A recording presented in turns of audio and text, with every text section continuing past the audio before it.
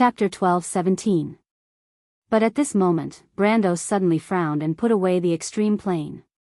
The hall in the shadow of the storm was eerily quiet for a while.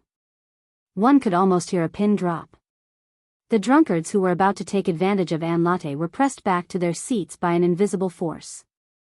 They looked at each other, and their groggy minds could not figure out what was going on. Near the counter, a few adventurers who were about to check out and leave couldn't help but stand still. When a long-eared elf saw Brando's lines of law sweeping across the entire hall like a silver ocean, he could not help but open his mouth wide. The longbow in his hand fell to the floor with a clang. Then, he hurriedly picked up the bow with a blushing face.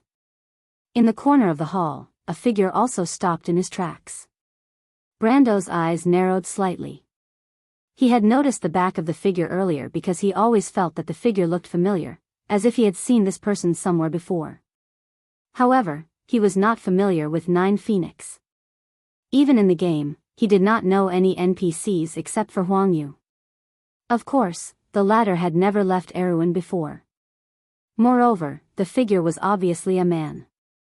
The first thing Brando thought of was the Rosaline knight he met in the morning, or one of Xian's men. However, he immediately dismissed this idea because he felt that his memory had not deteriorated to the point where he could not remember the person he met less than half an hour ago. It's him? A flash of lightning flashed in his mind, and he finally remembered where he had seen this person. Why is this guy here? Huang Hua seemed to have sensed something. He raised his head and looked at Anne Latte with his black and white eyes. You stay here. Brando's lips moved slightly, and he whispered. Huang Hua subconsciously looked at the hall. At this moment, although Brando had put away the extreme plane, it had only been a second or two. The aftershock from a moment ago still lingered in the hall. The others in the hall were still in a state of shock. Some were like puppets, and some were getting up from the state of falling. But there was only one person, a guy in a black cloak, who was quietly moving towards the stairs to the second floor. Although the man didn't look back, he seemed to have felt Huang Hua's gaze. His body trembled slightly, and he suddenly rushed to the stairs on the second floor. But how could Brando let him escape? He didn't expect to meet him in such a place at this time. But no matter how he looked at it, this was good news. He moved slightly and suddenly disappeared from everyone's vision. Everyone couldn't help but exclaim. Only Huang Hua, who was standing next to Brando, could see it clearly. She saw Brando appear in front of the man who was running away. He did not do anything, but silver lines of law intertwined in front of him, forming a shining silver wall. The man didn't have time to react at all. He slammed into the silver wall with a bang. He let out a blood-curdling scream, broke a dozen handrails, and rolled down the stairs. Only then did the customers in the hall realize that someone actually dared to make a move in the shadow of the storm. What was surprising was that the first thing these people thought of was not to scream and run out of the hotel, but to turn their gazes back excitedly. The few inns in Rosaline were the private property of the Lord. This was going to be fun. But only a few people were quick-witted and began to realize a problem. The young man was a powerhouse, a true powerhouse from the Swift Plains. Based on their limited knowledge, only the Swift Plains had such a powerful person. In Rosaline's eyes, the person at the top of the pyramid was their Lord's Guard captain, who was somewhat unreasonable. Is this also a space? Huang Hua muttered to herself, her clear black and white eyes slightly brightening. Brendel did not care about what the others thought of him. He slowly walked down the stairs, feeling a little smug in his heart. He did not think that there would be a day when he could look down on this person from a higher position. He looked at the mysterious man who was still lying on the wooden floor of the inn. The man looked like he wanted to wrap himself in a cloak. He could not help but smile. The man seemed to be seriously injured and had yet to recover his breath. But Brendel did not believe that the other party would be so weak. He was very clear about the severity of his attack. He had only used the law of space to seal a wall. It would be ridiculous if the other party could knock him half to death. Sir, I know that you are fine. Why don't you come up and meet an old friend? Brando asked.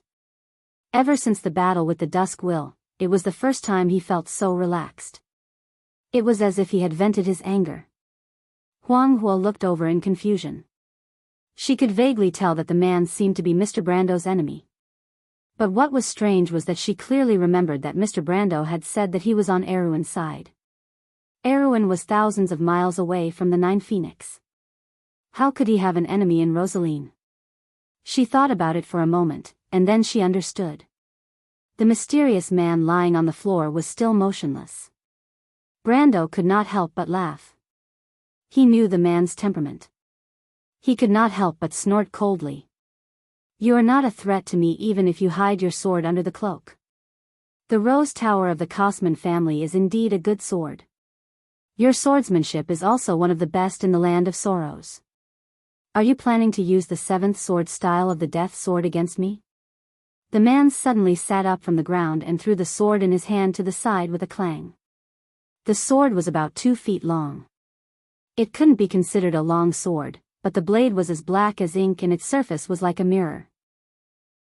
Brando's gaze only lingered on the sword for a moment before it fell back on the man. He took off his cloak, revealing a pale, clean, and handsome face under the shadow of the hood. My lord, we have not seen each other for a long time. The young man raised his head and looked at Brando. He smiled at him, revealing a mouthful of snow-white teeth. Brando looked at him silently. He was familiar with this face. Decades later in his memory, this face still maintained its current youthful appearance. Because he was an eternal dark noble, the years were a parallel line with them. This man was a knight of the land of sorrows and also a dark lord. He was a genius general of Madara, the head of the 3 stars of the Roman Tuo, the Black Lord. Or rather, the Black Lord in the history of the Amber Sword, Insursta.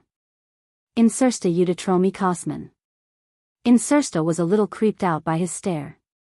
He opened his mouth to say something, but Brando reached out and waved his hand. Insursta flew up and slammed into the wall on the side of the inn like a bag of flour. He snorted heavily and swallowed the words he was about to say. Brando's hand seemed to have grabbed Insursta's neck from more than 10 meters away. He slammed his hand down, and the genius general of Madara, who was still stuck to the wall, fell to the ground with a bang. The impact made a hole in the solid wooden floor of the Storm Shadow Inn's lobby. Everyone who witnessed this scene could not help but gasp. The first thing that came to their minds was not that someone dared to destroy the private property of their lord, but how much hatred this young man had for the other party. Huang Hua's eyes also flashed. She gripped her sword tightly and looked around subconsciously. She was not unfamiliar with places like the inn, but Mr. Liu rarely took her to places with many people for too long. What's more, Brando's sudden move attracted everyone's attention to her. This made the somewhat simple-minded Nine Phoenix Crown Princess feel a little uneasy. Her eyes fell on a few adventurers standing by the counter not far away. Those adventurers were ready to pay and leave early, but Brando's behavior made them a little overwhelmed. They did not know if they should pass by her and go out from the other side of the door. But what if that young man misunderstood? They clearly heard Huang Huo call the young man brother, and they had all seen the latter's strength before. Facing such a strong person, they did not dare to act rashly. The adventurers noticed Huang Huo's gaze. One of them, a young girl with short blonde hair and a little playful emerald green eyes, showed a trace of helplessness. She quickly waved her hand with a wry smile, indicating that she didn't mean any harm. Huang Huo looked at these strange people with some confusion, thinking that there were quite a lot of foreigners in the Taoist Strait recently. She could not help but sigh. She felt that her luck was really bad. As the deputy commander of the LA's Wings Night Regiment, she and her companions had come all the way from Lubeck to this place. They had overcome countless difficulties just to find the legendary Light of Wisdom. The prophecies of the prophets had come true here, but after a month of searching, there was still no clue near Rosaline. It was not easy for Nine Phoenix to come from the desert. She had planned to go to the Swift Plains to try her luck, but she did not expect that the ship, which was supposed to reach Green Jade Hill before the White Dew ceremony, would be attacked by monsters in Rosaline and be detained.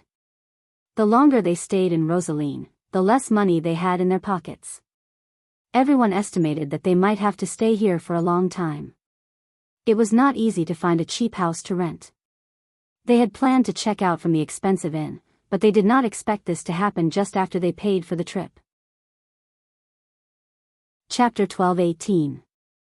Of course, what made Adney angry was not that the young man would do anything to them, but that the chaos here would definitely attract the city lord's guards, and none of them would be able to escape. Although they were not spies or saboteurs, it was useless against the guards. It would be a lot of trouble anyway, and they might have to spend a lot of money. At the thought of spending money, Adney found the young man rather repulsive. Did he have any brains to make trouble in this place? Well, in a moment he would know how terrible the wretched old fox lord of this place was. Although the young man was a little strong, he was probably no match for that old fox. When Adney thought about the old fox's right-hand man that they had met, she could not help but feel a little scared. Of course, such thoughts could not be expressed. She forced an awkward smile on her face, and laughed foolishly at Huang Hua, who was not far away. A noble of the 9 Phoenix, she thought to herself, a lazy guy who can't tell the difference between food and water. But from the corner of her eye, she suddenly saw the guards patrolling outside the inn walking towards them. Her heart skipped a beat, and she quickly lowered her voice and said to her companions, "Let's go. Let's sneak out before that guy notices us." "Captain," the elf from before grabbed her arm, "wait. Oh my God, Tranquil, let go, are you crazy?" Adney almost fainted because of her companion. Tranquil was the elven archer in the team, and before he joined Ra's Feathers, he was a desert ranger in the Rosa region. She had always thought that he was a calm and rational person, and compared to the muscleheads in the team, he was the synonym for reliability and peace of mind. She even almost liked him a little. But now, she felt that she had to retract her evaluation of this idiot. What was this guy thinking? "Captain, that young man," Tranquil whispered. "I know, he's causing trouble." Adney impatiently interrupted this damned blockhead, "But we don't want to get involved in this trouble, do you understand, Tranquil?" She had already seen the owner of the inn calling for the attendants. They had been here for more than a month, and Adney was very clear that the person behind the inn was actually that unpleasant old man. He was the lord of the city of Rosaline. This was not good. He had to get away quickly. Quill shook his head. His vice leader was good at everything, but he was too impatient and too utilitarian. However, if it wasn't for this, the leader wouldn't have arranged for him to join the team. He was the eagle eye of the Rosa Desert and would not leave the Holy Land easily. If not for the Millennium Prophecy, he would not have come all the way here. Rosaline was indeed more prosperous than the Great Desert, but beneath the prosperity was decadence. It was not as vibrant and clean as the oasis in the desert. To be honest, as a golden elf, he did not really like human society. However, he still grabbed his vice commander's hand and winked at the other desert knights who were disguised as adventurers, signaling them to quickly stop their vice commander who was somewhat out of sorts. "Captain, look at his sword." Unfortunately, those muscleheads were as stubborn as ever and did not react at all. In fact, they were still watching the show and marveling at the young man's strength. Tranquil couldn't help but sigh. He had no choice but to speak. "What sword?" Adney subconsciously glanced in that direction. Brando held Odorfice in his hand. The tip of the long sword, which was flowing with golden flame patterns, was pointed at Insursta's chin. It could be said that it was stuck to the tip of his pale chin. As long as he gently pushed the sword forward with his hand, this future star of Madara would be removed from this world. To be honest, he did have a deep grudge with this genius general of the undead who was destined to be famous in the future. However, for some reason, after teaching him a lesson in a situation where he could not fight back, he suddenly felt a little dispirited. The wooden floor of the inn had become a deep pit. The wooden planks were broken and sunken downwards. Insursta crawled up from the center of the pit. The frivolous look on his face finally faded. His eyes flashed with the flame of the soul, and he quietly looked at Brando. "I didn't expect the Lord to hate us so much. I heard that you were in Bucci at the time." The young man sighed. "It's karma for me to meet you here. I admit that I'm unlucky and have no complaints. Count, please do as you please. I only have one request. and that is to give me the dignity I deserve. You don't deserve anything, but you don't have to be responsible for the hatred between the undead and the humans. Brando put down his sword and walked forward. He grabbed Insursta by the collar and lifted him up from the ground. The future genius general of Madara seemed to have improved his strength by leaps and bounds these days. He had faintly shown signs of elemental activation, but he was still unable to move in Brando's hands. Tell me, why are you in this place? Has the second invasion of Madara begun? Is Tarkus also around here? It seems that when you left Erewhon, my lord, the second war hadn't broken out yet? Insursta stared at him with some surprise and replied with difficulty, oh, yes, at that time, my lord was on a diplomatic mission to the Cruz Empire. So, you had already expected that we would invade Erewhon? He couldn't help but look at Brando with eyes full of curiosity. I've always thought that your excellency just had some courage and good luck. Now it seems that it was a mistake not to report the Battle of Tanajul to His Majesty in detail. So, it seems that the biggest threat to the Empire in Erewhon may not be the ambitious eldest son of the Emperor, but your excellency. Brando was full of dissatisfaction with this guy's nonsense.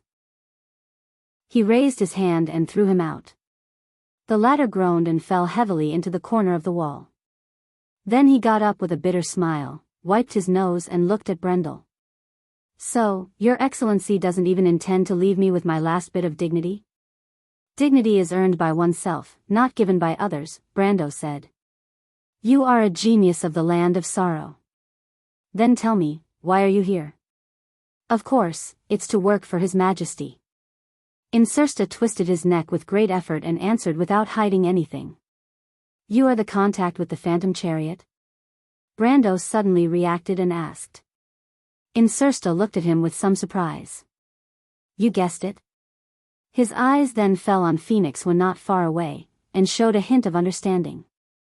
It seems that in order to destroy His Majesty's plan, your excellency did not hesitate to come to Jianghu. I have always suspected that your actions in Tanajul were against us. Unfortunately, Tarkus did not agree with me and thought that it was just my wishful thinking. He smiled bitterly. I didn't expect this absurd premonition to come true. Brando was stunned. He did not expect that the future star of Madara had been paying attention to him. For a moment, he did not know whether to be glad or happy. However, he did not come to Jianghu to target Madara. If he did not come to this place by accident, he would not have known that Madara had so many dirty tricks in Jianghu. However, he did not expose him. He only asked, why didn't you participate in the Second War of the Black Roses? What is the Second War of the Black Roses? Insursta's handsome face was slightly stunned, and then he reacted. He asked in confusion, why should I participate in the Second War of the Black Roses? I thought that the person with the Mercury staff should have absolute trust in you. You should have had the opportunity to become the commander of this war. So, who is the current commander? The depths of Insursta's pupils contracted slightly. The relationship between his family and Tarkus' family and the Supreme Being was an absolute secret in the Hall of Winter.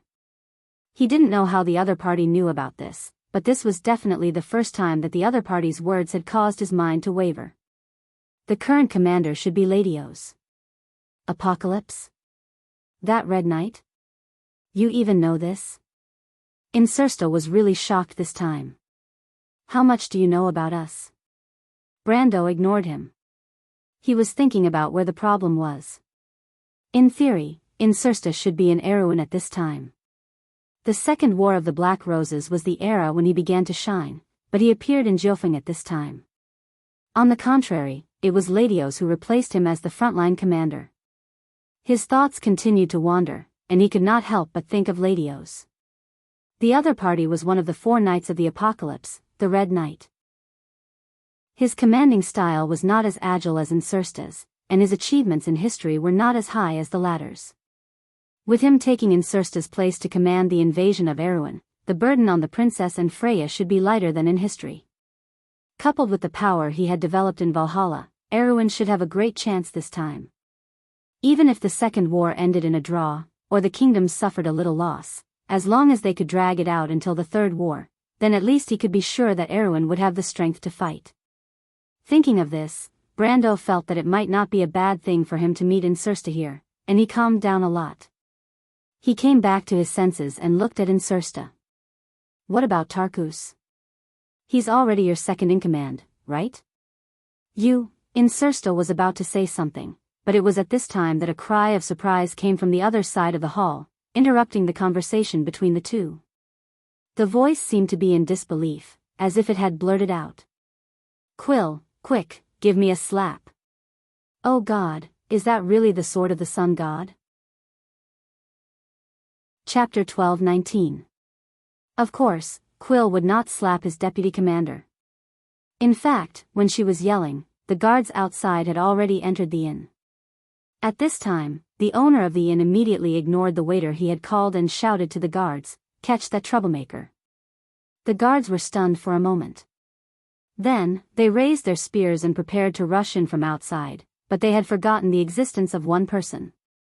Huang Hua raised the long sword in her hand.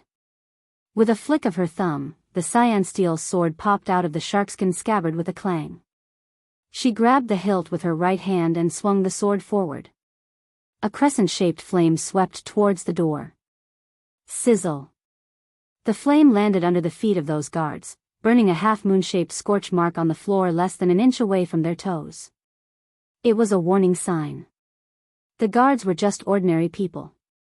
They were not as powerful as Xian. They were so scared that they froze on the spot and did not dare to take a step forward. But just because the guards didn't move forward didn't mean that their knights would. A figure separated the front row of guards. With a loud shout, he wielded his sword with both hands and slashed at Huang Hua. Huang Hua had already noticed the knight in the group. She lowered her body and let the sword pass over her head. Her heart was as calm as still water. It was as if everything around her was reflected in her heart. She let the knight's two-handed sword slash at the counter as the owner of the inn screamed in fear. It made a cracking sound and sent wood chips flying. At the same time, the long sword in her hand was as red as fire. She stabbed the knight's chest and abdomen from the bottom to the deck. Clang, clang, clang. After 3 consecutive stabs, the knight was forced to take 3 steps back. He even had to abandon the two-handed sword that was stuck on the counter. After that, he pulled out a short sword to block Huang Hua's attack. He could not help but turn pale with fright. He could see that Huang Hua was not weak, but she lacked combat experience. Otherwise, the warning sword would have landed on the guards instead of in front of them. Showing mercy in a place like Rosaline's meant that the opponent was just a novice, a noble swordsman who had never seen blood before. This kind of person would often be flustered when facing fierce attacks because of distractions. When facing an opponent of similar strength, they would not even be able to display 30% of their strength. However, Huang Hua was not only calm when facing his attacks, but also dared to engage in close combat. When Huang Hua attacked first, he even had the illusion that he was facing a little girl. Instead of a seasoned mercenary who had no regard for life and death. What he didn't know was that although Huang Hua had never killed anyone before, she had already experienced countless life and death situations. The core of the path of the Jade Phoenix was the Phoenix's nirvana and rebirth from the jaws of death. Maintaining calm under any situation was the most basic quality. The knight turned pale with fright. Huang Hua instantly sensed that his heart was wavering, which made her a little angry. In her opinion, every battle should be serious and serious. This was the basic respect for the opponent and life.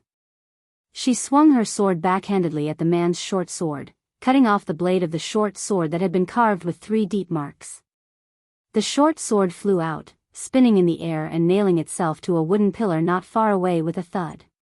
Before the knight could react, Huang Hua turned around and kicked his breastplate. Both the breastplate and the breastplate caved in. The knight screamed and flew out from where he came from, knocking into several guards along with him. There was a loud crash outside the storm's shadow inn, which lasted for a long time before it stopped. Huang Hua pursed her lips and looked in that direction silently. The long sword in her hand had already returned to its scabbard, and then she stood up straight again. She wasn't surprised by the result. The knight's strength was much weaker than hers, but he dared to be distracted during the battle. She didn't kill him, otherwise he would have been a corpse by now. The atmosphere of this place made her frown. In the 9 Phoenixes, in the Jade Phoenix clan, there would never be such a blasphemous battle. She wasn't surprised, but the others were. Other than Brando, the inn was almost silent again. Most of the guests in the inn were not fools. Other than the weak inn owner, no one would think that these guards could do anything to the young man. After all, the strength that the young man displayed was at the level of the elemental realm. In Rosaline, the only person who could suppress these elemental realm adventurers and swordsmen from the 9 Phoenixes was the lord of Rosaline's guard captain, Boban. But they didn't expect that the little girl that Brando brought, who looked as delicate as a porcelain doll, would be so strong. The long sword in her hand was quietly sheathed in the sharkskin scabbard, but at this moment, no one dared to think that it was just an exquisite decoration. Adney, who had witnessed this scene, opened her mouth in an O shape. Although she was a little impulsive, this didn't prevent her from seeing the true level of strength of Huanghua. She was probably only a little bit weaker than herself. She. Adney pointed at Huanghua and trembled. Is it her, Quill? The elf took off her longbow and shook her head. Captain, pay attention to that young man. What's there to pay attention to? He's not handsome. Adney answered casually, but she was stunned for a moment, then suddenly jumped up and screamed, oh right, the holy sword of Ra. That guy is the bearer of the sun god's sword. At this time, Brando pulled Insursta up from the ground. He looked back at the door of the inn. He'd seen Huanghua's performance earlier, and it was remarkable. He could see that Huanghua didn't have much combat experience, but she was so sharp in her first fight. This could no longer be described as a genius. This little girl is a natural warrior, but she's not necessarily a swordsman. Brando thought. He'd clearly seen that Huanghua's understanding of swordsmanship was very superficial. At least, it didn't match her fighting talent. The second thought in his mind was that Yura wasn't as good as her. Yura was Yak's fiancée, the woman whose real name was Huang Yu. Let's go to your room and talk, Brando said to Insursta, who was in front of him. It's my pleasure. Insursta coughed with a wry smile. Brando hadn't held back at all. Although he was an undead, he was still injured quite badly. He looked at Huanghua again and asked, she used the desert wind swordsmanship? Brando nodded and said without hesitation, yes, she's the person Ghost Chariot is looking for. But the information said that she has a guard. Where is that guard? He went to the port. I guess Lord Rosaline has detained all the ships in Rosaline's port. Mr. Liu wants to go to the port to confirm it. Now it seems to be most likely. Where are the sailors detained? Insursta looked at him silently. They should be in the city. No one cares about them. Lord Rosaline just chased them off the ship. As for whether Ghost Chariot has placed any spies among them, he shrugged. It was easy to talk to smart people. This person was indeed the Black Lord Insursta from his previous life. Brando looked at him and suddenly had a complicated thought. If I kill him here, it might save me a lot of trouble in the future. Mr. Earl, you seem to be very afraid of me. Insursta saw many things in his eyes and said. I'm afraid of the Black Rose of Bramanto. There's someone who can make it bloom brightly in the dark, Brando said calmly. If this person is right in front of me, what do you think I should do? I didn't expect the Lord to think so highly of me. I don't know if I should feel honored or afraid. Insursta smiled bitterly again and shook his head. Brando just looked at him quietly. He pressed his hand on the flaming blade, the killing intent in his heart faintly discernible. Reason told him that he should draw his sword immediately, but in his heart, he felt that this name, which had left a deep mark in the war between Erewhon and Madara, should not fall in this place. In this shabby little inn, which was an unknown distance away from Erewhon. I'll give you one more chance, Brando suddenly said. If Lady Martha doesn't think you should die in this nameless place. The soul fire in Insursta's eyes lit up. My lord, you want to know the details of the war between the undead and the monsters in the wilderness of bones, as well as the motive of the undead to invade Erewhon? Brando looked at him deeply. Your astuteness makes my hair stand on end as always, Sir Insursta. Soon, those knights will call for more people. Insursta didn't answer the question. It doesn't matter, they won't disturb me. Adani stood by the counter that was split in half. She watched as Brando brought the handsome young man in a black cloak upstairs. What should we do? Should we follow? She turned around and asked. Did you see it clearly? Is that person really holding the sacred sword of Ra? That looks like, but it doesn't look like it either. The knights spoke one after another. Shut up. Adani no longer had any hope for these people. She watched as the little girl silently walked past them, took out a piece of silver from her sleeve and put it on the counter. She then booked a room for the frightened shopkeeper. It was as if the commotion earlier did not exist, and did not seem to care if the escaping guards would call for more people. Adani did not care either. She looked at the phoenix-shaped silver ingot on the counter with a pained expression. She moved her mouth and wanted to ask the shopkeeper if he knew how much money it was. But Huanghua had already turned around, parted the crowd, and followed Brendel up the stairs, leaving only her back view.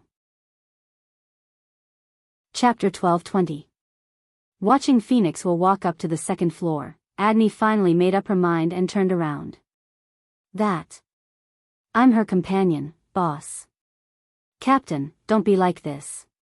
Quill pulled her back and whispered to her, be rational, we have to leave this place first. Leave? The female knight captain stared at the silver ingots on the counter and asked, why? It wasn't easy for us to find a clue. The elf shook his head and whispered into her ear, because it will be troublesome later. We can come back at night. Lord Rosaline has sealed off the port, they can't get out. Okay, I heard you. You don't have to get so close. Adni felt her cheeks burning and pushed him away. Then what do we do next? You decide. Quill nodded and said to the others in a low voice, that person has the sun god's sword. He must have some kind of relationship with the prophecy. And even if he's not that person, we have to find a way to get close to him and get clues from him. The knight nodded. Clearly, they trusted the latter more than they trusted their vice-captain. Mr. Kasaf. Ahem, Delphian coughed and asked with concern, you said there was a foreigner among those gentlemen? The afternoon sun shone through the trees and landed on the young lady's body. Her skin was so pale that it was almost transparent, as if a gust of wind could blow her away. She was so delicate that it made one's heart flutter. Kasaf couldn't bear to see her like this. He quickly replied, those aren't gentlemen, Miss Delphian. You might not know, but they are parasites, villains, robbers, and bandits. I'm afraid those who hang out with them aren't good people. They call that person Mr. Brando. Just listen to that name, it's so vulgar and mediocre. It's obviously an alias. A deep light flashed in Delphian's eyes, but it fooled everyone's eyes. She maintained her performance well and said, perhaps you're right, Mr. Kasaf. Kasaf felt as if he had drunk a spoonful of ice water on a hot summer day. His entire body felt light as a feather, and he was about to continue the conversation. However, the leader of the guards beside him reminding him that he was not here to please the lady. Instead, he had other important matters to attend to. However, just as he opened his mouth, he was stuck again. He looked awkwardly at Delphian and then at Boban. Only a few people in Rosaline knew about the cooperation between the Lord and the Ghost Chariot. He did not know if this lady knew about the inside story. Lord Rosaline was stunned for a moment before he reacted. He was about to say something, but Delphine was very sharp. She coughed softly and immediately replied softly, my lord, please allow me to return to my room to rest. Seeing Delphine's back being supported by the maid, Kassav looked at his lord and could not help but compliment, what a smart lady. It's not necessarily a good thing for a woman to be too smart, but Miss Delphine is an exception. Lord Rosaline chuckled, and said rather proudly, she's really a fairy-like woman. Only with the help of such a woman behind a man's back can he succeed. Kassav could not help but look in that direction with jealousy. That fairy-like woman had already disappeared from the courtyard. Only Boban still had a deadpan expression on his face, as if he had not seen what had just happened. After sending the maid away, Delphian carefully closed the door to her room and returned to her desk. She took a few quick breaths, and it seemed that her weakness was not completely faked. She opened the drawer and took out a notebook. Opening the silver lock, she dipped a quill in ink and wrote a few words on it. Suddenly, she stopped, closed the notebook, and placed it in front of her chest. She was silent for a moment. The pure and innocent expression on her face had long since faded. She raised her head and stared blankly through the wooden lattice window. "Elman, Your Majesty, should I do this?" In a single room on the second floor of the storm shadow near the square, the atmosphere in the room was somewhat quiet. Huang Hua leaned against the window and looked at the two people sitting at the table. Then, she looked in the direction of the harbor. After a while, she saw a group of guards appear in the square. Then, a knight riding a wingless dragon was mobilized from all directions of the square. She suddenly realized that the way she had handled the problem might have caused trouble for Mr. Brando. She could not help but show an apologetic expression. "Mr. Brando." "Don't worry, Huang Hua." Although Brando was not by the window, he had already noticed the situation outside. "You don't have to worry about them." Huang Hua held her sword and nodded. Insursta sat in his seat and looked at the two people calmly. "My lord, you should know that I was born in Kosman. When I was 20 years old, I accepted the family ritual because of my outstanding talent. I am the purest kind of dark noble. Before I was born, my family had been fighting with the monsters for decades, until the Mercury staff appeared." Brando listened in silence. Compared to the collusion between Madara and the chariot specter, he was indeed more concerned about the war between the undead and the crystal revealed from Mr. Liu and Xianxia's words. What was the calamity of Starfall 70 years ago? What was the connection with the fall of the Black Moon 3 days ago?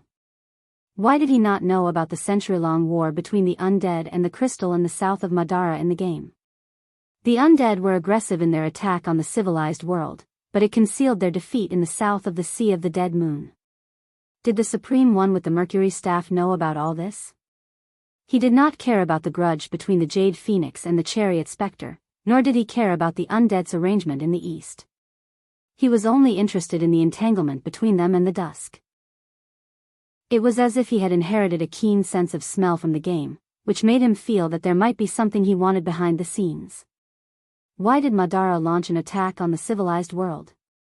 The undead were not cultists who did not care about anything. They were not crazy enough to destroy the foundation of civilization and the world order. Insursta seemed to have seen through his thoughts at a glance. He knew that this person had long known that he would be interested in the entanglement between the crystal and the undead. He also knew that since he appeared here, he must have heard the relevant rumors. The dark road that had flourished for so many years was suddenly closed, not to mention that the strange monsters had just visited Rosalind. "You and I are the same kind of people, Count." Insursta saw that his expression changed slightly and explained, "I also wanted to know why the Mercury staff appeared in this era, but when I saw His Majesty, I understood that all this was inevitable." Brando was silent.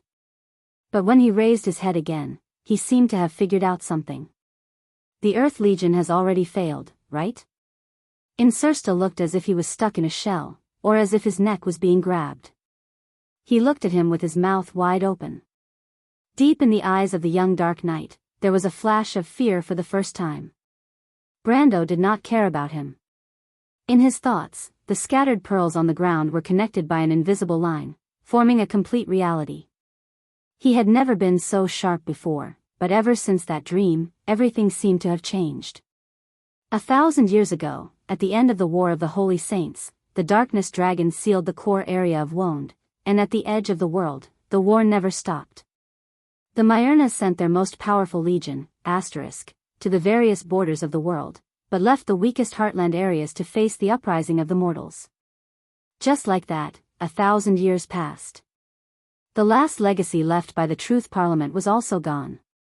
In the ignorance of the mortals, the Earth Legion, which had lost the support of the Empire, finally failed. The power of the Twilight Dragon had long awakened, and the Roman was only the final countdown for its arrival in this world. When did the undead first see the crystal? What year was it?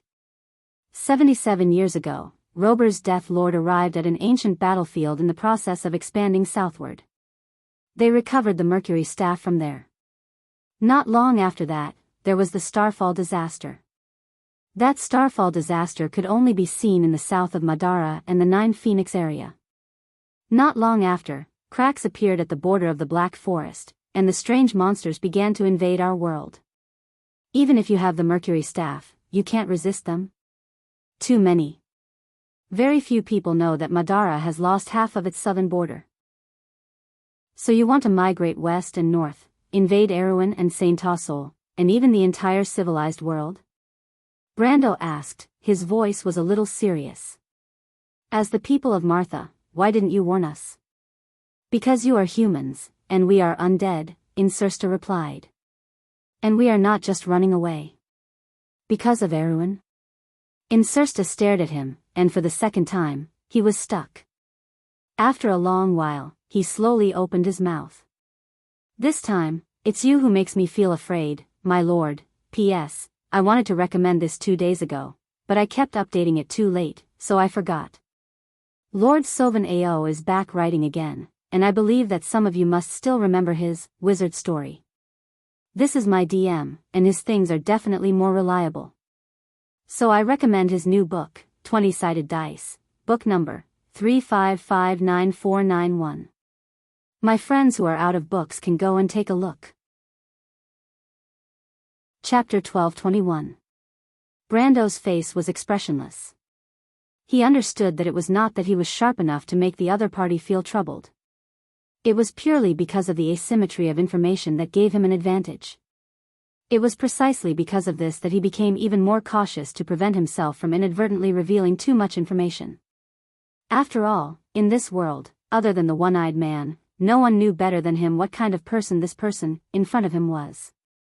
He did not comment on the other party's exclamation. He only asked, "Where is Tarkus?" At this time, Huang Huo was pressing her small hand on the window lattice. She saw that a group of guards had crossed the square and surrounded the inn. Seeing the archers drawing their bows, she frowned and raised her hand to lower the shutters. The light in the room suddenly dimmed. In the somewhat dim room, Insursta's expression became solemn. The light passed through the shutters and fell on his pale face. Tiny luminous particles floated up and down in the air. The atmosphere in the room was a little dull for a moment. The opportunity has been given to you.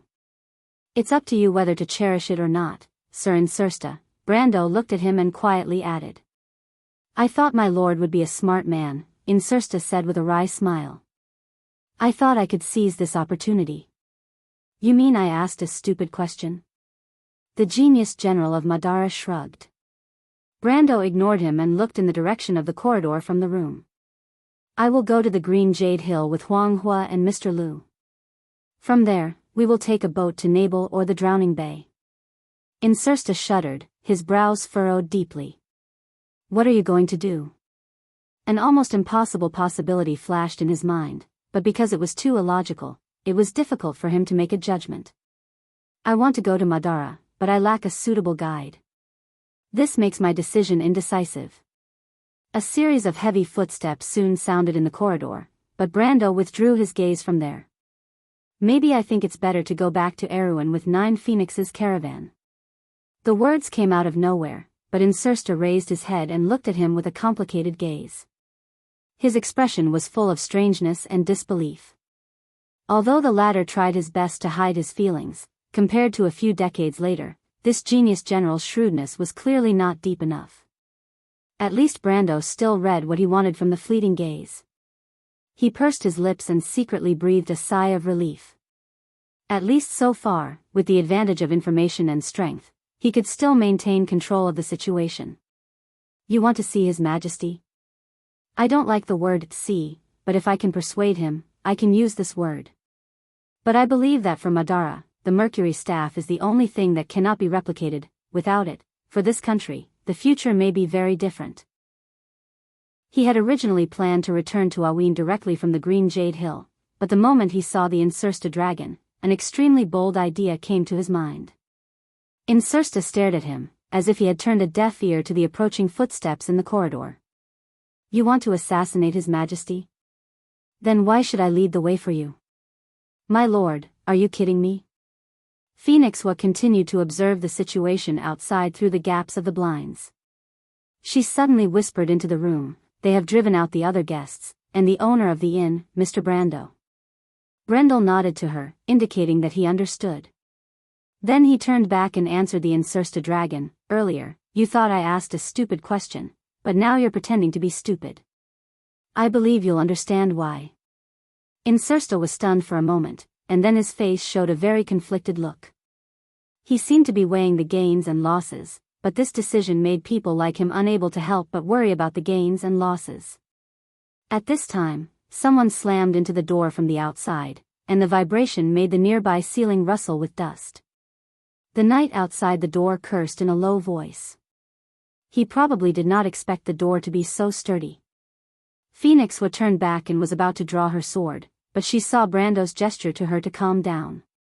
She blinked quietly, thinking that Brando wanted to negotiate with the other party, but she did not expect that he looked indifferently in that direction, and a silver circle of light rippled in front of him. The silver circle of light slowly moved forward about half an inch. With a loud bang, the entire inn was blown apart. The roar was so violent that even she could not help but frown and cover her ears. After a while, Phoenix Hua looked up in a daze and was surprised to find that half of the inn had disappeared. To be exact, 7 or 8 steps from where Brando was standing, and 3 or 4 steps from where the man in the black cloak was sitting, the back half of the inn had disappeared, leaving only the broken wooden floor hanging there alone. The original position of the bed and furniture, the aisle leading to the corridor, the wall in that direction, and the door on the wall were all gone. Only half of the inn was left, and outside the room was the dark blue sea of the Taowu Strait. Mr. Brando? Brando raised his eyebrows. He had only learned how the Twilight Dragon used its mental power to attack space and cause a spatial storm.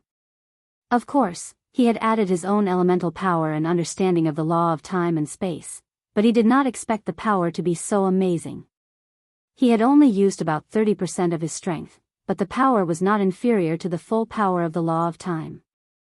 There was a commotion among the guards in the square, and the knight there had no time to stop it. The archers who had already drawn their bows subconsciously shot a wave of arrows.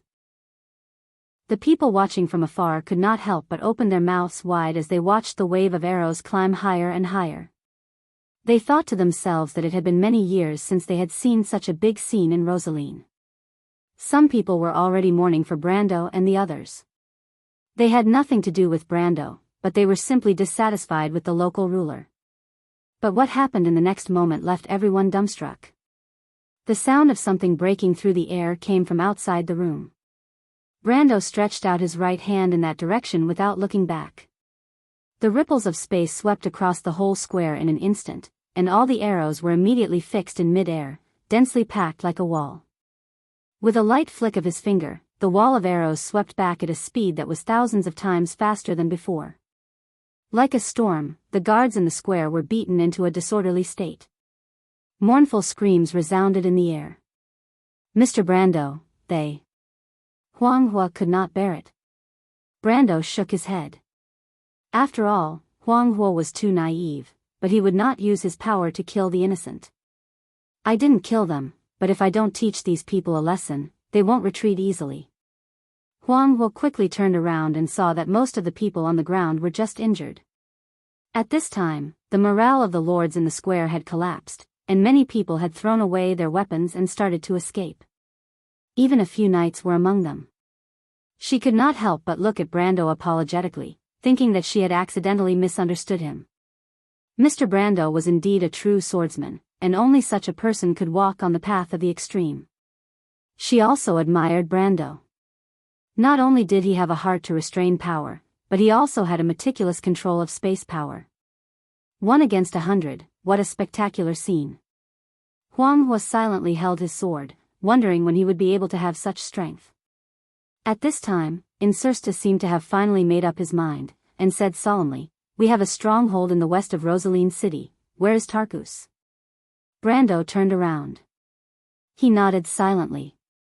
"So, they have found Huang Hua." The sunlight penetrated the shadows of the trees, leaving sparse shadows on the ground. In a forest near Rosaline City, a man who was half sitting on a white rock turned around and confirmed with his subordinates with a hint of surprise. His long black hair draped behind his head, covering half of his thin and pale face. It should have been a face full of devilish beauty, but his thin lips and gloomy expression weakened this feminine temperament, making him look a little cold. The words he said were equally harsh: when the ghost phoenix strikes, all 9 heads will suffer together. I didn't expect to underestimate these people. I thought they were not capable of hiding in the Taowu Strait. The subordinate quickly raised his head and asked, Master Feng Qi, the Lord of Rosaline wants to see you. Do you plan to go? No, I don't like anyone here. The man shook his head, and Mr. Liu is not easy to deal with. He has the Jade Phoenix Stone. We must ask the 2 masters to come out, and we may have to use that thing. He waved his hand casually, and the black flying phoenix pattern on the cloud-like sleeve seemed to come alive. Find someone to talk to him. Yes, find a way to drive him out of that damn castle. Tell him how powerful Huang Hua and that person are. Don't let him get away with it, master. It would be best if we can kill 2 birds with 1 stone, but remember to prioritize. Compared to the secret of the stagnation boundary, my cousin is nothing. Yes. The afternoon light became brighter again. The noise from outside the courtyard became noisier. Delphine, who was pondering something in her diary, seemed to have noticed something. She raised her head and frowned slightly. She pulled out the chair and stood up. She came to the window and used her hand to push open a gap in the wooden grill. Chapter 12:22. The gentle afternoon sunlight immediately poured in through the window and landed on her face. Her porcelain skin was almost transparent, and the tiny blood vessels underneath were almost invisible. The Prime Minister's daughter's expression was cold. When her gaze landed on the courtyard, she saw that there were some men and women in black robes in the courtyard through the shade of the trees. These people had dazzling black hair that was fixed behind their heads with hairpins or bands. Their special attire with wide robes and long sleeves seemed to prove their identity. These people either came from 9 Phoenix, or at least their bloodline came from 9 Phoenix. But Delphine knew more. In 9 Phoenix, only the royal family could wear phoenix ornaments. But these people were wearing black fire phoenixes and blood-red embroidery, so they could only have one origin. The Ghost Chariot clan. Cruz had a long history of business dealings with 9 Phoenix. As a descendant of the Nidwin family, she knew better than Brando the status of these people in 9 Phoenix. The situation of this organization was not as bad as people thought. Yufeng and the Ghost Chariot were of the same bloodline. The Ghost Chariot clan was able to thrive in Swift Plains because of the former's permission. In her opinion, the royal family of 9 Phoenix was too lenient, and the commoners still maintained a basic level of respect for the Ghost Chariot clan. This was something unimaginable in Wonde. The relationship between the 9 swords was too complicated, but she knew that the Ghost Chariot had already deviated from their path.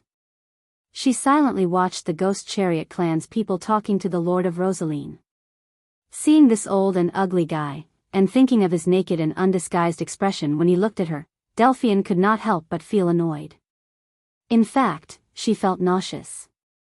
When she was in the Empire, she did not need to pretend to be polite to such a small figure. But the situation was better than the person. Moreover, when she thought of the thing that she had accidentally learned, her frown calmed down. The noise in the courtyard was not because of the dispute between the 2 parties. The noise came from a place further away. She saw a battered and exhausted fellow rushing in. That should be a knight from Rosaline. Looks like something has happened outside. Delphine thought to herself as she closed the window. She was worried that she would be noticed by the people from Ghost Car, especially the man called Feng Qi. The man's eyes made her feel like she had been seen through. Even in front of that person, she had never felt this way. She had always believed in her intuition as a woman. Sometimes, avoiding danger was more important than finding out the truth. Skipping over self-confidence might not be a good thing. I don't know. It has nothing to do with him. Delphine silently sat back in her chair. She closed the diary and locked it. Her face was cloudy and uncertain. No one knew what she was thinking. After a while, she vaguely heard more noises coming from outside, as if the whole castle had come alive. The Nidevan family also had their own territory and castle. The Prime Minister's daughter was very familiar with that voice. The old man was mobilizing his knight. It seemed that something big had indeed happened outside. She frowned a little uneasily. There were people running around outside the corridor. Delphian waited silently for a moment. Suddenly, she opened the door and grabbed the maid who was running in a panic. However, the maid was too strong.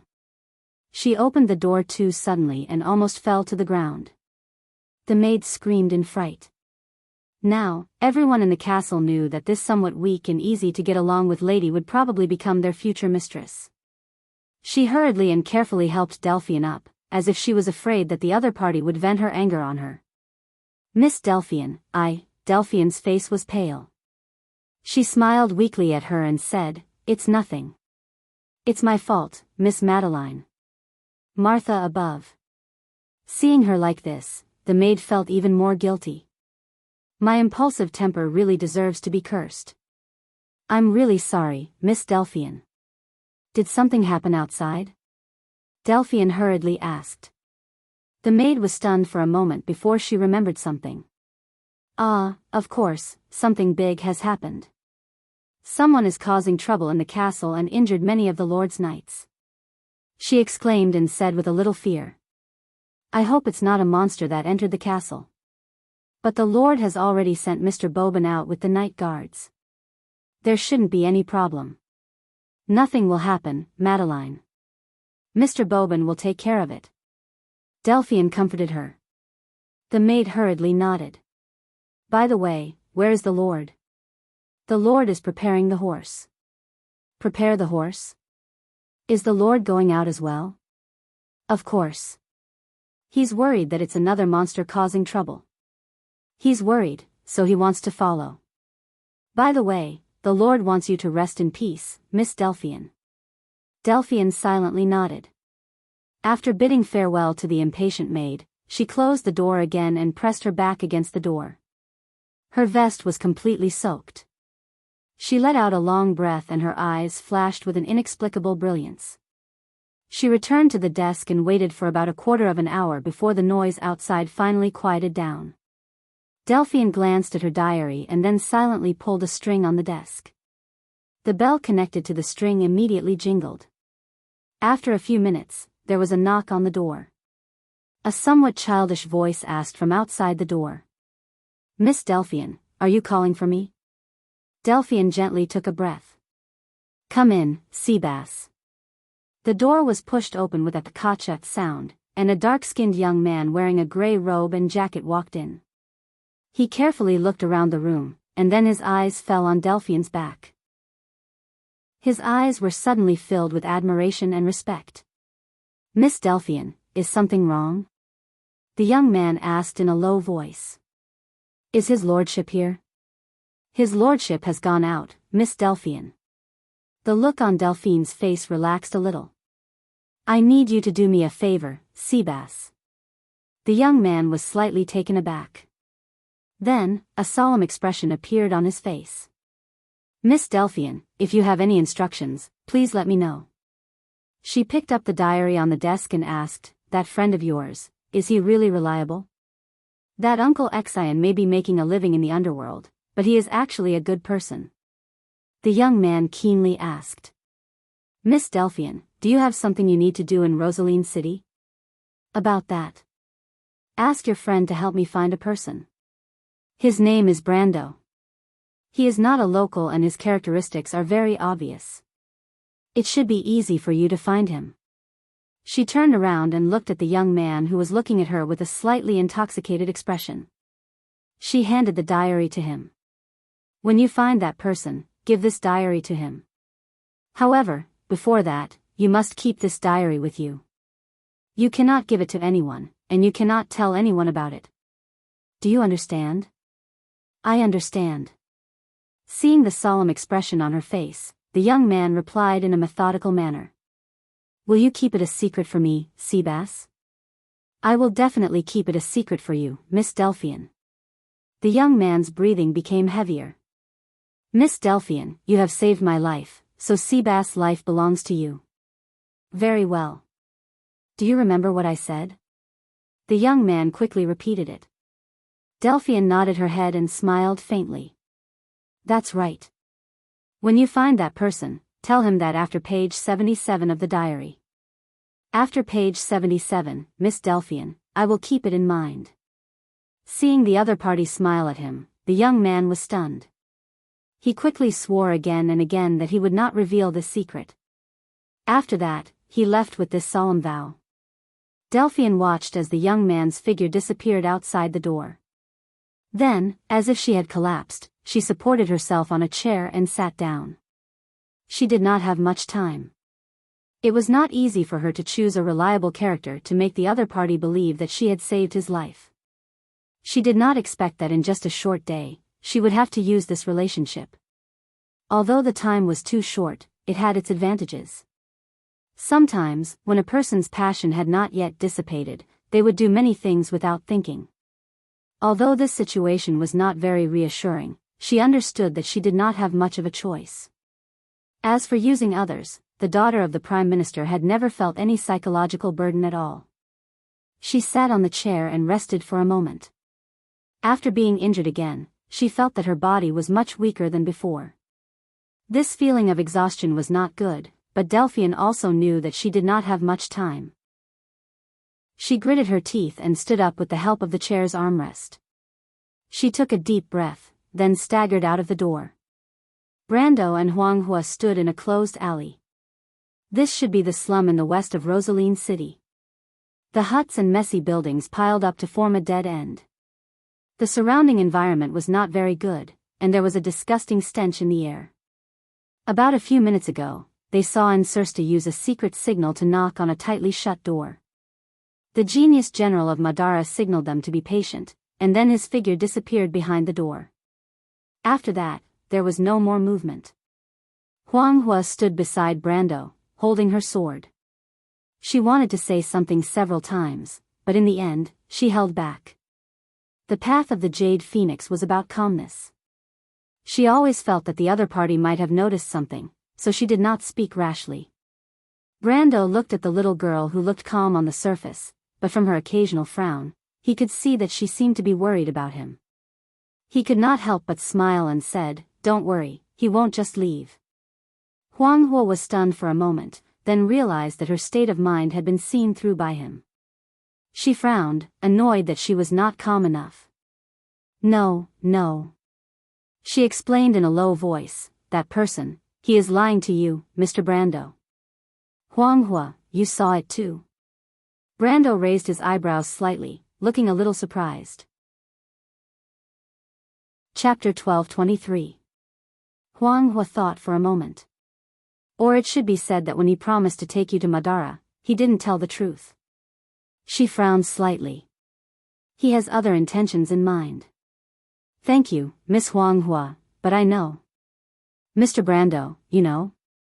Huanghua looked up at him with a hint of doubt in her starry eyes. I know his intentions, just as he knows mine. Insursta is a smart man. He and I are just betting. This man likes to take the unconventional path. As for his deputy, Gustav, he is the exact opposite of him. Betting? Brendel stared at the door and continued, His Majesty seems to know him very well, which is why he arranged such an assistant for him. They are natural partners, but I believe that he will be able to convince Gustav this time. I don't quite understand, to put it simply, what they want is the things on me. Or to be more precise, the person behind the door wants these things. And he knows that a few things are on me. He wants to take me to the realm of eternal death and bet that Madara has a way to deal with me. If that's the case, why did Mr. Brando say that? If Mr. Brando has a card up his sleeve, that person shouldn't have agreed so easily, right? Because we're not 100% sure, but I believe that a person who can be recognized by Loki's Mercury staff won't not back down on his home ground. Insursta knows this, and so does Gusta, so he'll definitely convince the one-eyed man. Huanghua shook her head disapprovingly.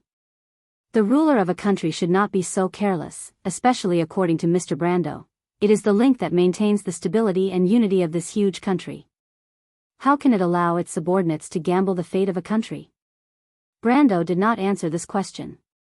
Because there may be many answers to this question, but he did not know how to explain the closest guess to this little girl. He sighed deeply. If I'm not wrong, this may be the reason why my country has suffered so much. When he confirmed with Insursta the reason why Madara invaded Erewhon, he finally understood the problem. Why would Madara be so fond of Erewhon's barren land? Perhaps it was not just because of geography. Madara also had better sea crossings to the left of Kermit Island, and in places like White Mountain, where order was ruled by eternal darkness, it was more suitable for the undead to advance. Erewhon had a special meaning to Madara, probably because of its own uniqueness. Not only did it have the Orb of Flame and the Halran Gaia, but it also had the will of the mountains and rivers and Sinna, as well as the Azure Lance, Firmament, and the Holy Sword of Light, Somir, which he and Lute saw outside the elemental barrier. The other party had the Mercury Staff, so it was not impossible for them to know the secret of the Amber Sword.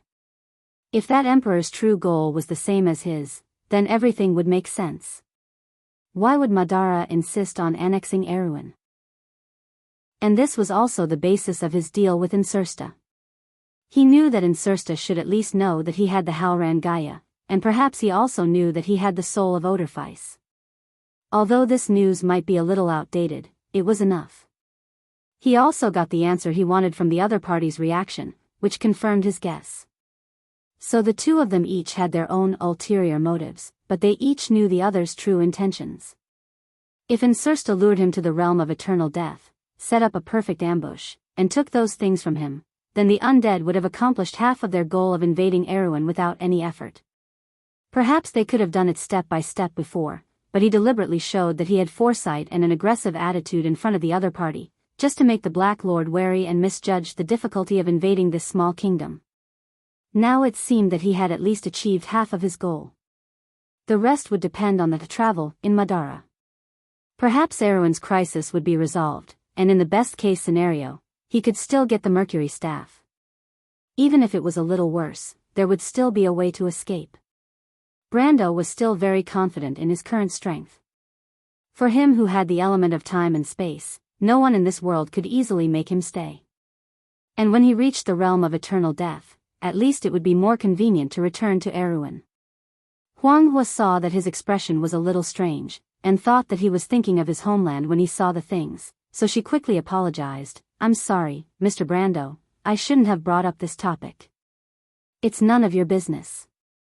Brando shook his head gently. But his indifference made the little girl feel even more guilty, and she said firmly, Mr. Brando, if Madara really supports the Chariot Spectre, Mr. Lu and I will find a way to persuade His Majesty to ally with you. We have a common enemy.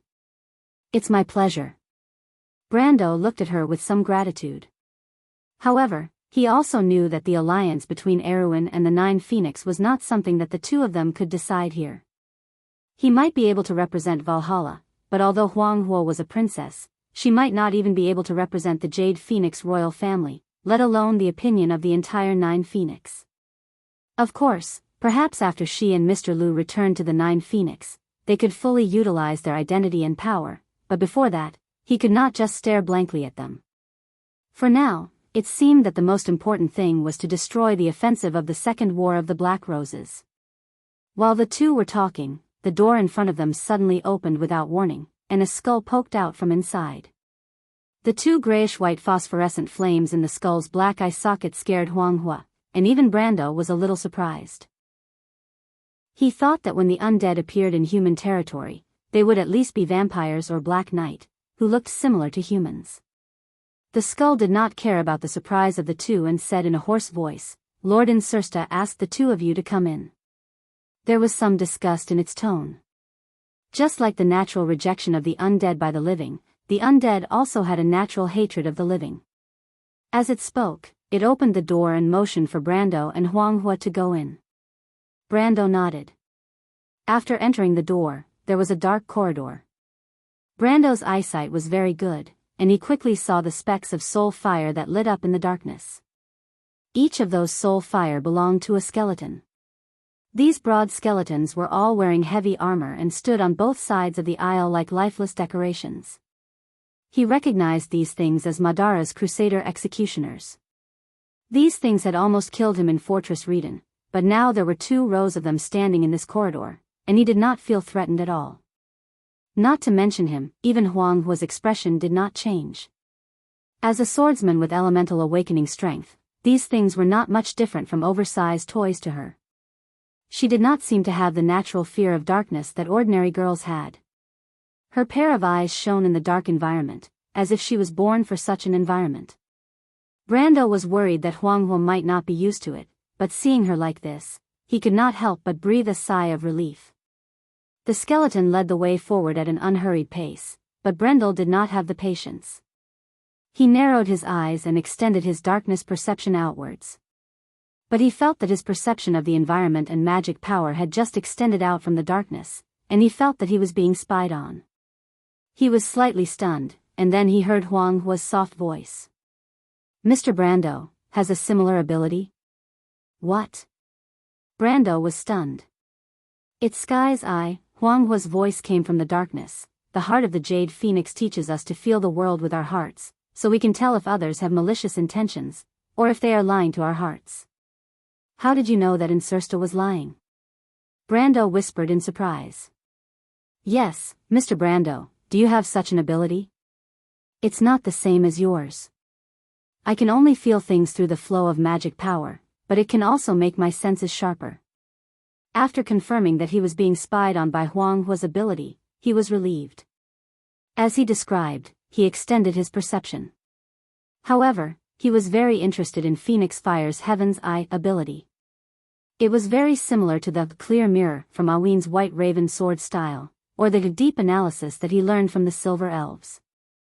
But it was much more powerful than the latter two. After all, the latter two did not have the ability to distinguish between lies and people's hearts. He was about to ask about the details of this ability, and see if he could find a way to exchange this ability with Huang Hua. But it was at this moment, Brando suddenly shut his mouth. He extended his dark perception to guard against possible threats. Because even though he said that Insursta would not play any tricks, who could guarantee that the Dark Lord would not suddenly lose his mind? Naturally, it was better to have as little trouble as possible. But he did not expect that his extended perception could suddenly penetrate the wall and feel the existence of the room on the other side of the wall.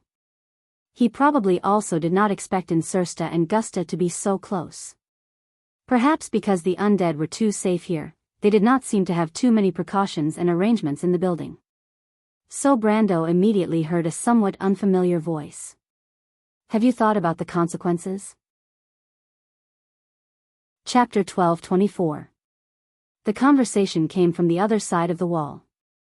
The first to speak was a somewhat deep voice, which was very different from Insursta's voice. It was as if one could hear the old-fashioned and serious aristocratic accent from the tone alone. This kind of accent usually made people feel dull, but when it was spoken by this special voice, it unexpectedly gave people a sense of peace and stability. Have you thought about the consequences? Although Brando had never seen Tarkus face to face, when he heard this voice, it was as if the other's image had already appeared in front of him. Then came Insursta's voice. It had to be said that although the future star of Madara was extraordinarily handsome, his voice was far less pleasant than Tarkus. It's not about the consequences, Tarkus, you understand. It's not a problem. Brando seemed to see Tarkus shaking his head in denial in front of him. He said in a steady voice, do you think that human is arrogant, stupid, or naive?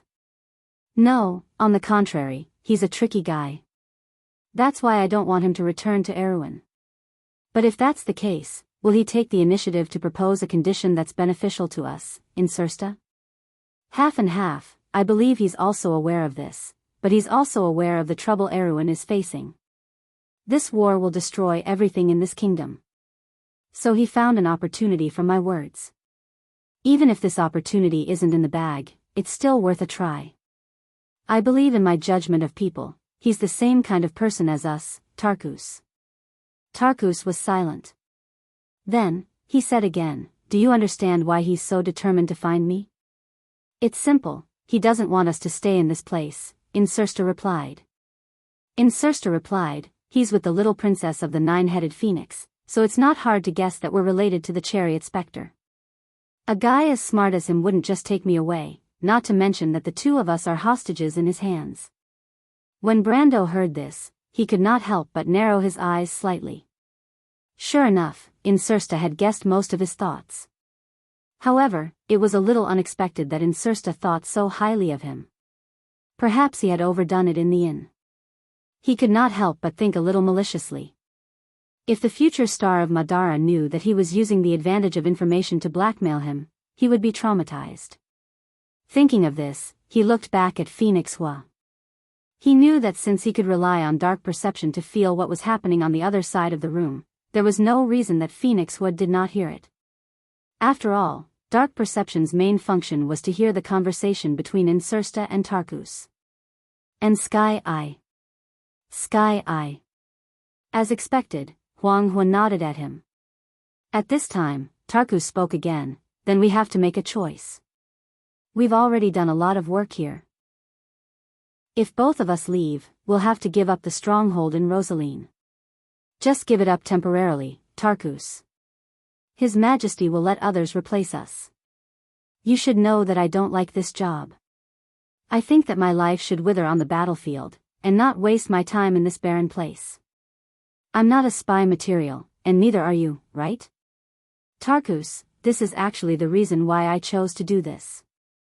I've had enough of looking for the damn stagnation realm here. I'm afraid that the people of the Nine Phoenixes themselves don't know whether the secret is a malicious joke or not. Otherwise, why hasn't anyone solved it for thousands of years? To say the least, I don't think we have the luck to solve this puzzle. On the other side of the room, Tarkus silently glanced at his partner. A look of understanding flashed through his remaining blood-red eyeball. In the end, he silently nodded his head.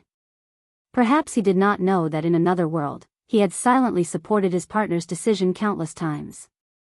Therefore, the names of the two could shine in the history of Wond. But this time, no one knew who was right and who was wrong. But Huang Hua, who was eavesdropping beside Brando, could not help but gasp softly when she heard Insursta mention the name, Stagnation Realm. What's wrong? Brando was keenly aware of the change in her mentality. He turned around and asked in a low voice. At this time, the skeleton in front stopped. It turned around and continued to remind the two in a hoarse voice, "Wait here, humans. Lord Insursta will come to see you in a while." After that, it silently left through the door on the other side. Brando looked at the skeleton's back as it left. Then, he heard Huang Hua whisper to him, "Mr. Brando, I have a presumptuous request." What's wrong? He was slightly stunned. In his impression, the princess of the Jade Phoenix clan was not a person who liked to trouble others. In fact, she had always been polite and did not seem like a 10-year-old girl at all. Because this concerns the ultimate secret of the Nine Phoenixes. I can't stop them alone. I suspect that they are colluding with the Ghost Chariot and the Rosaline family for the secret of the stagnation boundary of the Nine Phoenixes. The stagnation realm? Huang Hua sighed softly. The stagnation realm is the supreme secret of the Nine Phoenixes. Legend has it that this world contains the secret of the Nine Phoenixes' creation. The sacred sword of the Nine Phoenixes, the Jade Dragon Sword, was born in this world. At the same time, the Iron Heart, the Desert Wind, and the White Raven were also born. These four things can be said to be the foundation of the Nine Phoenixes' existence. You mean, the spirits of Madara colluded with the Ghost Chariot to find this thing? Brando asked, "What's so special about this thing that you seem to be very nervous about it?" Huang Hua frowned slightly, because in the Nine Phoenixes, there has always been a legend that whoever has the stagnation realm can become the ruler of the Nine Phoenixes. This may just be a legend, but if the Ghost Chariot finds the stagnation realm, the legitimacy of my family will inevitably be questioned. I'm afraid that the Nine Phoenixes will fall into turmoil because of this. Brando was stunned and could not help but think of the Lionheart sword. The situation of Cypher and the Covardo family was very similar. In his opinion, the battle between the Ghost Chariot and the Jade Phoenix was ultimately a battle for the throne. However, compared to the ghost chariot who was closer to Madara, the Jade Phoenix lineage did indeed seem more like Erwin's natural ally. He thought for a moment and nodded. What do you want me to do? I don't have the right to involve you in our family's dispute, Mr. Brando, Huang Hu replied, but if the spirits of the dead attack the 9 phoenixes at this time, we won't have any strength left to fight the ghost chariot. Brando understood. You want me to stall Madara temporarily? I'm sorry, it's okay, Brando replied, this is what I want to do anyway. I'll take Insursta and Tarkus away. Without these 2 people presiding here, the other lords of the undead should not be able to cause any trouble here. By the time His Majesty the Emperor issues a new order, I believe you and Mr. Liu should have returned to the 9 phoenixes and passed on all the information back to the country. Thank you, Mr. Brando, Huang Hu could not help but reply gratefully. Brando thought that if he could persuade the Emperor of Madara, maybe he could even save the rest of the trouble. Of course, it was just that this matter was not so easy to accomplish. But does the stagnation realm really exist? He suddenly asked. I always thought it was just a legend, Huang Hu thought for a moment and replied in a low voice, but after seeing Mr. Brando, I now think it might really exist. What? Brando was stunned. What does this have to do with me? No, no. Huang Hu quickly shook her head. It's Mr. Brando's necklace. My necklace? Brando subconsciously reached into his collar. He had more than one necklace, but when he touched that thing, he suddenly realized what she was talking about. He pulled it out and asked, You mean this? Huang Hu looked at the floating celestial sphere in his hand and nodded seriously. Yes, in the legend of the 9 phoenixes, the stagnation realm exists in a crystal ball. Time in this world is almost forever stagnant. It's a miraculous world, so it's called the stagnation realm. She paused for a moment and continued, that crystal ball is the legendary heart of the Azure Dragon. It has another name in our legend, Azure. Azure, Brando suddenly thought of something. There were not many floating celestial spheres in this world, and most of them had names. The stagnation realm described by Huang Hu reminded him of something in the hands of someone. That was in his previous life. At that time, in The Amber Sword, even in the later stages, only a few players could have such a luxury as a floating celestial sphere. And these players were, without exception, the leaders of large guilds or core members. There was one person who was the only exception. This person was a player named Erwin. He once snatched a floating celestial sphere from the hands of an undead lord. And this was almost the only floating celestial sphere that fell into the hands of an ordinary player. This floating celestial sphere was later sold at a sky-high price. Brando clearly remembered the name of this floating celestial sphere. It was called Azure.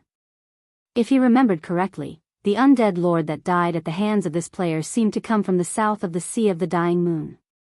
As for where exactly, he did not know. But this could already explain a lot. Brando was about to say something when he suddenly saw a familiar figure coming out of the darkness in front of him. It was Insursta. There was another person behind him. As soon as Brando saw the familiar eye patch and one eye, he knew who the person was. Mr. Brando, Tarkus said faintly, it's an honor to meet you for the first time. Brando had to shut his mouth before he replied, Mr. Tarkus agreed? Tarkus nodded. Chapter 1225. There's a place near Rosaline called the Pirate's Cove. It used to be a pirate's lair in the Torres Strait. After we cleaned it up, we rebuilt it into a secret dock. There's a secret passage there that's connected to Rosaline. It was left behind by the smugglers who colluded with the pirates. Unlike Insursta, Tarkus was a steady and pragmatic man. Since he had already made a plan with his partner, he would not cause any more trouble. He brought Brando and Phoenix Flame to his meeting room and ordered his men to bring out a map of the Torres Strait and the vicinity of Rosaline. He then told Brando the location of Madara's secret dock nearby.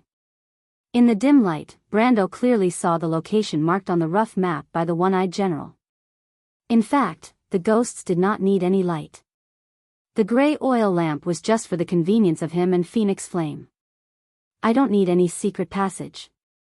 I just need to know the location, he replied. How many ships are there? 3. They're all medium-sized two-masted sailing ships. Are there any sailors on board? Some, but they're all ghosts. We usually disguise ourselves as pirates when we go out to sea. Maybe it's better for you to disguise yourselves as ghost ships. Good idea. The soul fire in Insursta's eyes lit up slightly, as if he did not hear Brando's sarcastic tone. But then he shook his head in frustration and said with some dissatisfaction, "It's a pity that His Majesty won't lend us Salva's ghost army. Those things are now under the management of that woman, Yalvit. The Queen of Banshees? Yes, she's the woman who betrayed the Dark Lords." He did not seem to want to talk more about this issue. He shook his head and shut his mouth. But Brando knew that the dark nobles in the west of the Sea of the Dead Moon had always thought that Yalvit had joined the Mercury staff before the Supreme of Madara showed dissatisfaction with the Dark Lords. This showed that this woman was scheming and two-faced. In fact, the root of the problem was that Yalvit betrayed the Dark Lords in the south, which made these ghost lords feel a sense of crisis. Although they were the first to follow the Mercury staff, they were also on the opposite side of the Supreme in the battle between the Supreme centralization of power and the local governments. With such a standpoint, these dark nobles could not be nice to the Queen of Banshees who played the role of the Emperor's loyal dog. Insursta, who had the same background and standpoint, was no exception. As a member of the vampire family who was closer to His Majesty the Emperor, Tarkus appeared to be much more rational. Of course, this might have something to do with his calm personality. He did not say a word about his companion's complaints. He only raised his head and glanced at the latter. Huang Hua stood silently behind Brando and watched quietly. It was as if she wanted to remember every detail of this nine-headed phoenix opponent in her heart to complete her understanding of the Dark Kingdom. How do you plan to deal with this stronghold next? I still need to find 2 people. Brando looked around and asked the 2. There's no need to deal with it. The undead don't need food. After we leave, no one will leave this place until His Majesty appoints a new person to be in charge. This place will remain the same. Tarkus looked at the skeletons standing guard around and answered. Brando did not comment, but he still felt a little emotional about the natural advantages of the undead in some aspects. They had no morale, almost no need for food, and did not need to excrete or rest except for the necromancers. In these aspects, humans were no match for the undead. Fortunately, they also had their disadvantages. First of all, it was difficult for them to sneak into the human world. Although they could establish a secret stronghold in a place like Rosalind, which was not heavily guarded, it was also because the humans turned a blind eye to it. Otherwise, the Holy Temple would only need to use detection of the undead or life to scan for the undead hidden in the human world. On the contrary, humans were very common in Madara. First, there were the merchants and travelers who crossed the Sea of the Dead Moon from Nine-Headed Phoenix and Rubik, then there were the necromancers, dark acolytes, and all kinds of exiles, criminals who were exiled by various countries and people who could not see the light of day. If Madara wanted to capture all the humans living in its territory, it would be a mess. Second, the basic command unit of the undead was based on the number of necromancers, and the necromancers themselves were not very intelligent. Therefore, except for the Black Knight guards established by Insursta, the undead rarely used complicated tactics. Before the Battle of the Oblique Forest, the players said that the undead in Woned liked to use a sea of skeletons to charge blindly. It was not an exaggeration. In fact, it was a choice made by the Dark Lords because their basic officers were not enough to support complicated tactics. Then come with me, he answered. Many scavengers would choose to buy or rent a house in the west of Rosaline City because most of the people who made a living in this area knew about the secret passage that led to the outside of Rosaline City. The secret passage was first built by a group of vicious pirates in the past. It was mainly used for kidnapping and extortion. They kidnapped the residents of the city and sold them to the necromancers in the south of Madara. Then, they would blackmail the relatives of these people in the city. However, these people went overboard. They kidnapped the son of the Rosaline Lord, who was the brother of the current Rosaline Lord, and threw this unlucky fellow into the sea. Then, these pirates were wiped out by the Rosaline family's fleet at sea. Most of them were captured and hanged, and the few survivors went to the Swift Plains in secret. From then on, this secret passage fell into the hands of the smugglers, and it continued to be used until today. Until today, the true owner of this secret passage had always been the army of the Rosaline Lord. After all, the army had always been the uncrowned king of the smugglers. A few knight captains controlled this business, and it had been passed down from generation to generation. It had almost become an industry, and through it, they maintained a tacit understanding with the various forces in the city. Therefore, for a long time, almost everyone who walked on the dark road or wandered on the sea, Rosaline's nickname for pirates, knew this fact. Most of these people who needed to stay in Rosaline knew that they were not very popular in the world of order, and their safety and lives might not be guaranteed. Therefore, they needed this escape route. In other words, in a sense, they were receiving protection. Of course, these desperados had a tacit understanding with the army of the Rosaline Lord, so naturally, they had to avoid the wise eyes and ears of the Rosaline family. In such a situation, Xianxia was no exception. However, he was generally considered a respectable person in the scavengers, so he sold an entire building at number 52 West Street, and used it as the nominal headquarters of his caravan. During the busiest period of the Dark Road, this building was quite famous in the circle. The customers who came here were merchants who entrusted him with transporting goods, and many of them were merchants with official identities who traveled through the Taya Strait, as well as their butlers. There were even death wizards who specially came here to order. However, ever since the skeletons of Madara suffered a crushing defeat in the Bone Wilderness, the business here, or rather, the entire scavengers' ecosystem, withered day by day. Many of them switched careers and became pirates. Some of them stopped and left the dirty slums, never to return. Some became mercenaries, but that was usually the choice of a penniless pauper. In the Taya Strait, mercenaries on merchant ships were not much different from cannon fodder. When Xianxia raised his head to look at the rusty signboard in front of the building, his heart was filled with memories of the past. There was a triangular symbol on the iron signboard, which was the logo of the company that he and his earliest partner had decided on. Unfortunately, that partner of his had a short lifespan. He died of lung disease early on and was buried in an unknown grave in the outskirts of Rosaline. God knows if anyone had cleaned his grave after that. He sighed and took out the key from his pocket to open the door. Back then, he had promised that he would return to Nine Phoenix together. Now that he had earned a lot of money, the hope of returning to his hometown was still slim. It was so different from his original plan. The family business that he earned from running the Dark Road for half his life did not seem to be of any help to his goal. On the contrary, it was a young man that he accidentally saved during his last trip between Tormlo and Rosaline that gave him hope of returning to his hometown. He did not know what that guy would think if he knew about his situation. He opened the door, but there was no one in the hall. It seemed that his men had not returned yet, and he did not know if they had found out the information that the Lord wanted. His mind was filled with distracting thoughts when he suddenly heard the sound of footsteps. A person was walking down the stairs from the second floor. Seabass? He raised his head and saw a dark-skinned young man in a gray apron walking down the stairs. When the latter saw him, his eyes were filled with surprise. He shouted happily, "Uncle Xianxia? You scared me to death. I thought you guys went to the underworld again and I wouldn't meet you guys again." "I just came back from the Dark Road," Xianxia replied. At the same time, he frowned and looked at the young man. This young man was the only descendant of his poor partner. He did not want him to walk the same path as him, so he spent a lot of money to send him to become an apprentice of the Lord's blacksmith. "Why did you come out? Who allowed you to leave the castle? Did you sneak out?"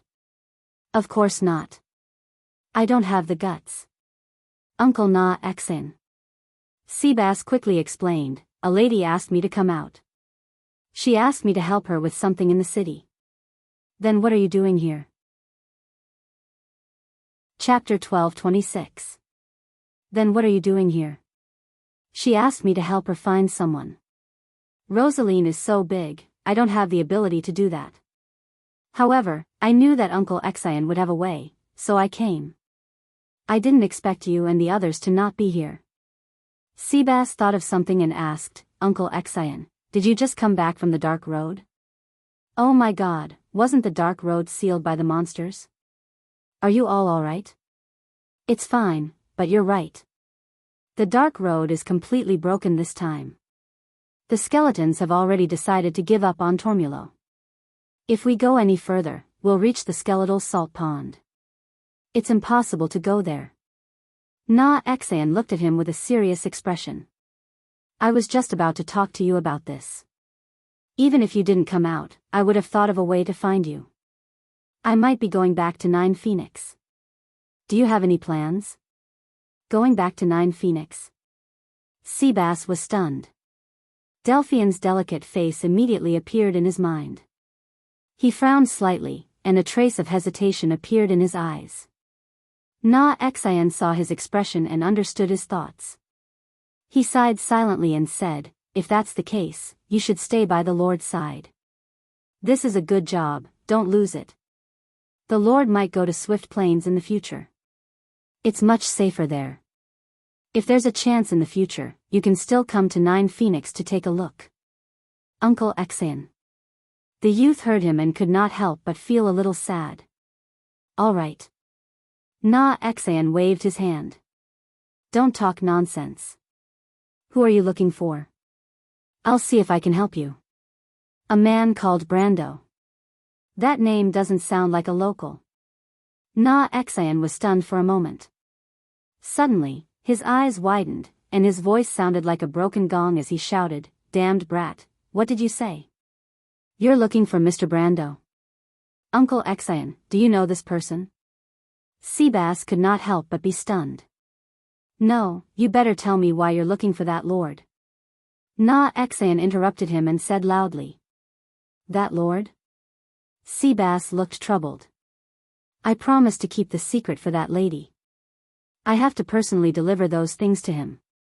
Conservative my ass. Na Xian was flustered and exasperated as she said, don't cause trouble, little brat. That sir is a powerful figure. Use your brain and think about how much weight you have. Seabass opened his mouth. He had never seen Uncle Xian like this before, and he couldn't help but hesitate. After thinking for a while, he said, it can't be that serious. Then I can only say my guess. It should be to help that lady send a letter. Well, it might be longer than a letter, but it can't be that ridiculous. Uncle Xian, since that lady knows about that big shot and asked me to pass on the message for her, maybe she knows that big shot too. Think about it, if the other party is really a big shot, it's hard to say what kind of relationship he has with the Rosalinds, right? Is Brando related to the Rosalinds? Na Xian subconsciously felt that it was impossible. The other party was a foreigner from the north of Madara. From the way he spoke, it was obvious that it was his first time here. How could he be related to the Rosalinds, who were born and raised here? However, Seabass's words moved him. Thinking about it, if this letter was indeed for that young man, he really couldn't make a decision for him. He raised his head to look at his nominal nephew and replied, all right, I promise you that I'll bring you to meet that important person. However, other than that letter, you can't say a single word of nonsense. Otherwise, I'll teach you a lesson. How would I dare, Uncle Xian? Seabass quickly promised. I promise that there won't be any problems. When Na Xian brought Seabass to find Brando, the latter was followed by Insursta, Tarkus, and Huanghua. They were trying to find a way to meet up with Mr. Liu in the city. However, there was no news from the port. Seabass was planning to go there personally to take a look. Anyway, he had asked Huanghua to leave behind the unique markings of the Jade Phoenix clan along the way, so he wasn't afraid that he would miss the opportunity. When he saw Na Xian and the dark-skinned young man behind him, Brando couldn't help but feel a little surprised. He thought to himself that the local Rosalinds were really well informed. The latter obviously didn't bump into him by accident. It could only mean that the other party had eyes and ears in this place. Mr. Na Xian, you've come at the right time, he greeted the latter. I need your help with something. Also, have you found out anything? Na Xian shook his head. He did find Brando through his subordinates. Brando felt good about himself and thought that he was a small target. Little did he know that he, Insursta, and Tarkus, the three foreigners from the west of the Sea of the Dead Moon, were strolling around Rosaline City. It would be difficult for the local tyrants to not notice them. Besides, how could the desperados who could survive in Rosaline not have eyes and ears? Those people would have been hanged by some lord a long time ago. Na Xian first glanced at Insursta and Tarkus behind Brando. Although they were both spirits of the dead, they were also Madara's dark nobles. After Insursta was beaten up by Brando in the shadow of the storm, he returned to the stronghold and changed into a new outfit. Probably because he might be going out to sea, he changed into a traveler's outfit. Even so, it was difficult to hide his noble aura. Tarkus, on the other hand, was dressed in a military uniform that had not changed for thousands of years. He wore a straight black windbreaker, breeches, and black long bronze boots. He wore an inner breastplate over his shirt vest, a scarf, and a sword hanging from his belt was hidden under the windbreaker. He also wore a bronze badge on his chest. In Brando's impression, all vampires wore this uniform. However, these two people were very different in Na Xian's eyes.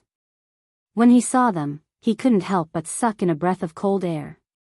He had been to many places and had seen many nobles and knights.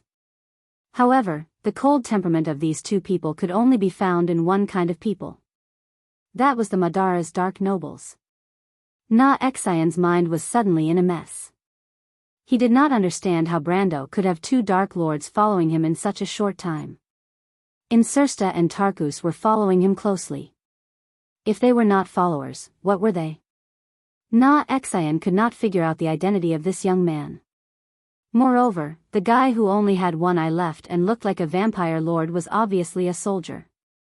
Although his hands were hanging on both sides of his windbreaker, they never strayed too far away from his sword.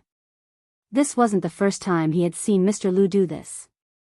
It just so happened that both of them were wearing eye patches and only had one eye left. From this point of view, they were extremely similar. Na Xian pursed his lips and became more cautious. He replied, "I have never heard of your pet in Rosaline City. I am talking about the news of that lady. You said that the fairy did not appear in this area. I think they might not have gone east, but west or north." Brando nodded. This was actually within his expectations. After all, if White Mist and Loot had landed near Tormuro, it would be impossible for them to pass through the Black Road and go to Rosaline. It was obviously more likely that they had gone to Tormuro. Unfortunately, it was impossible for him to turn back and look for the two of them. Moreover, one of them was the spirit of an ancient witch and had rich experience, while the other had outstanding strength and was a fairy. They should be able to protect themselves. They both knew the direction Erwin was heading in, and there would be opportunities to meet up in the future. Moreover, he felt that it was more likely that they had been thrown to different places when they passed through the spatial storm. After all, a few millimeters in the spatial fissure could be hundreds of kilometers away. Na Xian saw that Brando did not say much and could not help but heave a sigh of relief. However, he did not forget what Brando had said earlier. He quickly asked, "Sir, do you have any other orders?" "It shouldn't be a problem for you," Brando replied. "Mr. Lu has gone to the port. We are going to meet up with him now. Can you think of a way to find him?" "That's not a problem. The port and the West District are the places where the scavengers have the deepest roots. I have many friends at the port. It won't take too long to find Mr. Lu." Na Xian patted his chest and promised. After he finished speaking, he was about to turn and leave, but the young man behind him became anxious. He quickly grabbed Na Xian's sleeve and pulled hard. Na Xian's expression changed. Initially, when he saw Insursta and Tarkus, he subconsciously changed his mind. He felt that it was best not to get involved in the affairs of these important people. After all, Brando might not have any relationship with the Rosaline family, but the connection between Madara and this land had never been cut off. Even after the appearance of the strange monsters. He did not know about the filthy relationship between Madara, the Phantom Chariot, and the Rosaline family, but the Rosaline family had been at war with the spirits of the dead for centuries. He did understand this point. Unfortunately, even though he understood it, it did not mean that Seabass understood it too. When the young man saw that his uncle had gone back on his words, he suddenly became anxious. After he realized that he could not drag the latter away, he simply gritted his teeth and rushed to Brando. He said loudly, "Mr. Brando, I have something to talk to you about." Na Xian almost exploded in anger because of his nominal nephew. He had long known that this little bastard's promise was not reliable, but he did not expect him to be so bold. He almost trembled as he thought about how to make up for his mistake. At this time, Brando was actually slightly stunned. He had long noticed the dark-skinned young man behind Na Xian, but at first, he did not take it seriously. He only thought that the young man was Na Xian's subordinate. He did not expect such a thing to happen all of a sudden. He did not know that Delphian was currently visiting Lord Rosaline's castle, and he was unfamiliar with this place. He really could not think of any relationship between him and the young man. He was about to open his mouth to ask, but at this time, he raised his eyebrows slightly. He felt a group of uninvited guests coming from the opposite side of the street. Almost instantly, he judged from the slight vibrations on the street that it was Lord Rosaline's guards who were being mobilized. As for the other party's purpose, there was no need to think. It was obviously to take revenge for the battle that happened in Storm's Shadow earlier. Brando glanced at the young man and stretched out his hand to pull him to the side. Just as he did this, Insursta and Tarkus behind him also unsheathed their long swords.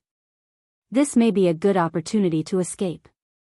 I may not have the chance to watch the two of you later, Brando said without turning his head. On the contrary. Insursta seemed a little excited.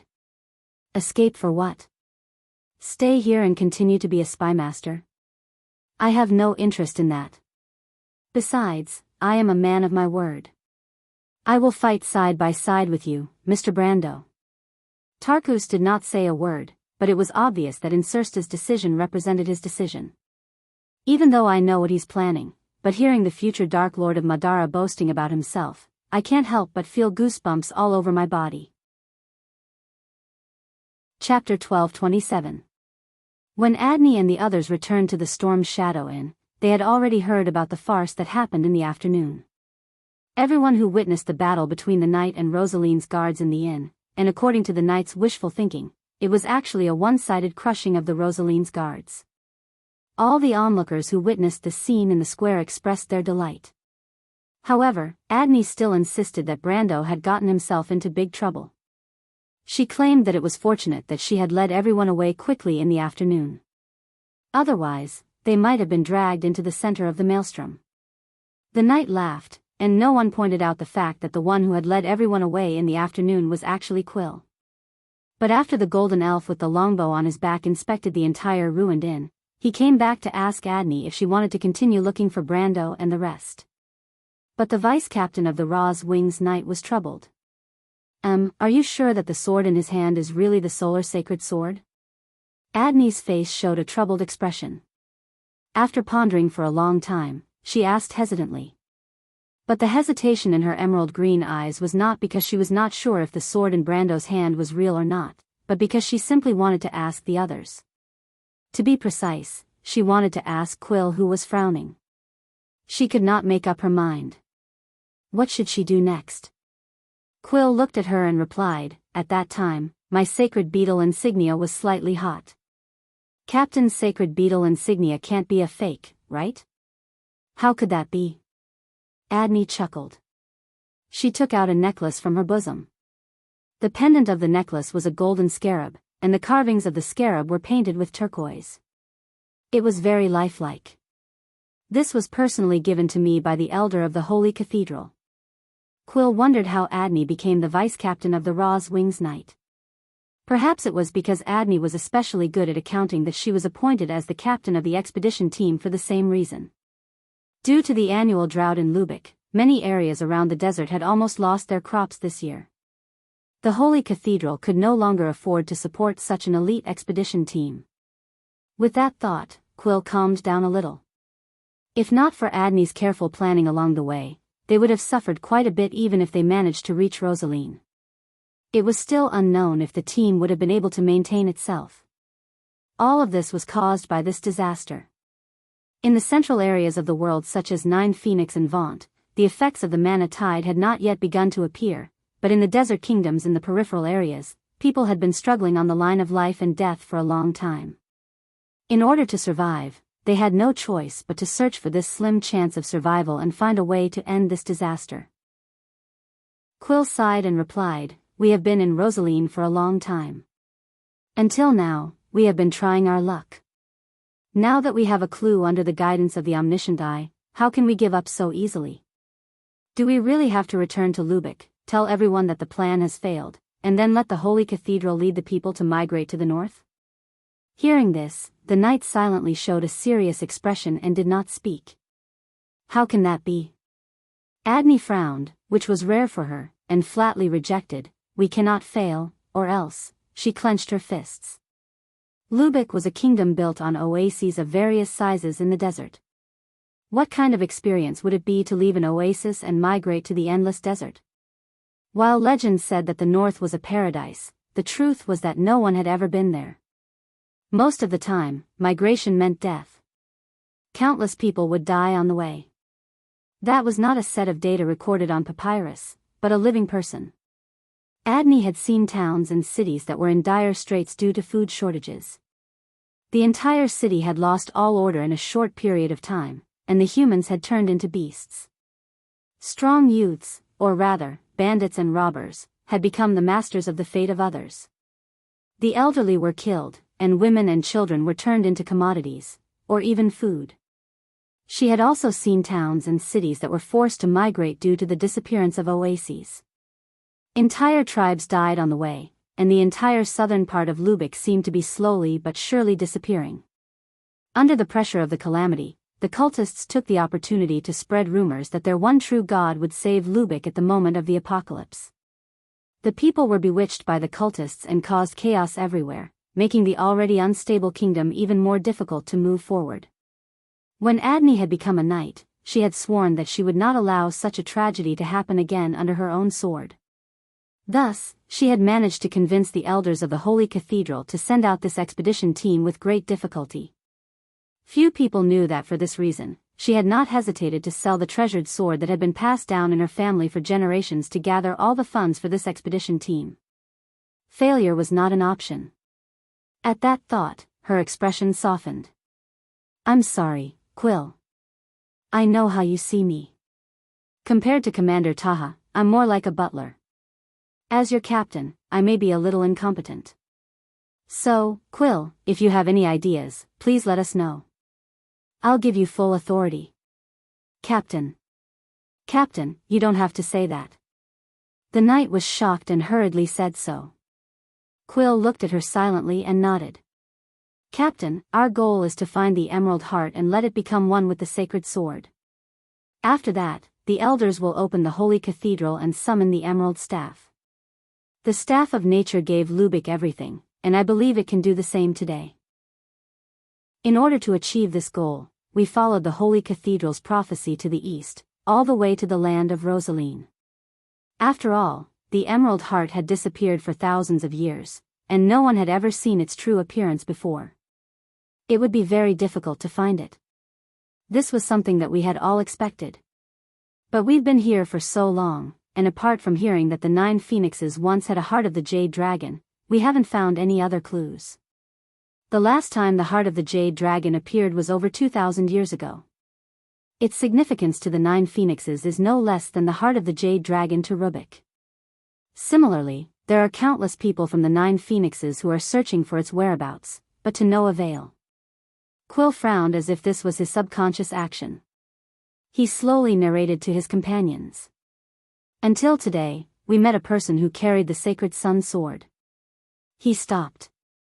After a while, he continued, "The solar holy sword has nothing to do with the nature's scepter, but I've heard of a legend before. In the calendar of Saint Ida, every time the turn of the era, the holy relic will descend upon the world and even fall into the hands of a single person. When this happens, the holy relic will automatically combine and appear in different forms, opening the door to the future." "Is there such a legend, Quill?" Adney could not help but interrupt in surprise. You know that I'm the gravekeeper of the Desert of Wisdom. I'm the guardian who buries the secrets. Adney glanced at him and nodded silently. She knew Quill's identity. If not for the fact that this expedition team shouldered the fate of saving the entire desert, as a member of the Mausoleum Keeper, Quill might not have taken a single step out of the Wisdom Desert in his entire life. And then? Someone asked. Actually, Ra's omniscient eye is such a sacred item. It appeared in Lubeck 3,000 centuries ago, and witnessed the end of that era. Quill looked at the knight and said quietly. There are no longer any legends about that era, and the prophets only knew about it from the information left behind by the omniscient eye. All the knights, including Adney, seemed to be stunned. They looked at Quill, unable to speak for a long time. In the legends of Lubeck, Ra's omniscient eye was his divine artifact, a sacred item formed from one of his eyes. It integrated all the wisdom of the supreme ruler of Lubeck, the sun god, omniscient and omnipotent. It was said that it could see the past, present, and future, and even create an era. People made it sound like a god, but in fact, very few people had actually seen it.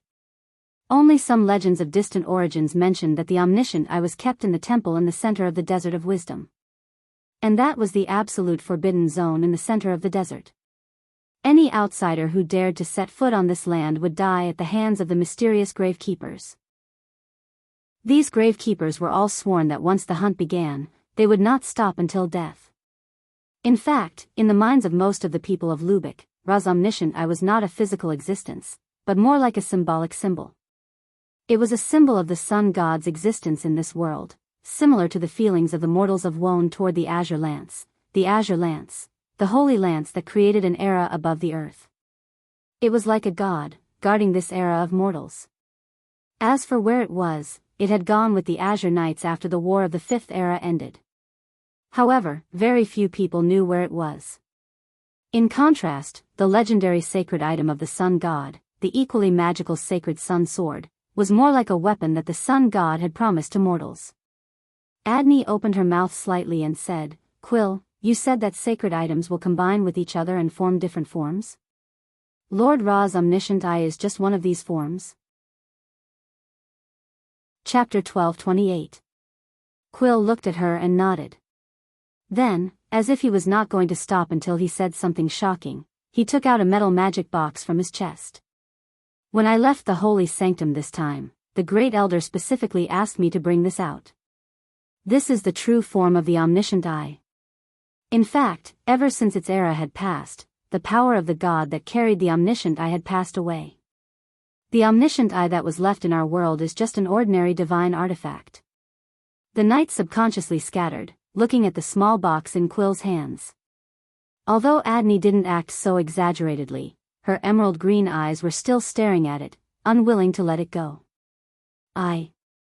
I'm not dreaming, right? This is the omniscient eye. Her expression changed, and she grabbed Quill's hand and pressed it back. God, how dare you take this thing out just like that? Is your head carved out of elm wood? Don't you know that this is the sacred object of our entire desert? Quill seemed to have realized this as well, so he did not take his hand out again. Instead, he said to the others, the omniscient eye is not as sacred as you think it is. Adney, you should know about the azure lance that was brought to the mortal era in the last era. It is actually the same thing. Today, that holy lance is just a pure divine artifact. Even the azure lance is the same. Adney's worldview seemed to have been turned upside down, and she stood there for a while before she recovered. You mean, that guy, I mean the one with the sacred sun sword, maybe the emerald heart is also with him? It's just a possibility. Quill did not seem to be too excited. In fact, when he officially became the tomb keeper, when the elder told him this secret, he was just as calm. But even if the emerald heart is not with him, the omnipotent and omniscient God Ra has let his sacred sword appear before us. Isn't that a guide? Don't overlook this just because it is in the hands of a foreigner. Adney's expression turned serious. At least one of her identities was the leader of the Knights of Ra's Wings, and she was the most devout believer of the sun god. You're talking about Quill. The other knight nodded in agreement.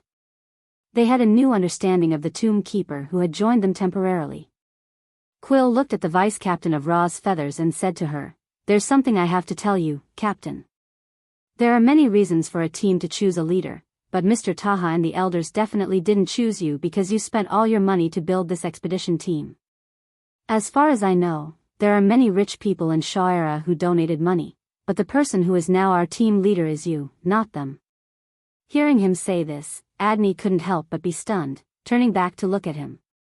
Quill didn't care about her expression and continued, "Mr. Taha trusts your ability, just like how we trust our captain. If it weren't for you, we wouldn't be here, so please don't belittle yourself." That. Adney blushed, which was a rare sight. "Should I say thank you, Mr. Elf?"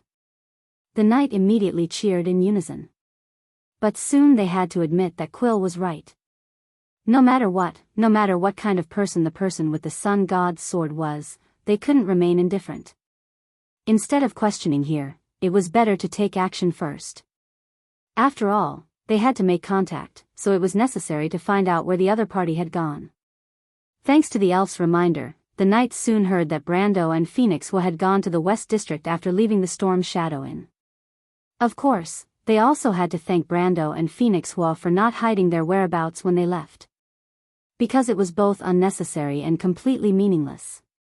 While the knight went all the way to the West District to look for Brando and Phoenix, Delphian was also looking for the whereabouts of something in Rosaline's castle. That thing was called the Mystery of Emerald. In fact, the Prime Minister's daughter wasn't sure if it was the thing she had imagined, but she believed in her judgment. Just like how she had sought revenge from Brando, Delphian rarely doubted that she would make a mistake. And the key was not whether she made a mistake, but whether she could see her own heart clearly. She knew that there were many people in this world who could not make mistakes or make fewer mistakes, but there were very few people who could follow their own wishes. At least, neither her grandfather nor her father could do it. That was why the Nidwin family had lost its former glory under the suppression of Her Majesty the Queen. Delphian was born in an idealized era. In the era she was born, the Cruz Empire had just finished its last few years of decline. The history of her growth was the trajectory of the fall of the empire from its most glorious moment. So she never believed in idealized things. Being too immersed in the glory of the past would cause people to neglect what was right in front of them, what they needed the most. That was why those colossal empires would react so slowly. Even if they knew that there was an abyss in front of them, they would still step into it with firm steps. With this thought in mind, the Prime Minister's daughter pursed her lips and opened the books on the bookshelf one by one. She didn't know magic, nor was she a natural thief with nimble hands and feet. So she could only rely on her own brain. She had already prepared 2 silk threads to pass through the pages and connect the books from top to bottom. She moved the books carefully, trying not to stir up the thick dust on the bookshelves.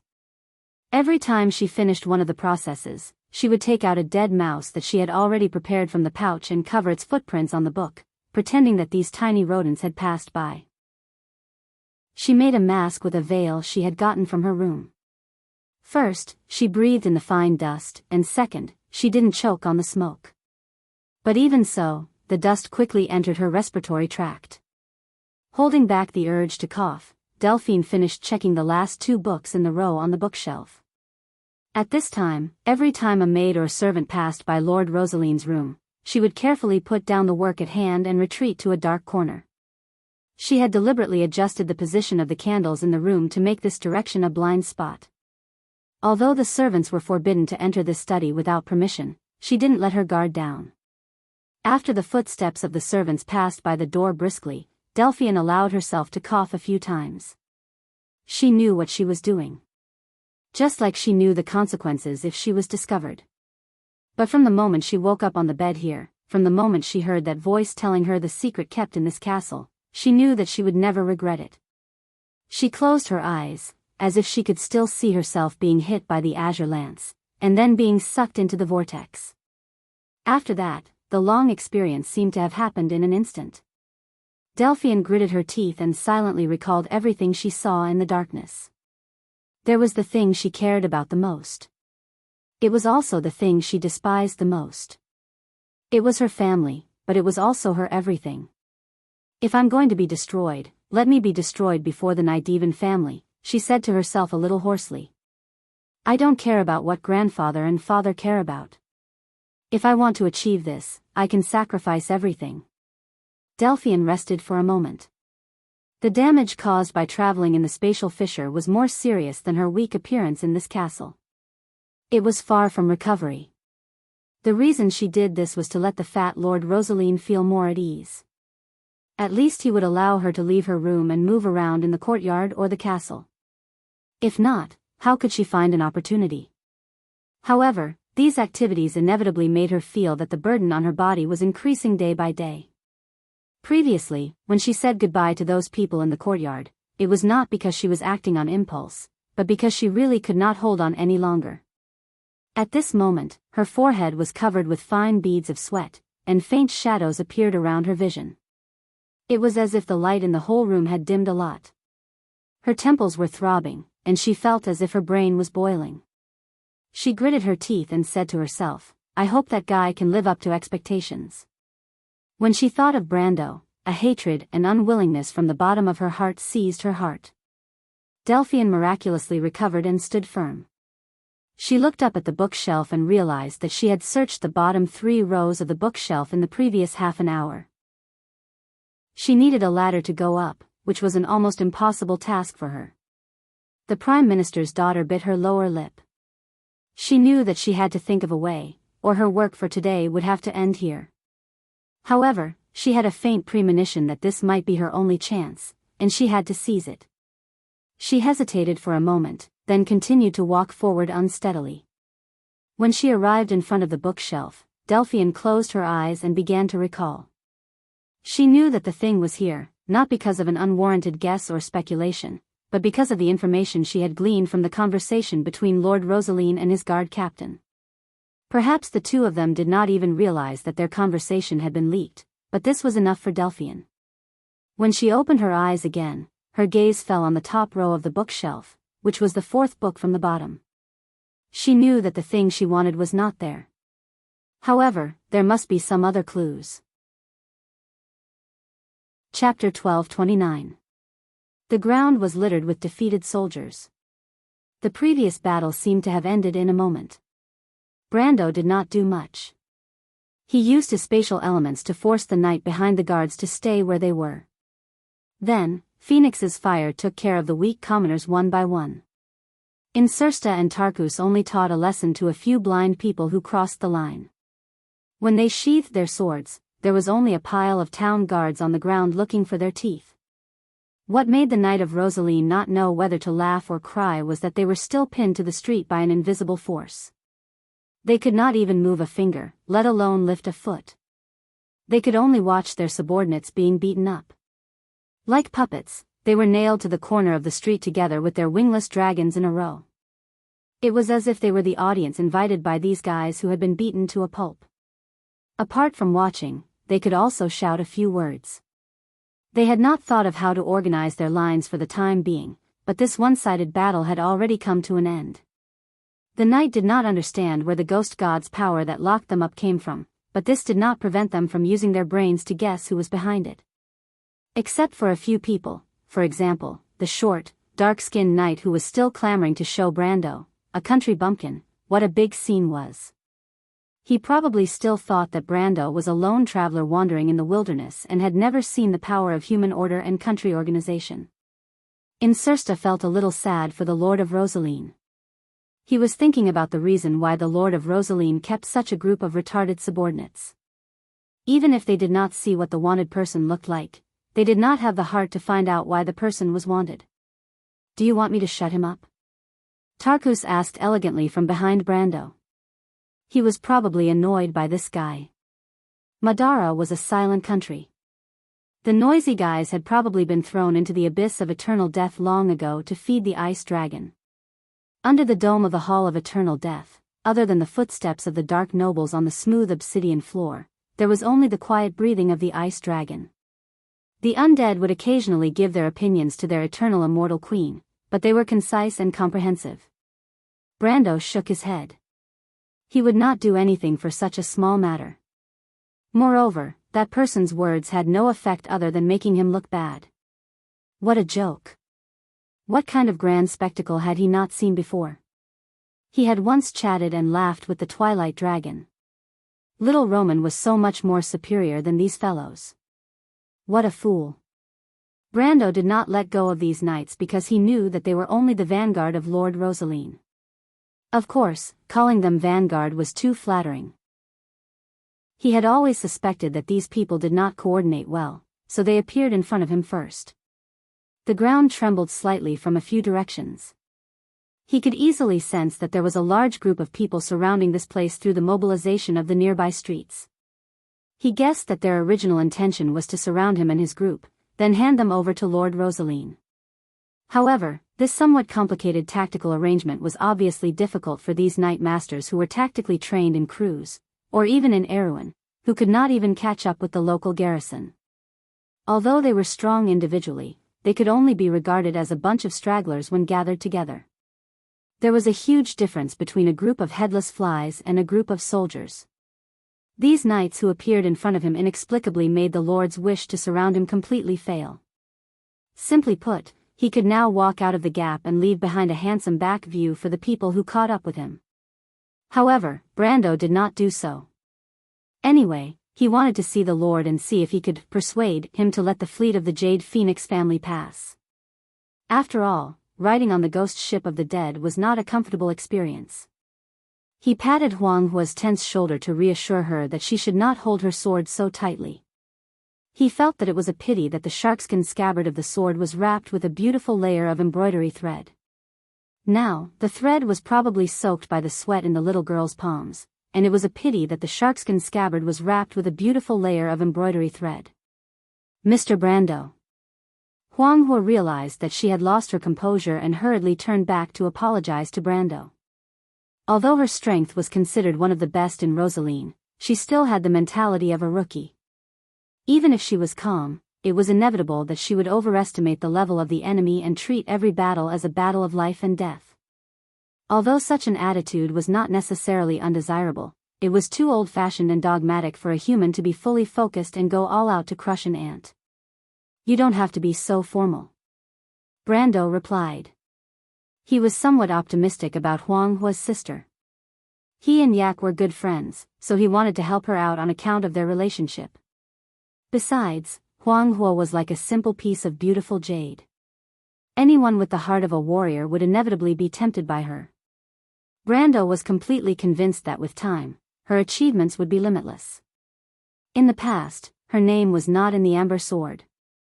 Maybe it was because the Nine Phoenix was too far away, or maybe it was because her time had not yet come. He believed that once Huang Hua appeared in the game, she would be one of the top NPCs. She might not be inferior to names such as Greysword Saint Mephistopheles, Vara the Great Sage, and Veronica the Green Sword Saint. She might even be comparable to people such as Solomon and William. The idea that came to Brando's mind startled him. A mortal with the potential to surpass the Silver Folk? He massaged his temples and wondered if he had been thinking too much for the past few days. Why would he have such a strange thought for no reason? In the history of Wond, such a character had not been born. The average level of mortals was far below the Silver Folk, and the top of the mortals were often not as good as the top of the Silver Folk. Although the growth span of mortals was indeed the largest among the Silver and Gold Folk, their final position was far from the latter. Even after the Great Demonic Wave, this trend had only weakened, but it did not change. He could not help but take a closer look at Huang Hua, as if he wanted to find some clues from this little girl. But he did not realize that his gaze was a little rude. Even Huang Hua was blushing a little under his gaze. She wondered why Mr. Brando was looking at her so strangely. Fortunately, Mr. Liu was not here.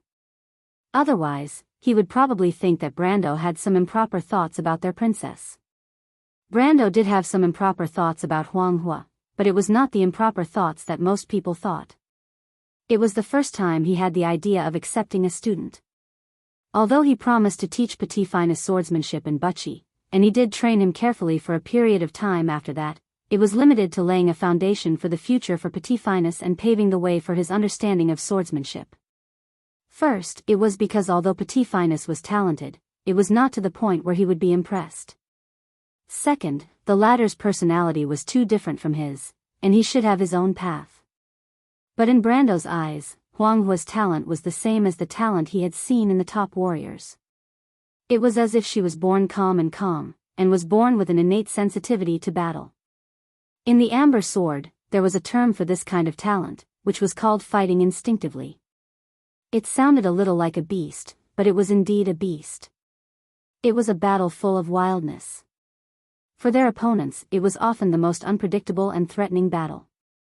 This kind of talent was something that could only be found by chance, but all warriors, regardless of whether they were born or acquired, would have some of it on them, including Brendel himself. But there was a world of difference between having it consciously and having it unconsciously. He had only seen one person like Huang Hua who could naturally combine her innate calmness with her beast-like sharpness, and she did not even know it herself. To be exact, it was not a person. It was the sky dragon, Teoskraz, the strongest warrior in the history of the dragon race. Its partner was the one who was said to be close to becoming a god, the next successor of the dragon god. Yes, in Brando's eyes, Huang Hua was a born warrior, but not a swordsman. Her path was not the path of fighting with a sword. The little girl may not have realized this herself, but Brando believed that one day she would understand it. He looked up. The tremors on the street were more obvious, and the night not far away was still like a puppet, unable to move. In the past, if he used his elemental power to freeze these living people, and they were living people with gold-level strength, his order points would have disappeared like the wind. But now, his order pool was standing still, which meant that he could freeze these people as if it was a natural reaction of the law, and he did not use much strength at all. This was the difference between having and not having the extreme planes. These people may not have understood that they had already fallen into the range of Brando's law domain. It was just that at the peak of the Supreme Realm, the law domain was integrated with the material world, and outsiders could not see it with the naked eye. If they had the strength of elemental awakening, they could have slightly noticed the difference, but unfortunately, they did not. Chapter 1230. Among the people present, Phoenixhua, Insursta, and Tarkus could see the extreme plane that Brando had opened up, but other than the former who was carefully experiencing the power of the laws contained in it, the other two were seizing the time to silently calculate Brando's strength. The conclusion was quickly reached. Insursta's conclusion was obviously similar to Tarkus. The two looked at each other and secretly exchanged a look of joy. Late-stage Supreme Realm. This lord is really terrifying. He's only 22 years old, right? This was the first thought that flashed through Insursta's mind. But he immediately breathed a sigh of relief. But that was all there was to it. He was not even a sage, and was nothing in front of the Mercury staff and the saints of the dead moon. This guy was going to fall for his evil trick. Thinking of this, the Black Lord was full of confidence. In his opinion, Brando was also an opponent of the same level. In terms of intelligence, he was still slightly inferior to him. When he brought Oderfeis and Halran Gaia back to the realm of eternal death, coupled with such an outstanding count, Her Majesty would definitely not mind having another capable general under her command. From then on, another earth-shattering figure would be born among the Dark Nobles. And seeing that he had made such a great contribution, perhaps Her Majesty would not send him here to do hard labor because of that incident. The name Insursta should only be born on the battlefield, and should only die on the battlefield. At least that was what he thought. But what this future star of Madara never thought was that Brando was incomparably aware of his thoughts at the moment, and was also snickering. After leaving the elemental barrier, thanks to the baptism of the great demonic tide, he had stepped into the late-stage Supreme Realm. Now he was only showing the strength of the Supreme Realm. No matter how one looked at it, Insursta and Tarkus could not see that he was faking it. In fact, he was not faking it. However, if they thought that his battle prowess was only at the late stage of the Lamita realm, then they were gravely mistaken. He knew very well that he was only one step away from becoming a sage. Many powerhouses of this era might not be able to take this step in their entire lives, but it was no secret to him. Even if these two racked their brains, they would not be able to figure out how a mortal could reach the sage realm. Although Brando guessed that the magic tide caused by the descent of the Twilight Dragon might have created several sages in Wonde, these two people had been staying in Rosaline, where birds did not lay eggs, so they might not know this. Furthermore, there was a huge gap between sages and sages. Otherwise, how could the sage of the earth, Iranta, use a token to scare Gwendolyn away? The biggest difference between the two was the understanding of the laws. The sage realm was the same as the extreme planes. Although it was also one of the 5 elemental realms, it was different from the gradual progression of the first 3 realms. These 2 realms were the 2 most special realms of the elemental realms. The extreme planes allowed mortals to have a godlike realm, and for the first time understood how the laws worked in this world. And the sage realm was a further deepening of this realm. To be precise, if the extreme planes was only a theory, then the sage realm was the way to use the extreme planes. How you understood your own extreme planes, how you understood your own laws and elements, and how your sage power could be expressed in the form of skills. Previously, he had shrouded the entire square with spatial power and the storm's shadow in and accurately reflected all the arrows of the soldiers' back, and now he was using spatial power to effortlessly immobilize the knight. In fact, it was a manifestation of this way of operation. This was the conclusion he came to after studying his own elements and supreme power since the elemental barrier. It was also one of his biggest gains from this trip. But these were only the lowest level of expression. Brando believed that as long as he stepped into the sage realm with his control of the extreme planes, the power he would gain would definitely increase by 1,000 times. There was no other reason than that his power came from time and space. The power of existence. How could Iranta make the Dragon Queen Gwendolyn flee with just a look? It was because the Dragon Queen Gwendolyn was able to become a sage only because of her bloodline. To be precise, if she was not a dragon, with her knowledge of the laws, she would never be able to step into this realm in her lifetime. The golden blood of the dragon race allowed the dragon race to step into the sage realm in the Age of Chaos after the War of the Holy Saints. This was just like how mortals could use stone slabs to perfect their bodies. But in the end, this was just an emergency path. It never had an end, and there was no turning back.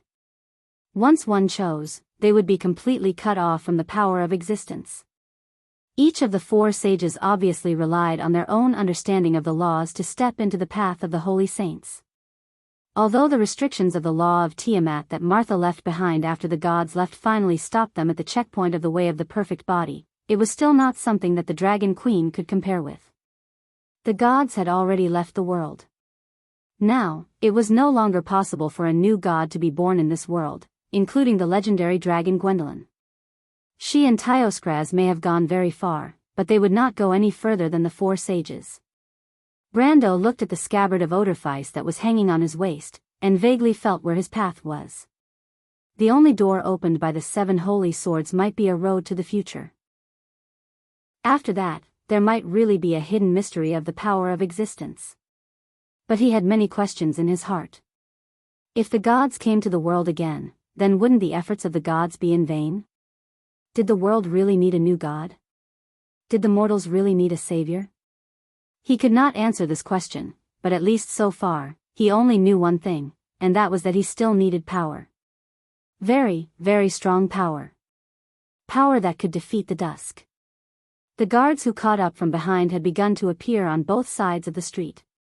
These guys had obviously once again made the mistake of their predecessors, and once again lost touch with the people behind them.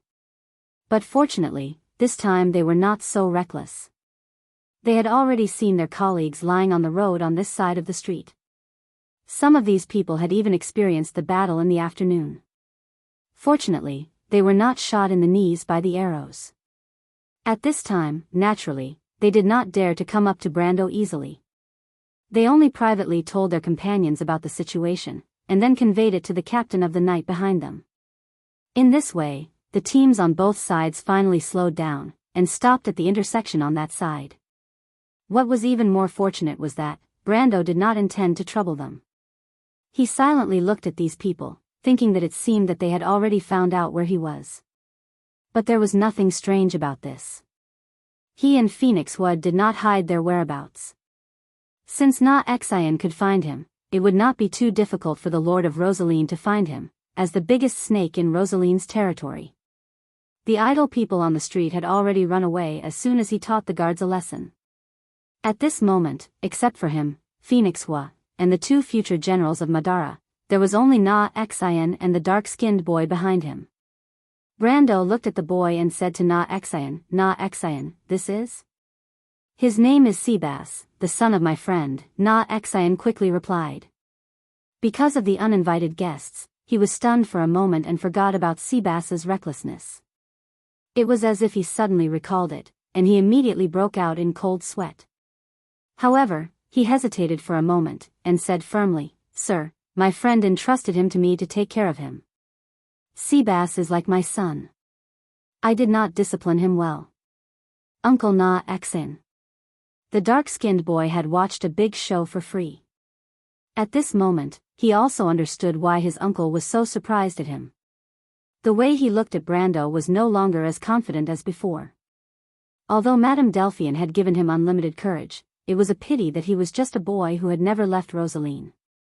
The most supreme existence he had ever seen was the lord of the castle. As for what kind of existence could easily beat up the lord's guards, it was no longer within his grasp. He could not help but lick his lips and replied dryly, Sir, this has nothing to do with Uncle Na Xian. I was the one who wanted to find you because someone asked me to deliver a letter to you. Someone asked you to deliver a letter to me? Brando was stunned. Was it Mr. Liu? Seabass was also stunned. Who was Mr. Liu? However, Brando's amiable attitude finally gave him some courage. He took a breath and replied, No, it was a lady, sir. Lady? Brando was really stunned this time. What kind of lady? Actually, what he wanted to ask was whether the other party was a person, a fox, or something else. However, he did not expect Seabass to shake his head vigorously. I promised her that I would not reveal her name to outsiders. She might mention it to you in the letter, but before the letter is in your hands, I swear that I will not say a single word. As he spoke, he took out a locked diary and said to Brando, She wrote what she wanted to write in this diary, after page 177. After Seabass finished speaking, he read it again in the letter. After confirming that he did not say anything wrong or miss a single word, he carefully handed the diary to Brando. Brando took a look at the situation at the end of the street in the distance as he took the diary. He had never heard of White Fog writing a diary, and the style of this diary did not seem like something that a witch's spirit that had existed for over 1,000 years should possess. It was more like something that belonged to some noble's daughter. Brando did not expect that his casual guess would be so close to the mark. He took the diary in his hands. The lock was not a problem for him at all, and he opened it with a light swipe of his finger. He opened the diary, and it was at this moment that a group of people on horseback appeared at the end of the street not far away.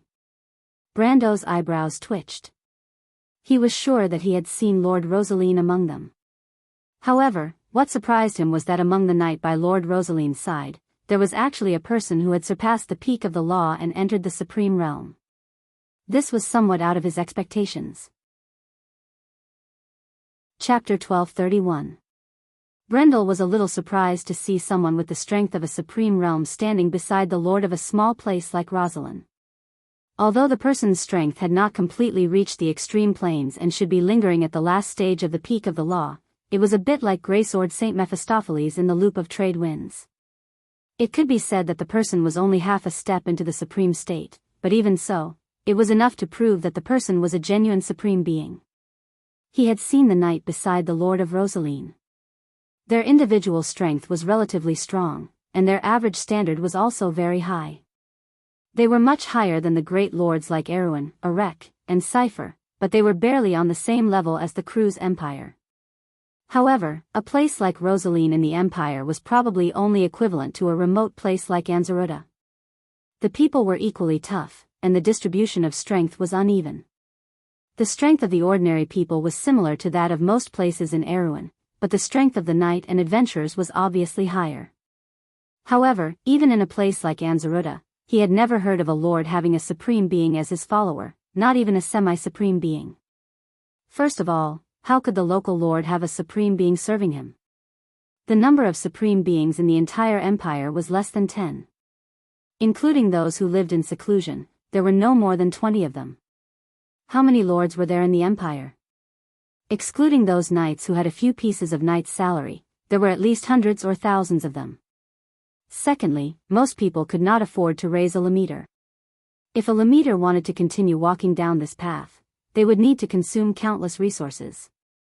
Take Lu Yin for example. If he had not been lucky enough to experience the baptism of the great demonic wave, he would not have been able to reach this step so quickly. However, outside of the law of Tiamat, how much pure magic was brought by the tide set off by the Sea of Magic? If it was converted into magic crystals and other similar products, how many magic crystal mines did Won't have to support such consumption? Not to mention, just his nominal teacher, Greysword Saint Mephistopheles, alone consumed 1/5 of the magic crystals produced in the Black Forest every month. The same amount was almost half of the consumption of the entire Valhalla fleet. One person was equivalent to half of the floating fleet. How many lords could afford to raise a supreme being? If Brando did not have the ability to exploit the resources in the Black Forest with the druids, perhaps the ABs would not have been able to keep his nominal teacher for long. Of course, this did not exclude the possibility that some supreme beings were the protectors of smaller duchies or kingdoms, or even members of the royal family of the kingdom or duchies with high seniority. Out of the need to protect their descendants and foundation, they might not care about personal gains and losses and stay in a barren land for a long time. Even if this choice was not beneficial to their pursuit of the law and power, these people would often give up on the desire to continue on this path. They would put more thought into the pursuit of worldly power, and it would be difficult for them to improve their strength. After all, after the Supreme Realm was a vast and boundless road. Since the War of the Holy Saints, almost no one could take the next step to reach the Sage Realm, so there were many people who chose this path. However, Brando did not think that the middle-aged man in front of him was such a person. First of all, the man had nothing to do with the Rosaline family, because no matter how one looked at him, he did not look like a native of Rosaline. To be precise, the man was a foreigner. He had light brown hair, light blue eyes, deep-set eyes, a high nose bridge, and fair skin. At first glance, one could tell that he was a typical Woned person. Brando also judged that the man should be from the southern part of the Cruz Empire, the descendant of Anzaruda and the Grey Mountain people in the Grey Mountain area. The Arrowan people there had been mixing with the people of the Empire for a long time, thus forming a special race. How could such a person walk together with the Lord of Rosaline?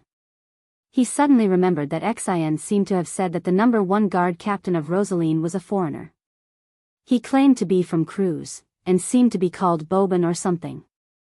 However, Brando felt that this name did not sound like a Cruz person's name, but more like an alias. The moment Brando saw this person, he released the suppression on the knight in front of him. It was not a wise thing to take the initiative to open the extreme planes in front of an opponent of the same level, and he did not want to be as stupid as Williams. Normally, only wizards would take the initiative to pull their opponents into their extreme planes, because to them, the extreme planes was only a means to establish a home ground advantage. They trusted their magic more, and magic was the only way to win. The Rosaline knights suddenly felt that the power that was shackling them was no longer restrained. Caught off guard, they almost lost their balance and fell off the saddles of the wingless dragons. Even so, these knights were so frightened that they sprawled on the saddles, as if they were not gold rankers, but ordinary people who had never ridden a horse before. They made a fool of themselves. These knights were sweating profusely, and their faces were a little ugly. They knew that the Lord of Rosaline was looking in their direction, and from his gloomy expression, it was obvious that he was not satisfied with their performance. Fortunately, Boban acted to stop his lord. He was also sizing up Brando. In fact, this guard captain was not as calm as he appeared on the surface. The moment Brando released the suppression on the knights, he knew that this young man's strength was a little terrifying. This terrifying meant that it was beyond his imagination. This was a genuine Supreme Class fighter, and he might not even be in the middle or early Supreme Class. When Brando opened the extreme planes, Boban did not see what it looked like. To be able to integrate the supreme class with the material world was something that only the late supreme class could do. However, the late supreme class was a broad range, and it was hard to say how far the late supreme class could go. Boban had some confidence in dealing with ordinary supreme class fighters, and he was not completely helpless against those in the middle or late supreme class. Even though he was only half as strong as a supreme realm warrior now, that was only because of the scars left on his body from the passage of time and his injuries. When he was at his peak, a young man like Brendel would at most surprise him. However, to think that there was such a genius in this era, Boban felt a little emotional. He thought that the turbulent era that he had experienced was already Won's most glorious era. In the decades after that, the names of the past faded away one after another. The empires seemed to have sunk into a long period of depression. The great era before the war that made people's hearts surge was gone forever. All that was left was the reminiscence of the past. He thought that the mortal kingdoms would sink into a long period of depression, but he did not expect that after half a century, such a genius would be born on this land again. There was more than one of them. The two spirits of the dead behind Brando, and the little girl standing beside them, were all reflected in Boban's eyes. Although the talents of the Insursta dragon and Tarkus could not compare to Brando's cheat-like strength, they were still considered top-notch among ordinary geniuses, especially the Black Lord of Madara. Although he was a spirit of the dead, he was only about the same age as Brando. As for Phoenix Fire, Brando felt that if it was not for the system's endorsement, he would have been left behind by her by dozens of streets. Before seeing these people, Boban thought that he should have thrown away everything in the past. He had left Won for 9 Phoenix, and left the land that he had always yearned for to come here for nearly half a century. Old Rosaline had helped him when he was at his lowest, and he had always thought that he would protect this somewhat ruined family because of this kindness. At least, that was how it seemed to him. Until 100 years later, he had guarded his own secret and left this world. But today, the young man standing in front of him seemed to have regained his desire for the truth. He knew that he did not have much time left, but for a moment, the thought of becoming a spirit of the dead had ignited in his heart. The shock in his heart did not come from Brando's strength and talent. It was his face. It was a typical face of the Erewhon people. He was slightly handsome, but next to the Insursta dragon and Tarkus, he was not worth mentioning. Everyone knew that the Insursta dragon was one of the 3 most handsome men in the Roman Empire, the other 2 being Tarkus and Ladios.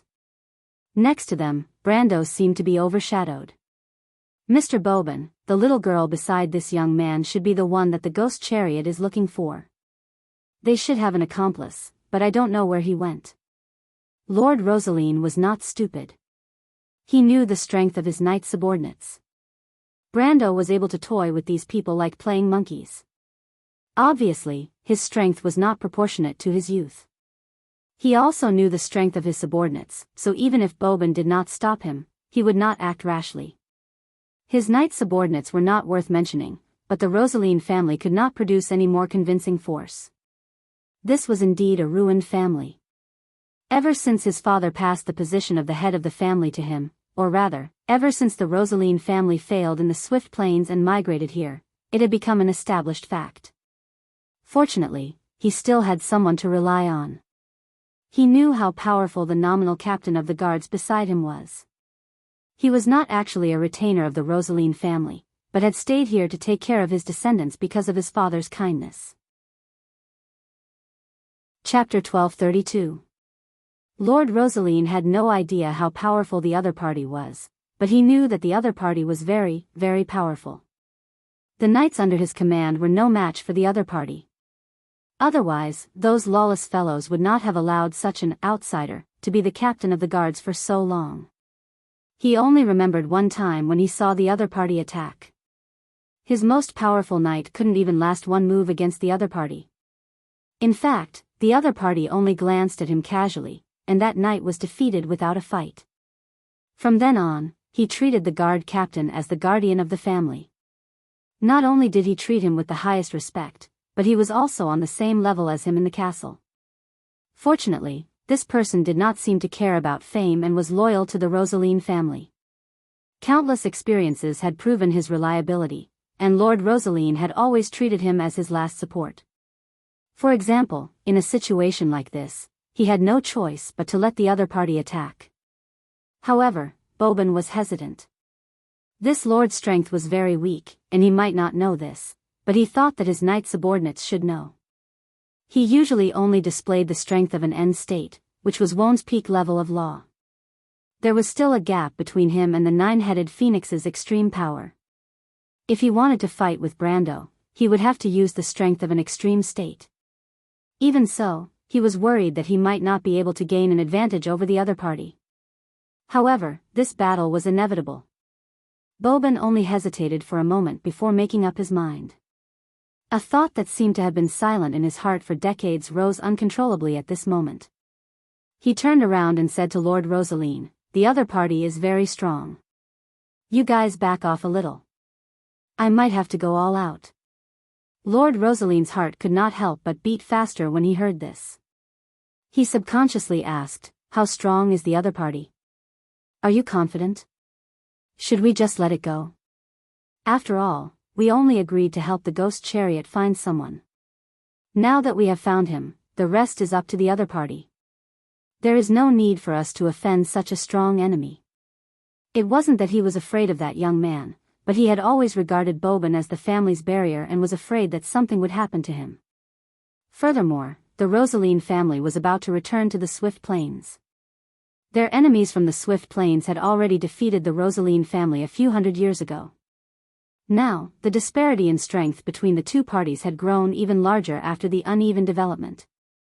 The only reason he dared to make such a decision was because he had the backing of the other party. But Boban looked at him and said, "Don't do anything superfluous, my lord. Besides, your knight is nothing in the eyes of the other side. He's not an enemy. I might be acquainted with that young man. Maybe he can help you. He's your friend?" Lord Rosaline was elated. He knew how powerful Brando was. His knight had been pinned to the ground like a puppet. Even if Brando was a sorcerer, how powerful would a sorcerer be to be able to pin 7 or 8 gold-level knights to the ground? You can understand it even if you think with your knees. Boban still shook his head. "It could be a descendant of an old friend, but I still need to confirm it." "How do you confirm it?" Lord Rosaline immediately shut his mouth. He had already sensed the answer. The aura of the guard captain beside him was rising steadily, and the pressure from the other party made him almost unable to stand beside him. He could not help but turn pale with fright as he turned the reins around so that the warhorse beneath him could run further away. After running for more than 10 meters, Lord Rosaline finally felt that he could breathe again. He could not help but pant heavily as he looked in that direction with a pale face. Then, he realized that it was not only him. The few knight who had been following him had also been suppressed by Boban's aura and had no choice but to run back. The leading knight looked even more shocked than him, as if he had lost his soul. He said to him in a daze, My lord, Mr. Boban's strength, what's wrong with his strength?"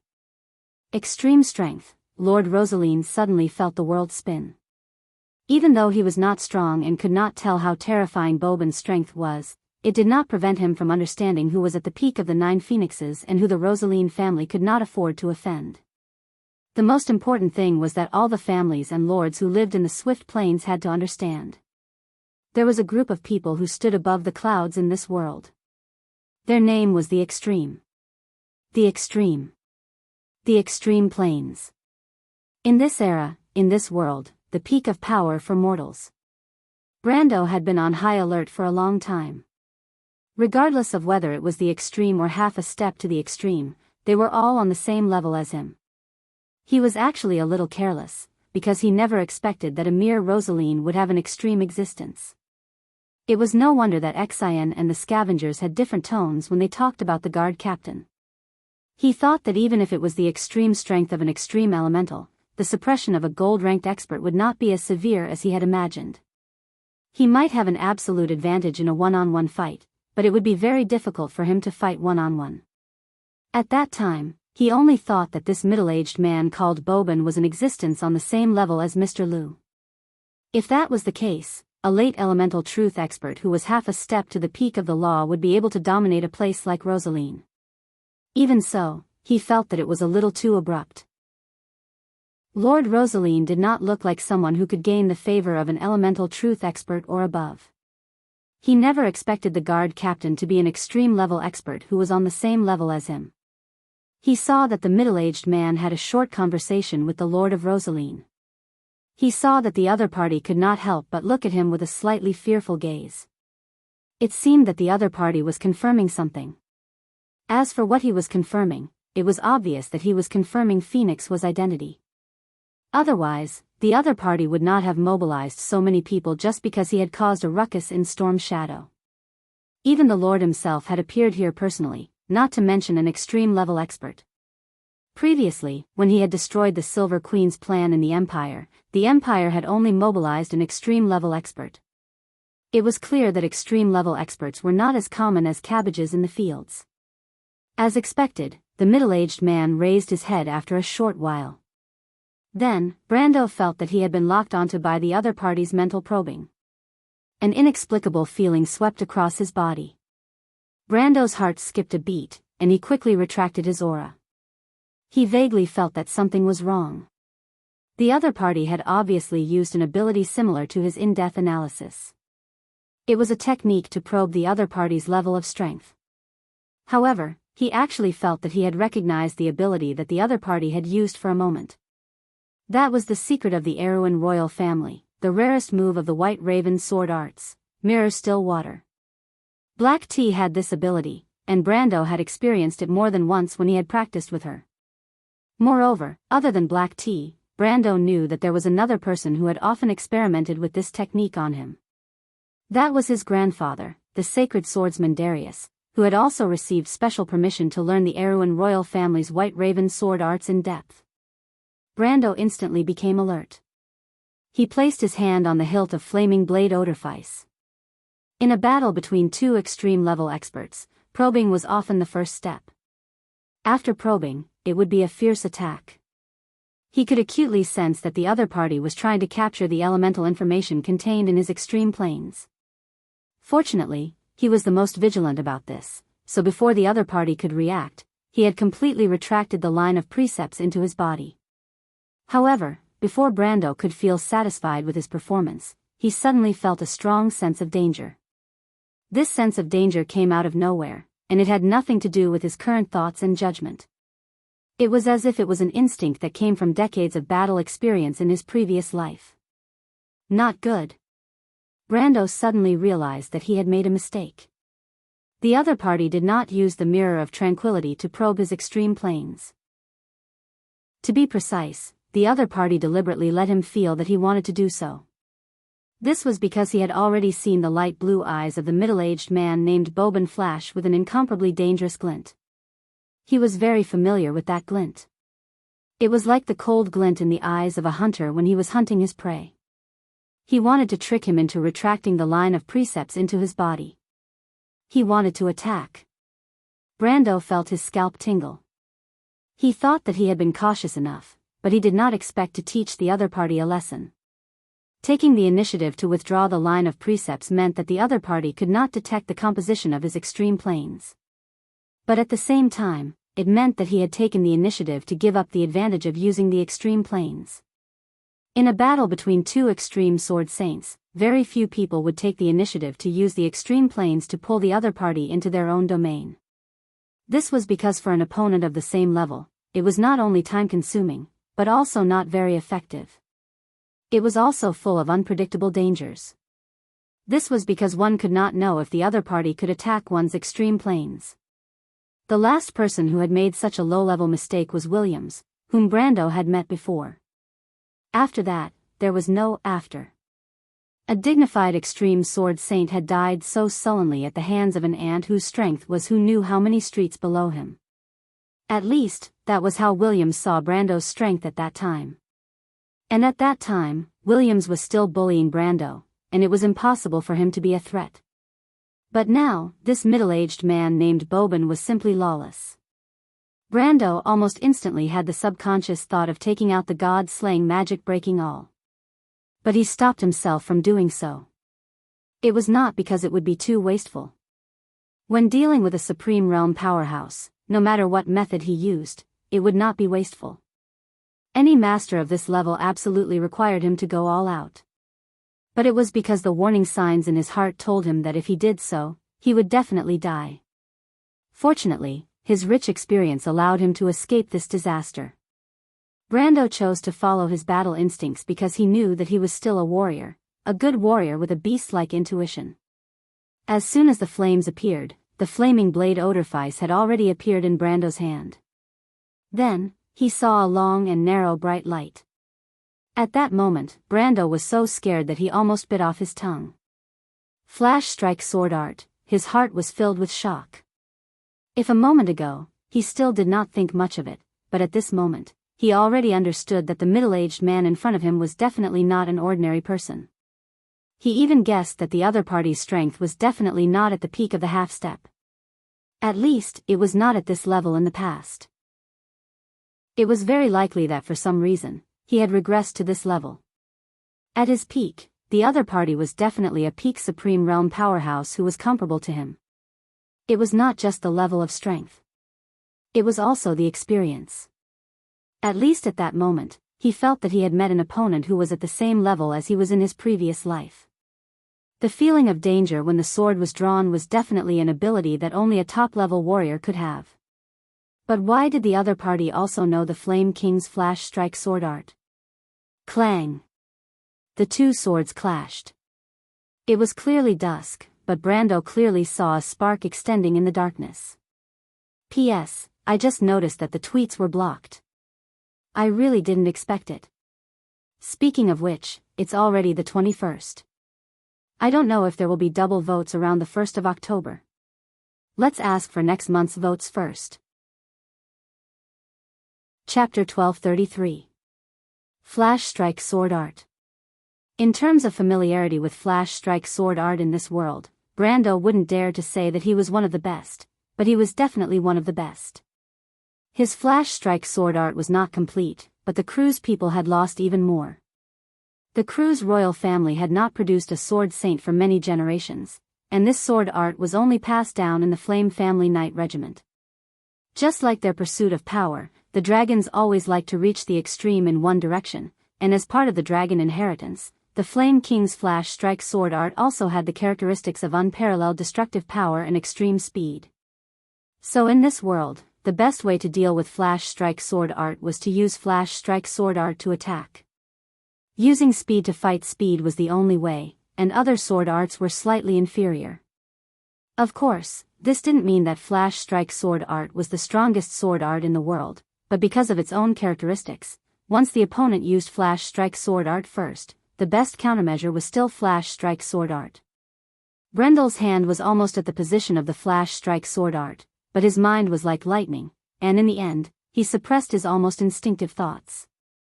The Battle of the Flash Strike Sword Art was probably one of the most gorgeous swordsmanship duels in the world. It was indeed gorgeous, and he was confident that he could suppress the swordsman opposite him. The middle-aged man had given him a big surprise, but Brendel himself wasn't any worse. After a brief moment of surprise, he calmed down. Every step of his opponent's plan was calculated perfectly. Only the best warriors he had seen in his previous life would have such a keen sense of the battle. Unfortunately, God's plan was not as good as man's. His opponent had made a mistake in the end. He probably never thought that his opponent would also know Flash Strike Sword Art. Just like how Brando didn't expect him to know Flash Strike Sword Art. Brando took a step back. The flaming blade in his hand was whimpering softly, as if responding to the burning fighting spirit in his heart. When the light of the Flash Strike Sword Art lit up, the eyes of a little girl holding a long sword were reflecting the bright light of the sword. She was motionless as if she was enchanted. Although Huang Huo was born in the Nine Phoenix royal family, the Jade Phoenix clan had a strict upbringing. Coupled with the fact that she was the successor of the Jade Phoenix mage, she had never lived a luxurious life. At most, she had never had to worry about food or clothing. In her limited memories, in the first 10 years of her life, the only things that accompanied her the most were the ascetic cultivation and swordsmanship. The Nine Phoenixes established their country with swords. She had seen many genius swordsmen, legendary sword masters, and stunning swordsmanship. Most of her memories were of dazzling sword lights and sword shadows intertwining, weaving a dream that belonged to a young girl. She gripped the sword in her hand tightly. The dream in her heart was to reach the peak of this path. The apex of a swordsman. What kind of swordsmanship was the top swordsmanship in the world? The swordsmanship masters in the Nine Phoenix secret land often said that the skill was close to the Tao. Then what kind of swordsmanship could be called the Tao? Legend had it that the desert wind swordsmanship that she learned was a divine skill that was close to the Tao. After the Red Lotus Sword of Hellfire reached the 9th level, it could easily destroy the world. However, level 9 swordsmanship was only a legendary existence. The Nine Phoenix Empire had been established for thousands of years. Even the sages who stood in the clouds only had a few level 7 or level 8 swordsmanship that had been passed down for generations. Huang Hua often thought that the legendary Red Lotus Sword of Hellfire existed in the world of stagnation. What kind of existence was the strongest swordsmanship of the desert wind swordsmanship, which was called the Phoenix Technique? But at this moment, she suddenly understood something. There was such a swordsmanship in this world. It was as bright as light and as fast as lightning. It was clearly the first cry of the birth of the world. However, when the light came out of the box, what she saw was not the brilliance of the birth of all things, but a wild and unruly red flame that seemed to break free from all shackles. Once the flame burned, it pressed forward as if it was going to burn the earth. It was so resolute that it made people feel convinced. Just by looking at this sword, she could understand the spirit contained in this sword. It was indomitable, and it was only born to resist everything. This was the sword of a warrior. Huang Hua suddenly understood that she might never reach such a level in her life. The sword in her hand could not respond to the feelings in her heart. It was as if it was a dead object. She was already in the elemental realm, but the sword in her hand only had the nirvana flame of the desert wind lineage. She could not feel the existence of her own law. That was not her sword. It was not even her path. The little girl bit her moist lower lip tightly. Her eyes were bright and she did not say a word. She was even a little distracted. She could not help but think, if I was under this sword, how would I resist? How would Mr. Brando fight back under this sword? In contrast, the reactions of Insursta and Tarkus were much smaller. Although for them, the flash strike sword art was also a legendary thing, sometimes, when their thoughts were too complicated, the world they saw and the realizations they gained were much less. Although the flash strike sword art made them raise their eyebrows, the two of them, especially the former, were more concerned about Brando's reaction. They knew that the young Lord Erwin also knew the flash strike sword art. Sinclair stood in place. Such a battle had long exceeded the scope of his understanding. He did not understand, nor did he need to understand. He could only pray that the young man could withstand the attack of the guard captain Boban. He did not expect Brando to fight back. He had long known that the guard captain beside the Lord was powerful, but he did not expect him to be so powerful. He did not know what the flash strike sword art was, but that did not mean that he did not understand what the law of space meant. Seabass and the other knights' eyes widened. They were usually closer to the guard captain beside the Lord, including the dark-skinned young man. Most of them only knew Boban as a taciturn, serious, and rigid man. He was loyal to the Rosaline family, but he rarely relied on his status to ask for anything. He was even more austere than most knights. He did not pursue pleasure, but he did not seem to be an ascetic swordsman. He lived in seclusion and did not have any requirements for power, money, or beauty. In the eyes of others, the guard captain could be regarded as a strange person. Like most of the knights in the manor, Seabass only knew that this mister was very strong, but as for how strong he was, he had only heard about it through hearsay. He had only heard bits and pieces of hearsay from the knights. He was much stronger than the other knight, and even the knight captain. Those swordsmen who were at the celestial realm had to behave themselves in front of Boban. In Seabass's mind, this guard captain was probably such a person. In Rosaline, he was strong enough to hold his own, but that was it. Even if this young man, who was not very knowledgeable, used all of his imagination, he probably would not have imagined that the skill of the Lord's Guard captain would be at the top of the world in Swift Plains, Nine Phoenix, or even the whole of Wonde. Boban's sword was not only reflected in Brando's eyes. The moment he drew his sword, he had also blinded the knight and the Rosaline Lord. Supreme Realm. The Supreme Realm. That person is dead for sure. Seabass felt that it was a pity. The other party had not even read Miss Delphian's letter. He did not know if his mission was completed. He did not know how to tell that beautiful and gentle lady about this. Could it be that the person you sent the letter to was killed by the Lord's Guard captain before he could read the letter? He then became nervous again. The diary was still on that person. He hoped that the Lord would not search his belongings. He did not know if Miss Delphian would be implicated. At this moment, he was not the most worried about himself. However, what Seabass was thinking at this moment was indeed what most people were thinking. That person is dead for sure. Rosaline's thoughts were even more complicated. He was more knowledgeable than Seabass, and the boundaries of his imagination were also wider. However, his greatest fantasies and expectations for the Rosaline family did not include the possibility of his guard captain suddenly becoming a Supreme Realm expert. He was both surprised and happy, but he could not help but worry. In his position, he had to consider the problem from another perspective. For such a person to hide his strength and stay in the Rosaline family, acting as if he had no desires, why? Was it really because of the favor that his father had given him? Would a Supreme Realm expert be lacking in such a small thing? These messy thoughts were mixed up in his mind, making him unable to pay attention to what was happening in front of him. It was only when one of his subordinates tugged at his sleeve, the knight did not dare to tug at the arm of their lord, that he reacted. He subconsciously asked, "That person was defeated? Go and bring that little girl over. Remember, don't touch her. Her status is much higher than you guys." He said weakly, "Also, let Mr. Boban. No, I mean Master Boban, come over. I have something to say to him." "Forget it. It's better if you guys take me to see him." "My lord." The knight's voice was a little awkward. "What are you waiting for?" The Rosaline's lord could not help but feel a nameless anger rising in his heart. He really could not guess what his guard captain was planning. It seemed that the only thing worth the Rosaline family's attention was that thing. Ever since that thing had been discovered, whether it was the people from the ghost chariot or the people around him, they had all flocked over like sharks that had smelled blood. How could the small Rosaline family tolerate these gods? Chapter 1234. In fact, he didn't want to participate in the battle between Yufeng and Ghost Chariot, but the strange creatures in the Rosaline wilderness were eyeing his life.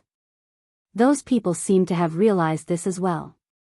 If he didn't agree, wouldn't the Rosaline family have to wait for death on the other side of the Taiga Strait? Back at the Swift Plains. That was the hard work of the Rosaline family for many years. The fat on his face couldn't help but tremble. He knew that he wasn't someone who could achieve great things, and he wasn't even as wise as his father. Sometimes, it was like holding a knife to a person's neck, and he had no choice but to make such a choice. "Forget it, I'll take one step at a time." After the helpless anger in his heart, the Rosaline overlord was a little disheartened. He raised his head and saw a familiar face. Isn't this the young man just now? He was stunned for a moment, then screamed as if he had seen a ghost. He was so frightened that he fell from the horse's back and fainted on the spot. The overlord's knight instantly became agitated. They hurriedly yelled and pulled this ridiculously fat guy up from the ground. Brando stood in front of these people and looked at this chaotic scene speechlessly. He thought to himself, "Am I that scary?" He shook his head and turned around. Boban, who was holding his bloody right arm, stood beside him and looked at him helplessly. His overlord was, after all, an ordinary person. After all, the Rosaline family had been content with their territory for such a long time. It was understandable that he hadn't seen a person of this level. "Mr. Boban." Brando ignored the noisy knight and asked calmly, "Is what you said true?" The guard captain revealed a bitter smile. Young master, you probably don't understand the prestige Lord Daoist had in the Allied forces in that era. You said that you had once caused a commotion in the Empire. In fact, if you had taken the official route, there would definitely be many people in the Empire who would be willing to help you behind your back. Lord Deputy Marshal, don't call me that. It makes me uncomfortable. The middle-aged man smiled. I'm no longer the Deputy Marshal of the Allied forces. Besides, I'm not from the Empire. After I gave the title of Grand Duke to my eldest son, I no longer have anything to do with the Empire and the Holy Cathedral of Fire. I'm just a follower of Lord Daoist. As his successor, you deserve to be addressed as such. Moreover, your strength is worthy of my recognition. Brando smiled bitterly. He never dreamed that this man would have such an identity. If the other party had not called out his identity at the last moment, he would have killed him with his sword. What he did not expect was that he would be able to fight against the Deputy Marshal of the Holy Cathedral of Fire's allied forces in Rosaline, which was tens of thousands of miles away from Wonde. In the Holy War half a century ago, the allied forces of the Holy Cathedral of Fire only had one commander, and that was Daoist, his grandfather. Other than him, the person with the highest status in the allied forces should be the Silver Princess Constance, who was Daoist's right-hand woman. However, the allied forces were made up of dozens of large and small duchies and kingdoms, including the connections between the different armies. Of course, it was impossible for these two people to support the entire command system. For the armies of this era, the Holy Cathedral of Fire also used a relatively backward system to ensure that there were no problems with the overall command and communication between the troops. That was to select a member of the royal family or a member of the most powerful family in a kingdom or dukedom who was outstanding in strength and prestige to serve as the secondary commander of these troops. Although this command system was backward and inefficient, it was surprisingly effective in ensuring communication between the armies. After all, under the rule of the Holy Cathedral of Fire, most of the nobles in the kingdoms had a harmonious relationship with each other, and most of them had private dealings with each other. Coupled with their own prestige in their own countries, they were able to suppress the voices and dissatisfaction of the armies sent out by their own countries. In this way, even though the command system was chaotic and complicated, Saint-Tassol and Fanzan were not much better in comparison. In a situation where everyone's movements were slow, they could just sit down and fight their own battles. After all, the nobles did not care how many people died. However, among these nominal commanders, not all of them were just nominal commanders. In fact, in the vast land under the rule of the Holy Cathedral of Fire, there had always been geniuses and strong people, regardless of the era. Outside of the Cruz Empire, there were also people who shone like new stars. His grandfather, Daoist, was not an exception. Even within the Erewhon Empire, there was also Tolman, an anomaly. The kingdom of Erewhon had never been special in Wonde. Although it was the most dazzling jewel on the crown of the Holy Cathedral of Fire, under the rule of the Cruz Empire, there were also many duchies and kingdoms of various sizes. These duchies and kingdoms were all outstanding people, including the members of the royal family and the Grand Duke, and a total of more than 10 deputy marshals were chosen.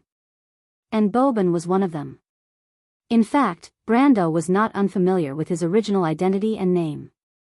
Boban was actually the grandfather of the nun Princess Magadal, the father of the current Grand Duke of the Antiburo Duchy, the previous Grand Duke, and one of the most famous deputy marshals of the Holy Cathedral of Fire. White Wolf Blademaster Blademaster Blademaster Blademaster Blademaster, the third strongest person in the Cruz Alliance. After hearing the other party's identity, Brendel couldn't help but break out in cold sweat. Fortunately, the other party left Vaunt disheartened because his grandfather was convicted for no reason. Coupled with the fact that his strength had decreased due to his injuries in the Holy War, if the other party was still at his peak. If he was still at his peak, Brendel might not be able to win against him.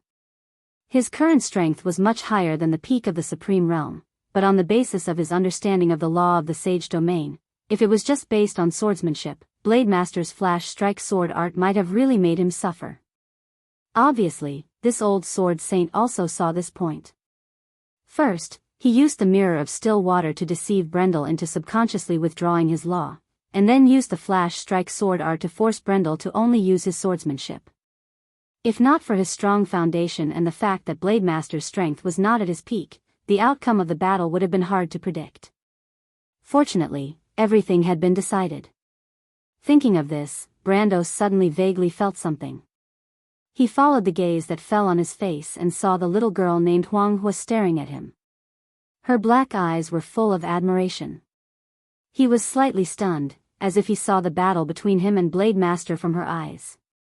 It was a shocking battle between two swordsmanships. Perhaps it was a scene that could only be seen 1,000 years ago, but at this moment, it was repeated in this land so far away from Wonde.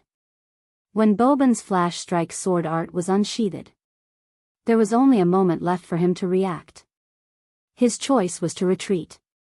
But it was not just retreat. He took a step back, but left a phantom in place. The phantom's face was blurry, but its figure was exactly the same as him. Its 5 fingers were slightly open, and a long sword with golden flames flowing like a blazing flame appeared in its hand. It pulled the sword and drew a circle in the air. With a clang, it collided with Boban's sword. This was the second sword. Brandos seemed to be unable to resist and began to retreat. When Huanghua saw this scene, she could not help but blurt out, but she immediately blushed and covered her mouth, realizing that she had lost her composure. The rigid education of the 9 Phoenix royal family made Huanghua ashamed of her rudeness. This was not how a descendant of the Jade Phoenix should behave. It was just that. It was just that this sword was too wonderful. She was not talking about Brando's sword, but Boban's sword. Boban's flash strike sword art was like a raging wave, as if he had found a way to break through Brando's retreat. His sword was flat and vertical, simple and direct, but he did not give his opponent any chance to breathe. That was the fire of vengeance that burned out, unreasonably wild. But Huanghua frowned at Brando's sword. She could not reach the peak of swordsmanship, but this did not mean that her understanding of swordsmanship was low. On the contrary, her knowledge and talent had long made her understand this battle better than most people present. Even Insursta and Tarkus were present. To be honest, Huanghua was a little disappointed with Brando's swordsmanship. Although it was average and barely blocked Boban's amazing swordsmanship, but that was it. If she continued to think like this, she could see that Brando would definitely not win. She clenched the sword in her hand, silently preparing to attack. Although such a battle was not something she could intervene in, the path of the Jade Phoenix did not abandon her allies and run away. But it was at this moment. A dazzling, verdant brilliance came into her eyes. It was Brando's second sword. This sword move had conquered everyone present. On the azure sword, the azure sea, the azure sky, the dream of Faya and Malurcha, and Miss Tada's lifelong wish were reflected. The azure sky was like a dream, the sea and the sky were a line. The phantom holding the frost Xianxia and the phantom holding the flaming blade, one on the left and one on the right, attacked Boban. The 2 sacred swords of completely opposite attributes intertwined with fire and ice, one blue and one red, like 2 jumping parallel lines. They appeared in front of everyone's eyes. The 2 swords intertwined, and it was as beautiful as an illusion. Boban's expression changed. Very few people knew that there was once a swordsmanship in this world that was on par with the flash strike sword art. Its name, and its creator, had all disappeared from this world. Saint Soul, 9 Luminaries sword art. And at this moment, Brando also smiled. Because he found that he had found a way to use these 7 sacred swords.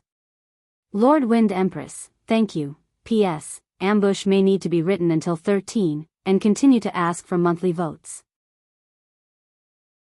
Chapter 1235. Brando didn't use his sword again.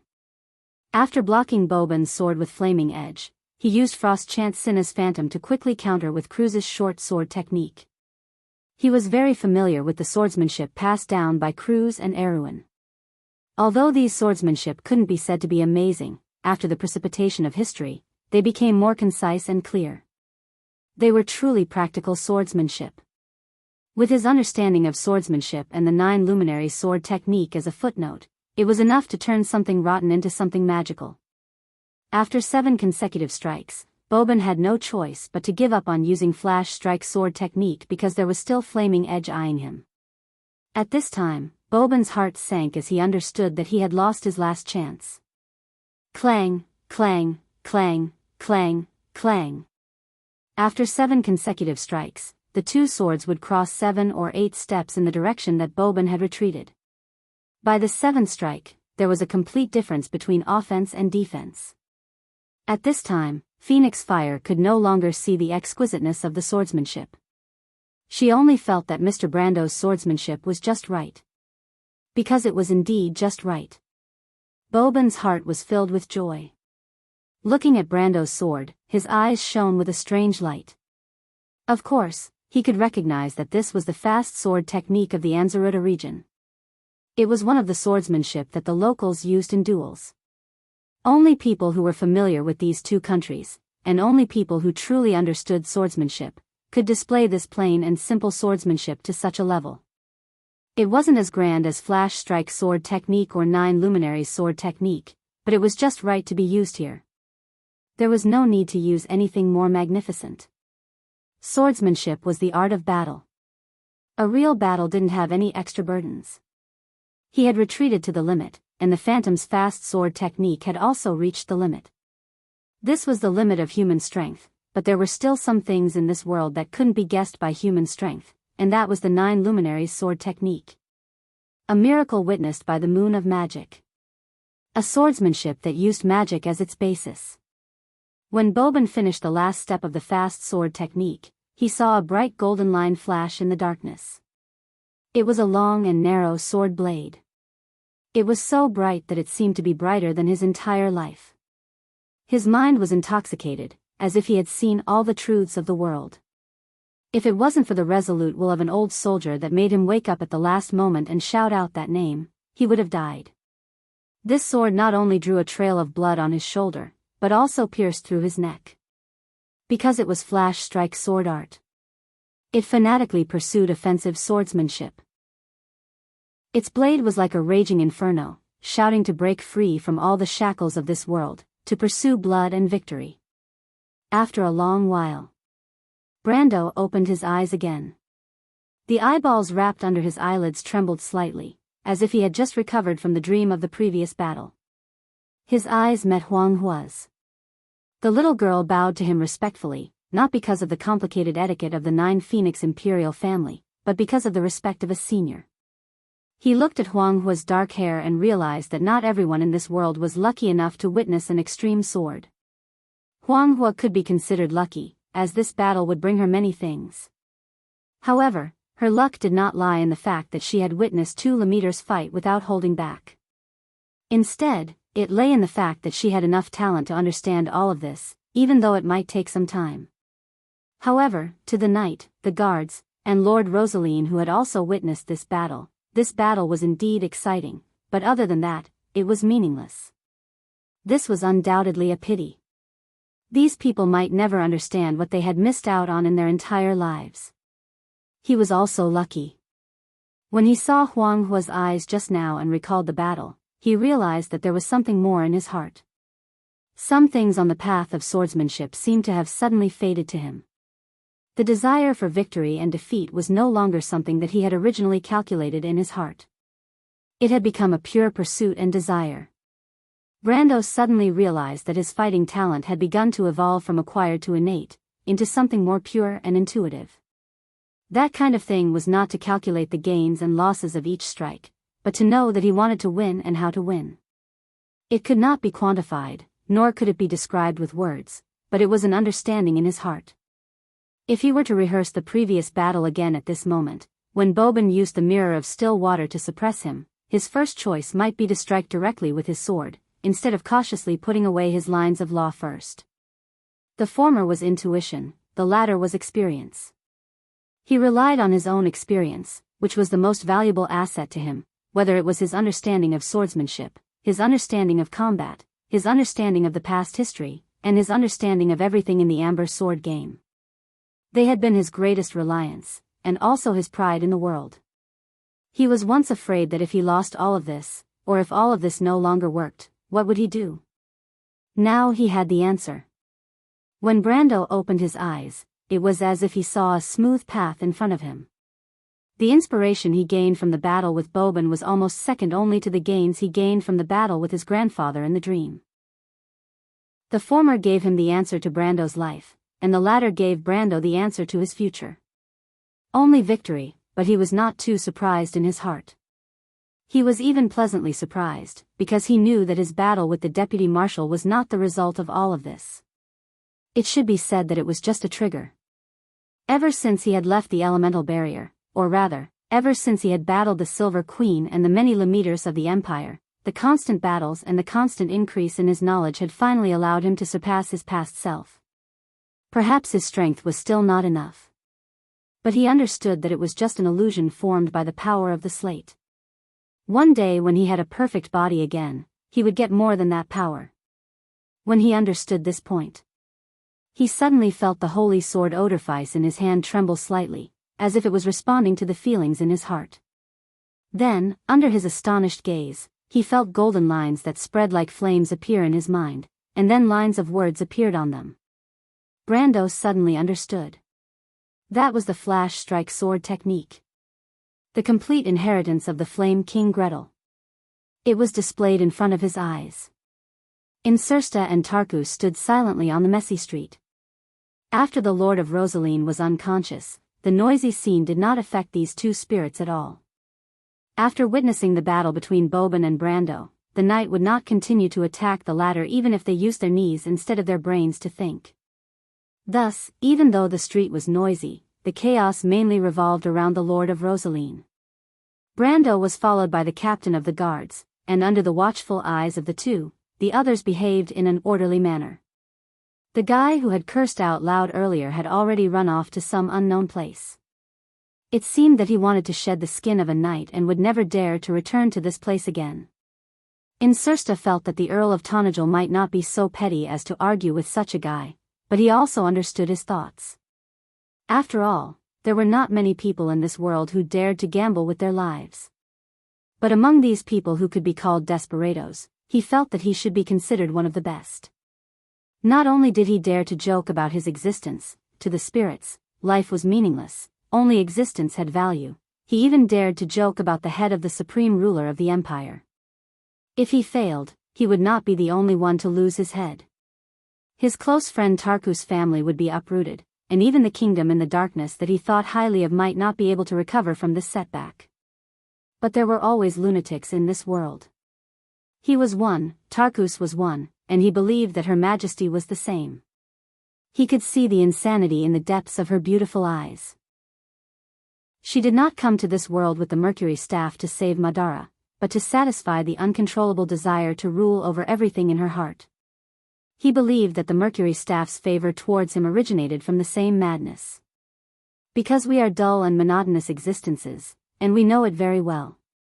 Although we try our best to avoid seeing it clearly, sometimes we have to admit that time and life have lost their meaning to us. Apart from a few fellows in Woolman who treat the hundreds of years of boring experiments as fun, most of us are crazy and prone to self-destruction. Lucien said. He was a little surprised by Lucien's words. Lucien nodded.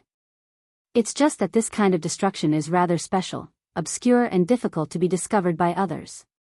We wage war, not to fight for survival resources, but simply to prove the existence of the Empire. Because existence is too heavy for us, Insursta muttered to himself, repeating the words spoken by the great Lich Ocaso a few hundred years ago. He turned to look at his partner and asked, "What's the matter?" "I'm thinking, when the two of us made this plan, did we also have such subconscious thoughts in our hearts?" Tarkus shook his head. He was a serious person, and life was as strict and regular as a wind-up clock to him. There was no meaningful or meaningless dispute. According to the age of humans, you are only 25 years old, and I am 250 years old this year. I am in the new generation of vampires. For us, this kind of feeling is inevitably a little sad, and most of it is not from our own feelings. Chapter 1236. Insursta's mouth was wide open. He was almost stunned. My God, you actually spouted so much nonsense just to refute me? Should I feel honored or at a loss for what to do? It seems like this is the first time since I've met you. And my old friend, your words sound a little like the 9 phoenixes. I didn't know you had the gift of a linguist. Tarkus glanced at him. I always have, you just didn't notice. Before my 100th birthday, I always thought I would become a scholar. The poor Black Lord rolled his eyes. Then what do you say we do? He pointed at Brando, and then at Boban who was next to him. That's Brando. You know who he is, the mighty lord of the Antibureau Principality. My God, if we bring these two back to the realm of eternal death, we'll be waiting for His Majesty to chop off our heads. Tarkus, however, looked in that direction and remained silent. Take one step at a time, he replied. That doesn't sound like something you would say, Tarkus. It doesn't sound like it, Tarkus replied, because it is. For the first time, Incersta discovered that his friend actually had a talent for humor, although he probably didn't think so himself. Now he was beginning to admit that Tarkus did indeed have the potential to become a scholar, because they were both neurotic, in his opinion. But that was of no use. 5th column, 7th line, 8th line, Delphian struggled to prop herself up on the ladder. Her face was as white as a thin sheet of paper, and sweat poured down like rain, densely covering her almost transparent skin. But she was careful not to let a single drop of sweat stain the bookshelf. That would be a fatal mistake, and absolutely could not be allowed. Her gaze rested on one of the books. The bookshelf had traces of frequent looting, and the gilded title on the thick book's spine was very ordinary. It was the genealogy of the Rosalinds. At a glance, such a book seemed to have the value of being frequently looted. Some nobles liked to reminisce about their family's history. The more glorious the family's past, the more bleak the present, the more they liked it. The Rosalinds seemed to fit this pattern, but Delphian's intuition told her that she had guessed correctly. She took a light breath and retracted her hand. She wiped the fine layer of sweat on her pure white wrist and palm with her skirt. This extremely rude action was something that she would never do on a normal day. That was something that only servants would do. But people were not born vulgar. Of course, it was the same for nobility. The Prime Minister's daughter wanted to prove this right now. After carefully wiping off her sweat, she moved the ladder closer and reached for the book in the corner of the bookshelf. Carefully, she tried to take out the book the way its original owner had taken it out. 5th column, 8th line, History of the Rosaline Family, page 332, 3rd paragraph, between the 7th and 18th sentences, you found it very accurately. An abrupt voice suddenly rang out behind Delphian. It was a somewhat gentle voice, like a gentleman's careful voice, afraid of scaring her. But Delphian, who was highly strung up, was so frightened that she trembled. The thick book in her hand fell out of her hand and landed heavily on the thick carpet. She missed a step and fell backward. She screamed and fell from the air. She could not help but close her eyes. She remembered that there was a small table behind her. If she fell on it, she would most likely die. Countless complicated thoughts rushed out of her mind. She did not expect to fall short of success in the end. Perhaps it was just like what his grandfather had said about him.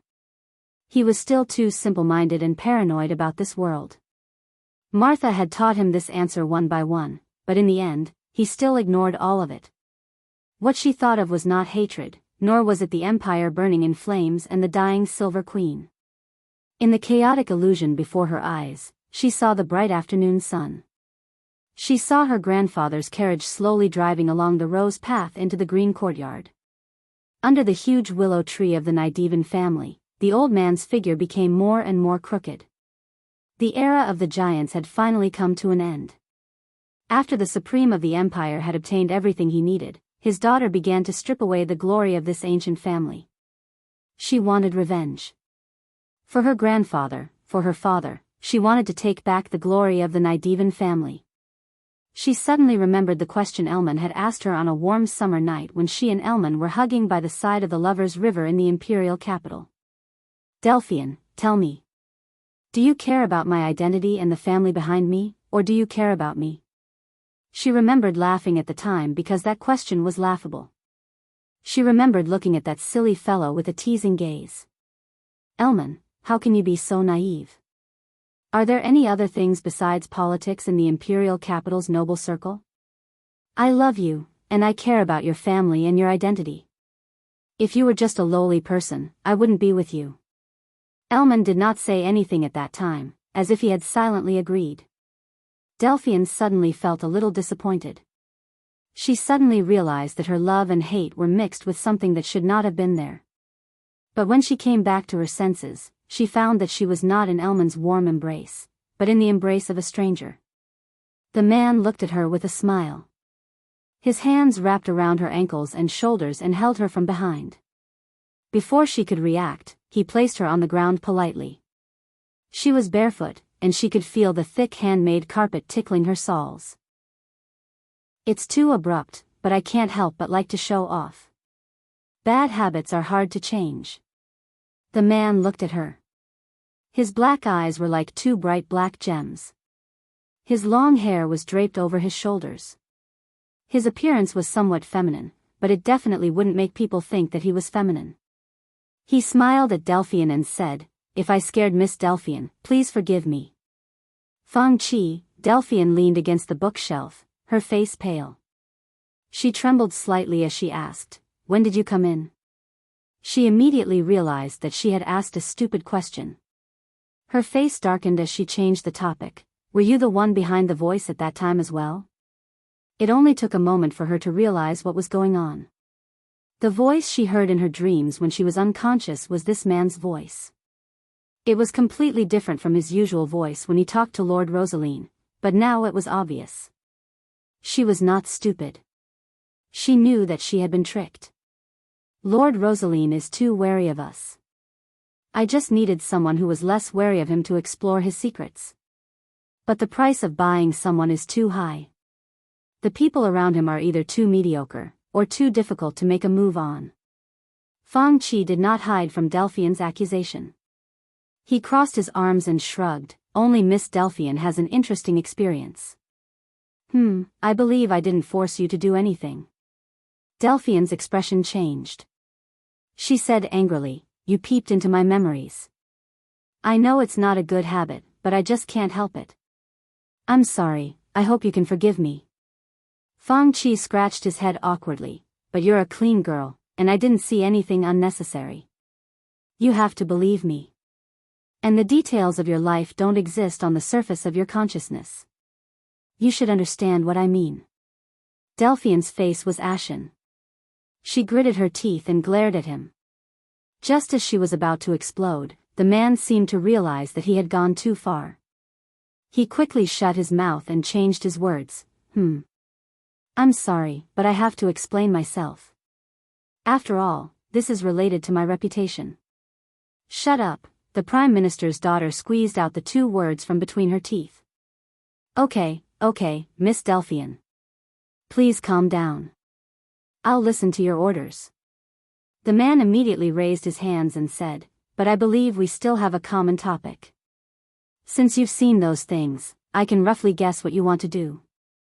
Your current actions also prove my thoughts. Our goals are the same." Delphian was silent for a moment. She wanted to explode, but she suppressed her impulse and asked coldly, "What do you want to do?" Feng Qi walked past her and bent down to pick up the book from the ground. He flipped through the pages and then closed the book. He looked up and said to her, "Miss Delphian, your help to us ends here. But you've given me a surprise. Perhaps you can solve the mystery of the jadeite." "You want me to solve the mystery of the jadeite? Why should I?" Delphian looked at him coldly. "I don't care if I die. I also don't want a great beauty like you to die, Miss Delphian," Feng Qi replied. "It's not that serious. This is just a transaction. You want to save the world, and so do I. After all, neither of us wants to die. You should know that the jadeite heart only has one use. It can also let you ascend to the throne, not just the 9 phoenix." Delphian mercilessly exposed him. "That's just a side effect," Feng Qi replied nonchalantly. "Maybe it's a little important to me, but it doesn't mean anything to you, Miss Delphine. But we have a common enemy, and I can help you deal with him." "I don't need, really?" Delphian's mouth moved, but she suddenly thought of something. She looked up at him and said, "You plan to cause trouble for that person?" There was a hint of a sneer in her tone. "Actually, it's not a plan." Fang Qi took out a pocket watch from his sleeve and opened it to take a look. "If my subordinates were punctual, they would have already caused trouble for him." "Then you're in big trouble." Delphian looked at this guy a little pitifully and sneered, "You'd better pray for yourself." Chapter 1237. After much effort, Lord Rosaline slowly regained consciousness. The first thing he did when he woke up was to get the knight to support him as he walked towards Brando with a complicated expression. His fat body trembled as he prostrated himself respectfully, intending to kiss Brando's boots to ask for forgiveness. He could not care less about the Rosaline family's dignity and his dignity at this moment.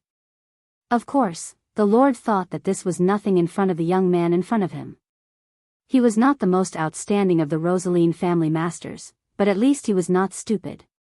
Even though he had been frightened previously, he understood everything at this moment. Regardless of whether it was his guard captain or the young man in front of him, according to the saying of the Nine Phoenix region, they were legendary existences above the clouds. To these people, as long as the Rosaline family did not want to be removed from the swift plains, they could not afford to offend them. He was full of regret. He had agreed to work with the ghost chariot, thinking that they would protect him. He had thought so too. In a place like the Swift Plains, where the Emperor was far away, even the Nine Phoenix royal family could not do anything to him. After all, the extreme sword masters of the Jade Phoenix bloodline would not easily leave the country.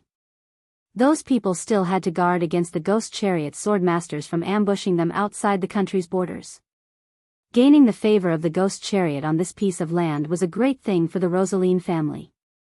However, he did not expect that without foresight, there would be immediate trouble. The Nine Phoenix royal family had not made any moves, but he had kicked an iron plate in his own territory. Looking at the two people in front of him, the Lord of Rosaline had mixed feelings. Although one of them was his guard captain, or rather, the former guard captain, his mind was not muddled. His heart was as clear as a mirror, and he knew that a person like Bobin would definitely not be willing to stay in a small place like Rosaline. Before his identity was exposed, he might have been able to conceal his identity and act as the guard captain of his family, but after he revealed his true strength, a place like Rosaline would no longer be able to keep him. Even if he really did stay here, it would be meaningless. Instead, he would bring unnecessary trouble to his family. Not to mention his family that had long since lost its glory. Even the famous families on the Swift Plains might not be able to provide him with a stage to perform. That was not a game that the Rosalines could participate in. His mind was clear, and he did not harbor such delusions. Although he had been suspicious of why the other party would hide in the Rosaline family, perhaps for the secret of his family, or for some other reason, it was no longer important at this moment.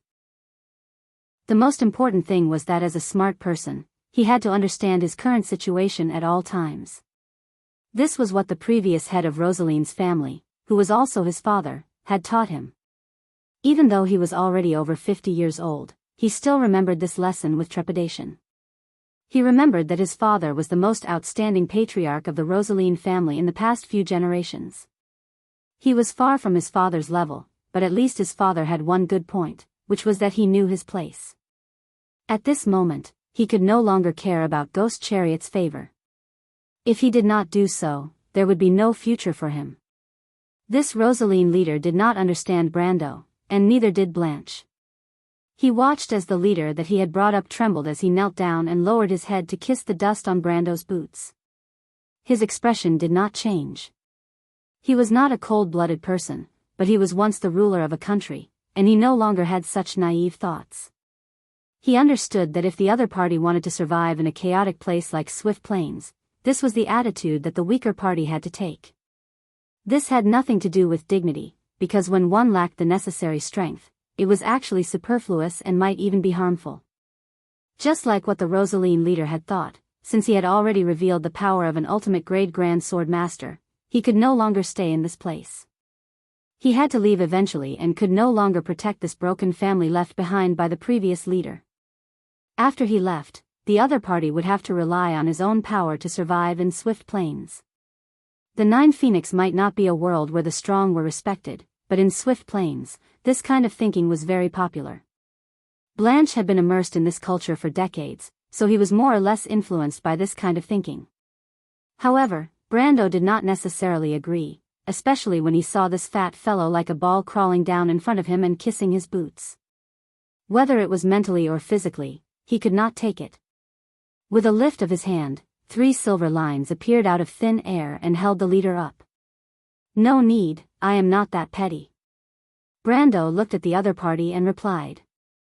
The leader of Rosaline raised his head to look at him in shock, and at the same time, he looked at Blanche who was beside him. Blanche nodded at him and replied, "Just listen to Mr. Brando.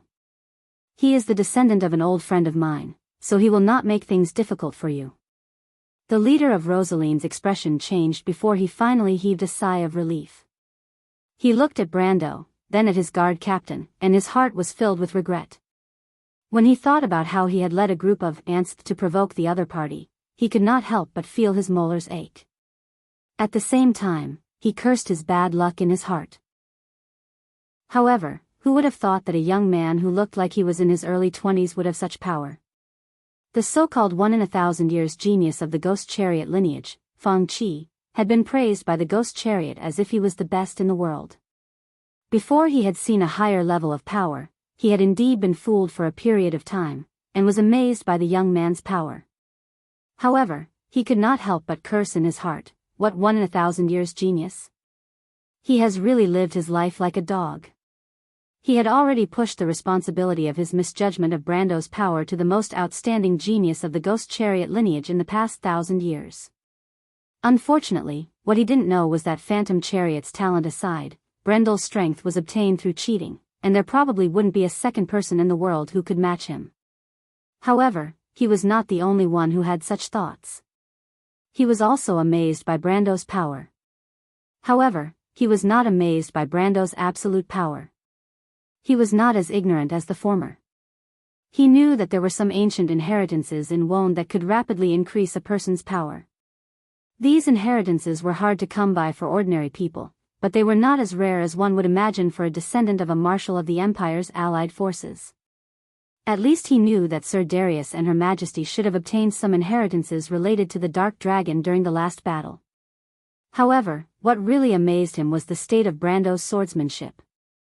This was something that could only be achieved through the accumulation of time and extraordinary talent. During their battle, he could easily feel that this descendant of the marshal had reached the final step in his swordsmanship. He was only one step away from the highest state of a warrior. There were such sword masters in Wone and even in Cruz. At least, as far as he knew, there were a few within the Empire. However, there was no one like Brando who was only 20 years old or even 50 years old. Regarding a freak like Brando, Brando could only sigh in his heart. No wonder he had the monstrous bloodline of the Darius family. He was exactly the same as his grandfather. Brando glanced at Lord Rosaline, who was standing there respectfully.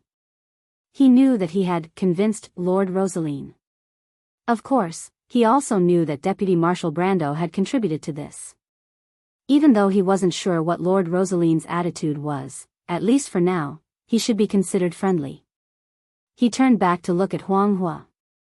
The little girl was also staring at him with a hint of anticipation in her dark eyes.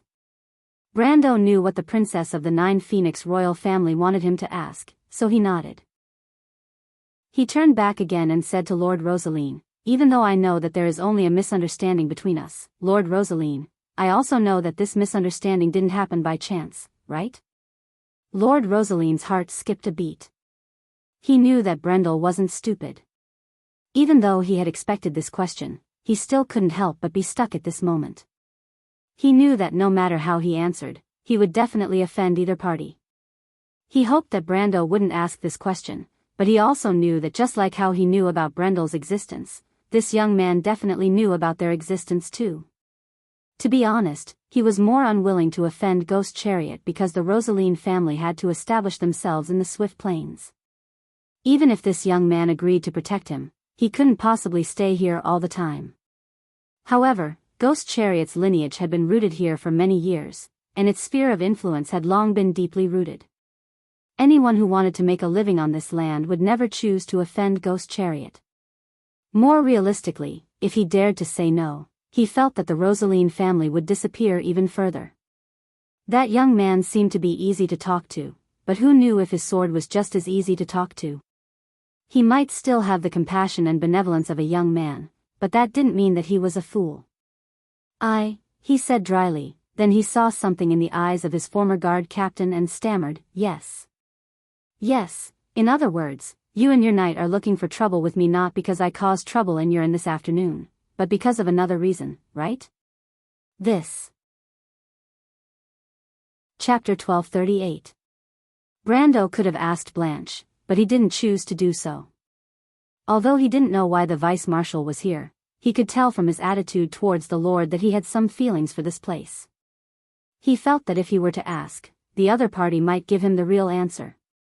However, that would seem like a betrayal to the Rosaline family.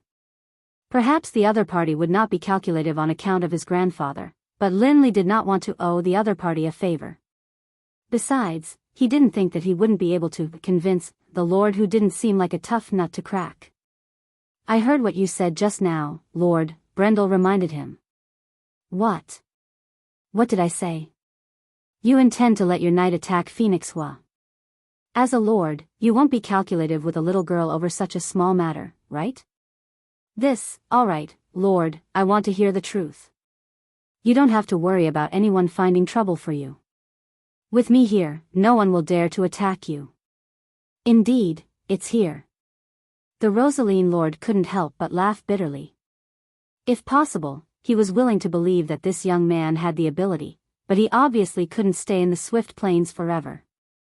He could protect himself for a while, but could he protect the Rosaline family forever? But he knew that he had to make a choice. It depended on whether the Rosaline family would be finished now or after this incident. The latter might still have a chance to turn things around, but it would inevitably be like drinking poison to quench one's thirst. Brando obviously understood the hesitation in the Rosaline lord's heart. Just as he was about to add more to shake the lord's resolve, Phoenix Hua suddenly spoke. My lord, the ghost chariot isn't your only choice. In the history of the Nine Phoenix, they are just a bunch of losers. The Nine Phoenix welcomes all law-abiding people, and the Rosaline family doesn't have to stay in the Swift Plains. The little girl, who had always been taciturn and courteous, spoke to the Lord of Rosaline and everyone present with a serious expression. My lord, your family has left Swift Plains for decades. Why don't you choose a brighter path instead of staying here with the anomalies? Be it for the sake of your family or your people. Are you not willing to see the Rosaline family prosper in your hands? Lord Rosaline was completely dumbfounded. He was still unsure of this little girl's true identity. Although Ghost Chariot's people had told him that she was a direct descendant of the Jade Phoenix bloodline of the Nine Phoenix royal family, there were many direct descendants of the Jade Phoenix bloodline, and very few people could say such a thing. Moreover, she was just a little girl. No matter how he looked at it, it was impossible for her to be the Nine Phoenix crown princess. If she was really the Nine Phoenix crown princess, he wouldn't dare to cause trouble for Huang Hua even if he had 100 guts. It was a pity that Lord Rosaline didn't expect Huang Hua's identity to be much nobler than he had imagined. In the Nine Phoenix Kingdom, the position of the crown princess wasn't fixed, but there were only a few Jade Phoenix mages descendants in history. The former only required qualifications, while the latter required a special bloodline. Trust her. She can be responsible for her words, Brando said to him. However, he also looked at Huang Hua strangely. Of course, he could tell that the mountain of flesh in front of him was tempted. The little girl's words seemed to have scratched the itch in his heart at the right time. The Lord was already wavering, and it was only a matter of time before he changed sides. In fact, Huang Hua didn't promise much, and she didn't make any promises. Brando didn't expect this little girl, who looked a little silly and innocent, to be able to say such rigorous and watertight words with a straight face. He walked to her side. Huang Hua bowed slightly to him and explained softly, Mr. Brando, you don't have to be surprised. After all, Huang Hua is also a member of the Nine Phoenix royal family. I will also learn what my brothers and sisters want to learn. No, Brando replied, but you are only 10 years old, right? In the Nine Phoenix, Huanghua has always been a little smarter than the others. The little girl smiled and replied cheekily, but in front of Mr. Brando, she is far inferior. Brando looked at her with some surprise. He seemed to have guessed something from her words. You want to learn swordsmanship from me? Huanghua shook her head. After watching the battle between you and that person, Huanghua understood that it is impossible for Huanghua to go too far on the path of swordsmanship. Hearing what she said, Brando's eyes flashed with a strange light. You can see that too? I don't know if it's right or wrong, but I have this idea in my heart.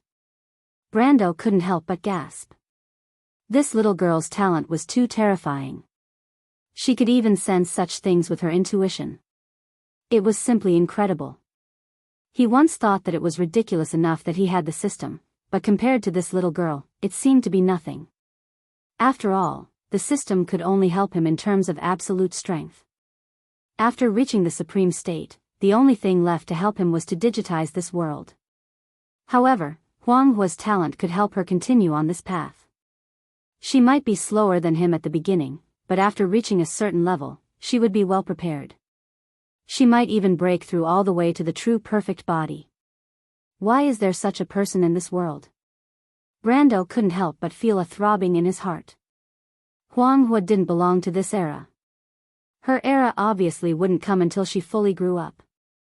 In the Amber Sword, that should be at least after the year of the Starfire. When she started on this path, wouldn't it be after the twilight of the game? Then how many people like Huanghua were there in this world? Was she still immortal? Brando frowned as he looked at Huanghua. He vaguely saw something in her.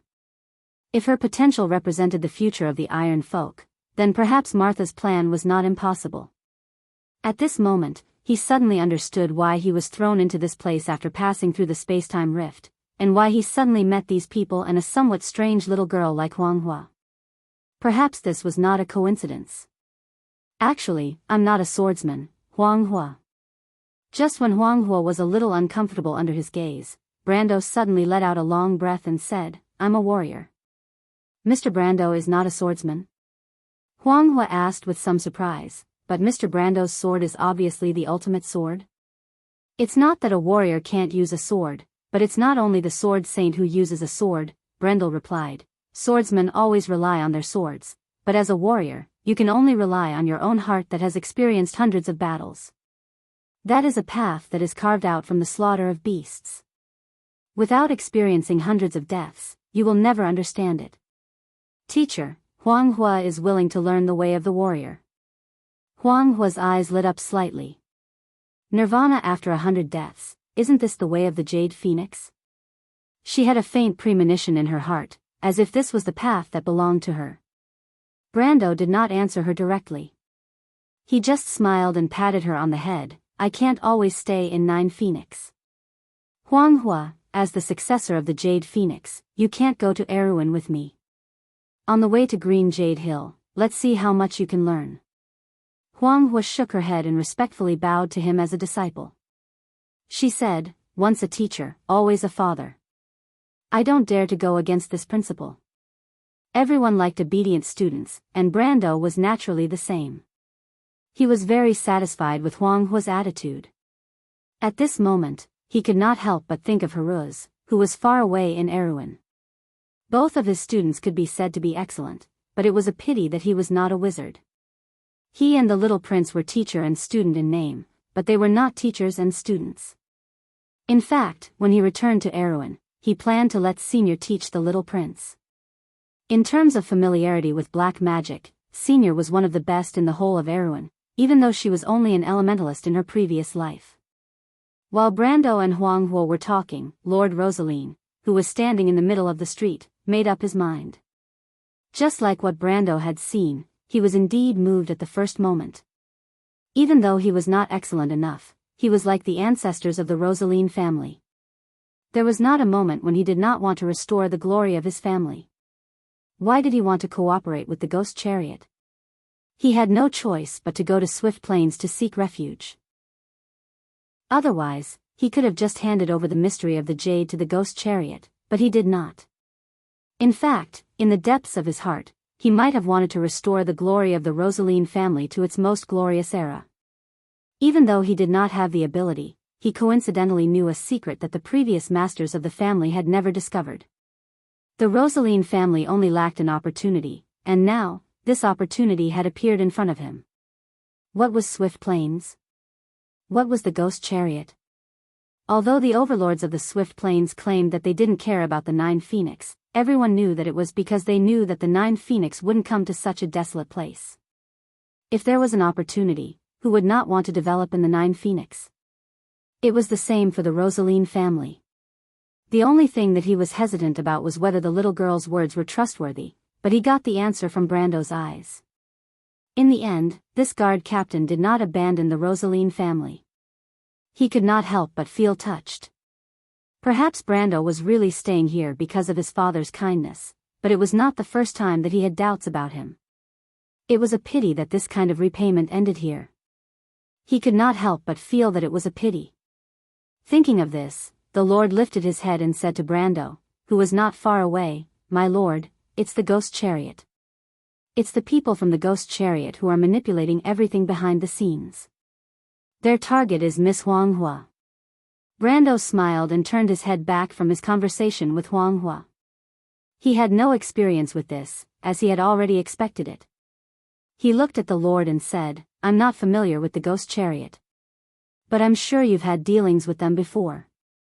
If I'm not wrong, they wouldn't just send you to die as cannon fodder, right?" The Rosaline Lord's face turned red, but humans were strange. He was not angry at Brando's mockery. Instead, he resented the Ghost Chariot. If not for these fellows not telling him anything and letting him come here to kick an iron plate, would the Rosaline family be in such a dilemma? In his opinion, those fellows were clearly treating him as cannon fodder. Thinking of this, he could not help but feel indignant. He nodded and said, "Mr. Brando is right.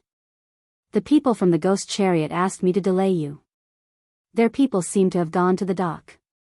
Now that I think about it, they knew that my people couldn't stop you, so they probably planned to ambush you there." Since he already had such a thought, the Lord did not hold back and directly told him about the Ghost Chariot's plan. Of course, he did not know what the Ghost Chariot's plan was, but they were moving around in his territory, so he knew where they went. But he had actually wronged Feng Qi and the others. No matter how smart the Ghost Chariot was, it was impossible for them to guess Brando's strength out of thin air. In Delphian's memory, Feng Qi had seen him fighting with the supreme masters of Cruz's people. Unfortunately, as a normal person, the daughter of the Prime Minister could not remember every detail of the battle at that time. More importantly, the memories of mortals would never leave the existence of miracles, so Delphian did not leave any memories of Archangel Iroma in her subconscious. So, in the eyes of the Ghost Chariot and the others, Brando was at most an expert with the strength of an eternal end. According to Won's grading system, it was the level of the elemental truth to the peak of the law. Based on his age, it might be even lower. So, they wishfully thought that Lord Rosaline and his knight, as well as the guard captain who might have some strength, should have no problem delaying Brando and the others. Even if they could not defeat them, it would be enough to delay them.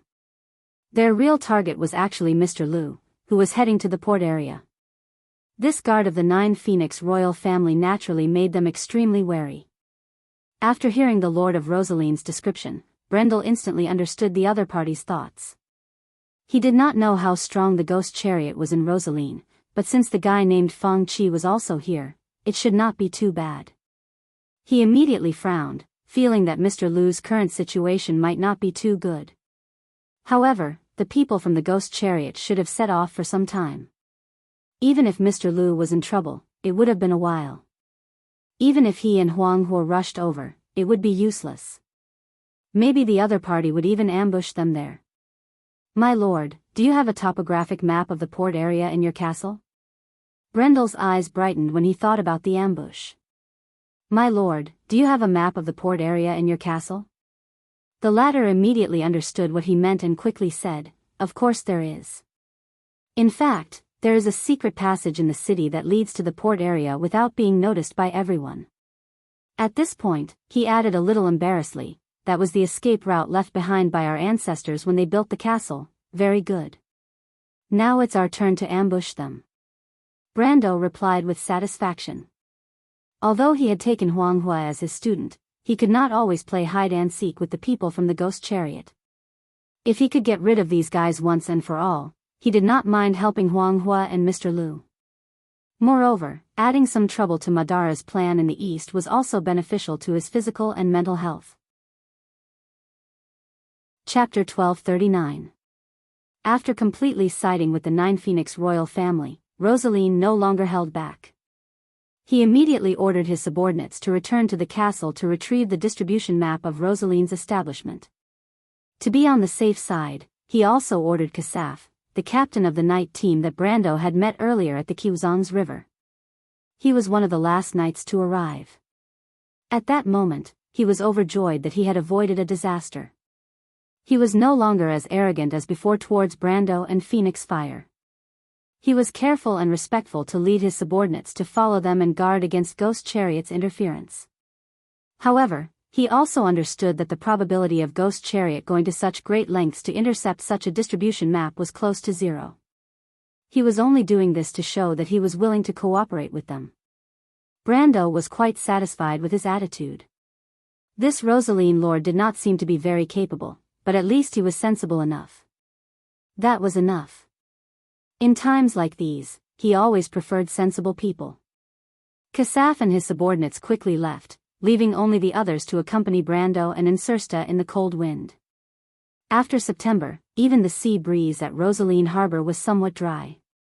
The biting cold wind from the sea made one's face hurt, but without Brando's approval, most of the people present did not dare to express their dissatisfaction. As the lord of Rosaline, the plump city lord naturally lived like a prince. Even if the weather was a little bad, he would not be willing to go out, let alone this unpleasant autumn wind. But at this moment, his expression seemed to be one of joy.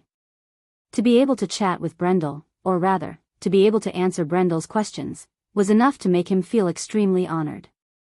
Speaking of which, not to mention Rosaline, even in the swift plains, how many people could converse with the celestial beings above the clouds at any time? Because of Lord Rosaline's attitude, Brando quickly understood the situation here. With Deputy Marshal Brando's occasional confirmation, he roughly grasped the cooperation between Ghost Chariot and the people here. Just as he had expected, the Ghost Chariot was the most powerful force in the swift plains, but their cooperation with Lord Rosaline was not as straightforward as he had imagined. Normally, as the more powerful party, the Ghost Chariot would rarely exchange any meaningful opinions with Rosaline. Most of the time, it was a one-sided order. This was because the Rosaline family needed their protection. Since they needed help and were far weaker than the other party, there was no need to talk about cooperation. This was a very normal thing. Since this was the case, the cooperation between both parties was not as sincere as imagined. Otherwise, Lord Rosaline would not have been immediately moved by Phoenix Fire's suggestion. Brando also noticed that Lord Rosaline was always evasive when it came to this, so he could not help but suspect that there was more to the cooperation between both parties. However, this had nothing to do with him, so he let Lord Rosaline be. He did not pursue the matter, nor did he confirm it with Marshal Brando. His magnanimity surprised Lord Rosaline, and he became even more determined to stand on the side of the Nine Phoenix royal family. Other than that, the locals did not know much about their cooperation. The only thing Brando knew about Ghost Chariot was that Fang Qi, whom Phoenix Fire and Mr. Lu called the 1 in 1,000 years genius of the Ghost Chariot clan, might be staying near Rosaline at this moment. However, Lord Rosaline did not dare to confirm this piece of information. However, Huang Hua had told him that Fang Qi was one of the core members of the Ghost Chariot, so he might have two elders accompanying him at all times. Lu Yin asked about the strength of these Ghost Chariot elders and learned that they were about the same level as Mr. Boban, which meant that they were half a Lemeter. Of course, their battle experience was far inferior to the veterans of the November War. Brando was known as the White Wolf of the Far region. 60 years ago, his swordsmanship had reached perfection, and he was the strongest existence among the 12 deputy marshals. Even if the other party still had strength on the surface, according to Brendel's attitude of being lenient to the enemy, he should have no problem dealing with the Ghost Chariot with the help of the Great Elder, or even a genuine supreme class expert. Almost a quarter of an hour had passed during the conversation, but the knights still needed some time to reach the castle. During Brando's conversation with Lord Rosaline, he noticed more than once that the young man named Seabass, the adopted son of Na Xian, wanted to come to his side a few times. However, he seemed to be hesitant and did not dare to come over in the end. However, his actions attracted Brando's attention. He thought of something and took out the diary. Previously, because his attention was diverted by Lord Rosaline's knights, he put the diary in his pocket and did not have time to read it. Now that he had recalled this matter, he was a little curious. He thought to himself that he was not familiar with this place, so who would pass the message to him?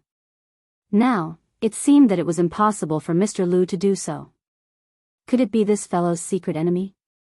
Brando could not help but look at Lord Rosaline in front of him. Although the latter saw Brando take out the diary, he did not notice it. In fact, he did not know that it was a diary. He flipped open the diary and thought that if this was a message from the Lord's secret enemy, then he would just pretend that he didn't see it. In any case, this person was now considered an ally, and his attitude was quite good. Regardless of whether it was for Marshal Blanche or Phoenix Fire, he had no reason to go back on his words. Brando first apologized to this potential friend in his heart, then he flipped to page 177 according to Seabass' instructions. Counting the pages might take some time for an ordinary person, but for a person with high perceptive perception like him, it only took a moment. When he saw the words written in crooked handwriting on the page, his gaze suddenly froze. At first glance, he could tell that the words were written by a non-dominant hand. Although the person tried to cover it up, he could still tell that it was written by a woman. The other party had made a lot of details in the words. To an ordinary person, it was almost flawless, but he was not an ordinary person. Tolman was a scholar who specialized in ancient languages. When Brando first met him, he naturally asked for the knowledge and experience of similar scholars. Tolman's attainment in the language could be said to be better than Erwin and many of the half-baked staff who worked in the reference room and the royal library. The text message on the page read, "The real purpose of the ghost chariot in Rosaline was to covet the stone notebook found by the 17th generation of the Rosaline family, because this notebook recorded a long-rumored secret, the mystery of the emerald. The people of Nine Phoenix believe that the mystery of the Emerald Dragon contains information about the whereabouts of the heart of the Emerald Dragon, which is also known as the Heart of the Emerald. After my investigation, I found that it is actually the Pearl of Nature. Mr. Brando, if you are still concerned about this news, please come to Rosaline Castle to find me." Brando tore the page with a snap, then crumpled it into a ball and put it in his pouch. Whether it was the mystery of the emerald or the heart of the Emerald Dragon, he did not care about them. There were so many treasures in this world, and he could not have them all. Moreover, after seeing the treasures of the Termosian people outside the elemental barrier, it could be said that his vision had improved a lot, and his interest in these treasures of the lower realm had faded a lot. However, the last few words on the note deeply touched him. The 7 divine swords. The Pearl of Nature. Naturally, that was something he was determined to get. But now he was more concerned about whether this thing was real or not. Who was the person who sent him this diary? How did they know that he needed this thing now? And it seemed like the other party knew him, otherwise he would not have been able to call out his name. He had just entered the city today, and even if the other party was the archenemy of Lord Rosaline, it was impossible for them to investigate him so thoroughly. He raised his head and looked at Seabass, who was not far away. The latter's hair stood on end under his gaze, and it felt like he was being stared at by a hunting beast. Brando raised the diary, which had a feminine aura, and waved it in front of the other party.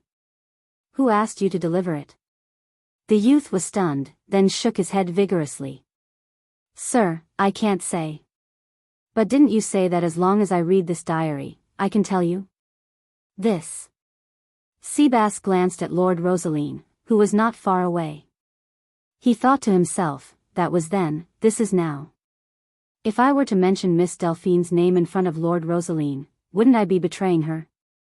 Brando saw through his gaze, so he turned to Lord Rosaline and asked, "Do you know him?" Lord Rosaline looked at Seabass in confusion. Fortunately, he was not a truly important person. Even though there were many servants in Rosaline Castle, it was not to the extent that he did not recognize his own blacksmith's apprentice. I think I know him. Lord Rosaline raised his head and said angrily, "Who are you, and why are you here? How dare you not answer Sir's question?" He then explained to Brando with a bashful face, "Sir, he is still a child and is not very sensible. Please don't be angry, I will immediately explain to him what is going on." Brando shook his head. "There is no need for that.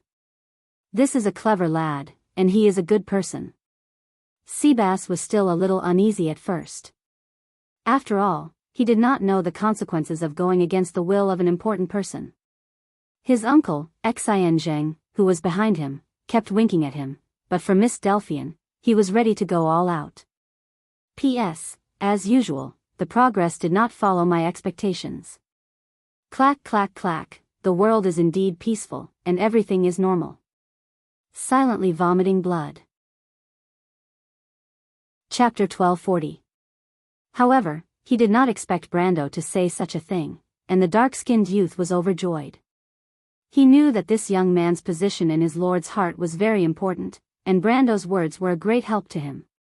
As expected, he saw his lord giving him a look of praise, and he could not help but feel elated. At the same time, he felt a little guilty.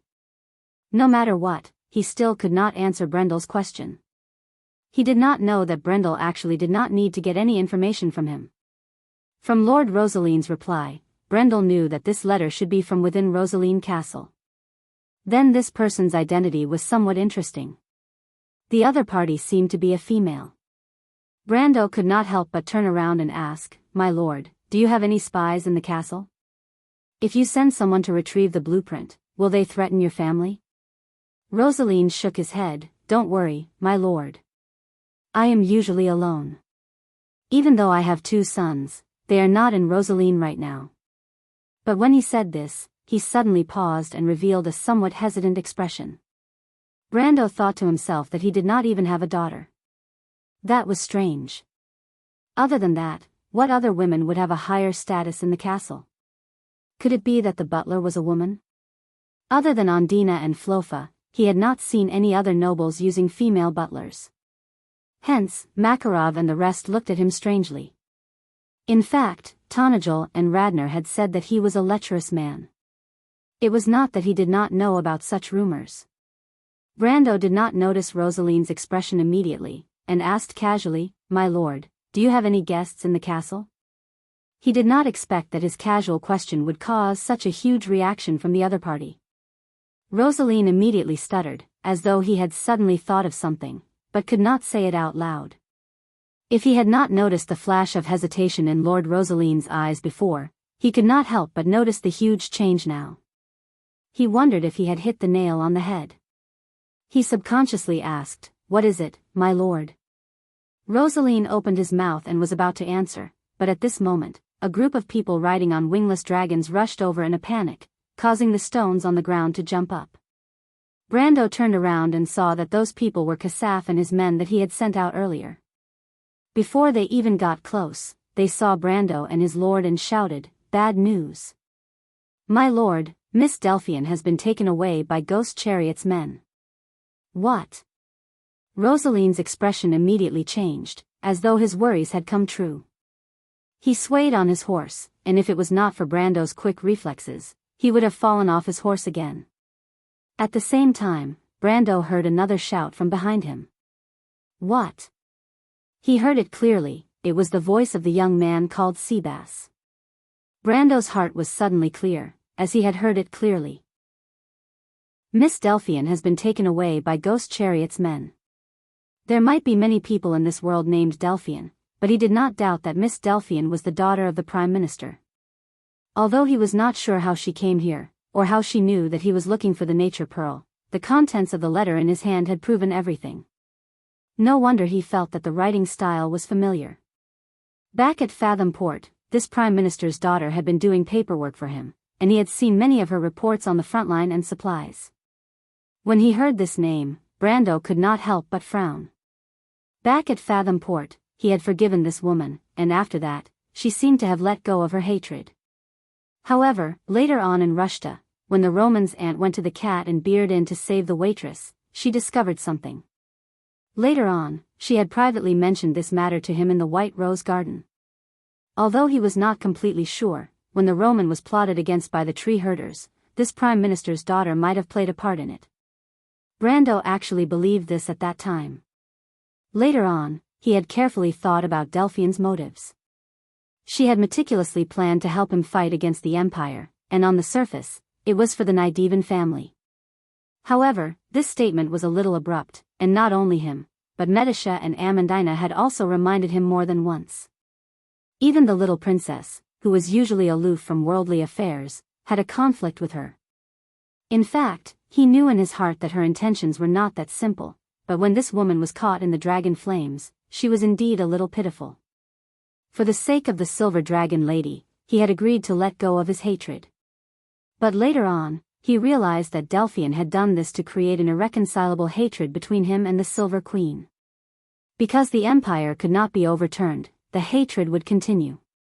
She just did not expect the Silver Queen's final outcome, or else her target of revenge would not only be him, but also the entire kingdom of Erewhon. After the trip to the elemental barrier, especially after the battle with Dusk, he gradually understood this matter. It could only be said that this woman's heart was really too crazy. He recalled the time at Fathom Port, the Prime Minister's daughter who often buried herself in writing records in the study room. The sunlight that penetrated through the grated window fell on her body, and she seemed so quiet and skilled. He really could not believe that such a woman's heart could be so vicious and paranoid. Thinking of this, Brando could not help but hesitate. First, he doubted whether the letter was real or fake. No matter how Delphine knew that he was looking for the nature's orb, after playing the trick of crying wolf for so many times, it was natural for people to have this kind of association, which made him suspect that the woman was lying. To be exact, he did not want to save such a woman, nor did he want to have any dealings with her. In fact, because of the Roman's experience, if she was in front of him at this moment, it was still a question whether he could control himself from killing her. On the other hand, there was only one nature's orb in this world, and it might be the only way to save this world and save the Roman. If he missed this opportunity, who knew how much time he would have to waste? If the nature's orb was really in Nine Phoenix, he did not know when he would be able to return here. Going back and forth would take almost a year. While he was still hesitating, Lord Rosaline could not help but say, "My lord, Miss Delphine is the most distinguished guest in my territory." He subconsciously looked at Brendel and Blanche with pleading eyes, but he did not dare to say the words out loud. There was no such thing as a free lunch in this world, and he could make the Rosaline family owe him a favor if it was someone else. However, to someone like Brando, a favor from the Rosaline family was not worth much. In fact, Brando did not need to turn around to feel that the young man named Seabass was also looking at him with a burning gaze. Thinking of Delphine's usual behavior, he could not help but shake his head. He thought to himself that this woman really liked to play with people's hearts. It was impossible for him to have any good feelings towards such a person. However, Huang Hua did not know that the person at the center of this topic was such a person. She could not help but show a look of disgust. The people from the ghost chariot actually kidnapped a lady. They are getting more and more despicable. However, she did not ask her teacher to help. In Nine Phoenix, a teacher was like a father. The decision of the elders was not something that the juniors could interfere with. Brando did not say anything. He made the best choice, which was to pass the crumpled letter to Huang Hua. Huang Hua was slightly stunned. She raised her head and looked at him with her clear black and white eyes, puzzled. "Take a look. This might have something to do with the royal family of Nine Phoenix," Brando answered. Huang Hua nodded seriously. She opened the crumpled letter, glanced at it, and cried out in surprise. Then, she raised her head and looked at Lord Rosaline, who was not far away, with a burning gaze. "My lord, do you know about the mystery of Emerald?" Lord Rosaline's expression changed immediately. He looked at Huang Hua suspiciously, then at Brando. Huang Hua seemed a little anxious. The mystery of Emerald was related to the legitimacy of the royal family. For a long time, the Jade Phoenix bloodline and their allies had been searching for the whereabouts of the heart of the Azure Dragon in Nine Phoenix. They did not expect the Ghost Chariot clan to take the lead here. She had previously asked Brando for help in a hurry, which was actually against the etiquette of the Nine Phoenix. However, as a daughter of the royal family, she had to put down her reservations for this matter. One could imagine how important this secret was. Her fixed gaze seemed to have seen through Lord Rosaline's heart. She immediately said, "My lord, no one knows better than the Jade Phoenix bloodline what the mystery of Emerald means to the Rosaline family. The Nine Phoenix can give you what the Ghost Chariot clan cannot. You should know what I'm talking about." Lord Rosaline seemed to have understood at once. He turned to look at Mr. Bobin, who nodded at him immediately. As an important minister of the Rosaline family in the previous dynasty, the Marshal obviously knew some of the secrets of the Rosaline family. The mystery of Emerald might mean the legitimacy of the Nine Phoenix bloodline, but to the Rosaline family, it was just a bargaining chip. If they wanted to rely on this thing to ascend to the throne of the Nine Phoenix, they were really thinking too much. Lord Rosaline obviously understood this. He suppressed the ambition in his heart and quickly nodded at Brando and Huanghua. Brando's heart sank immediately. He was almost certain that Delphian did not lie to him about this matter.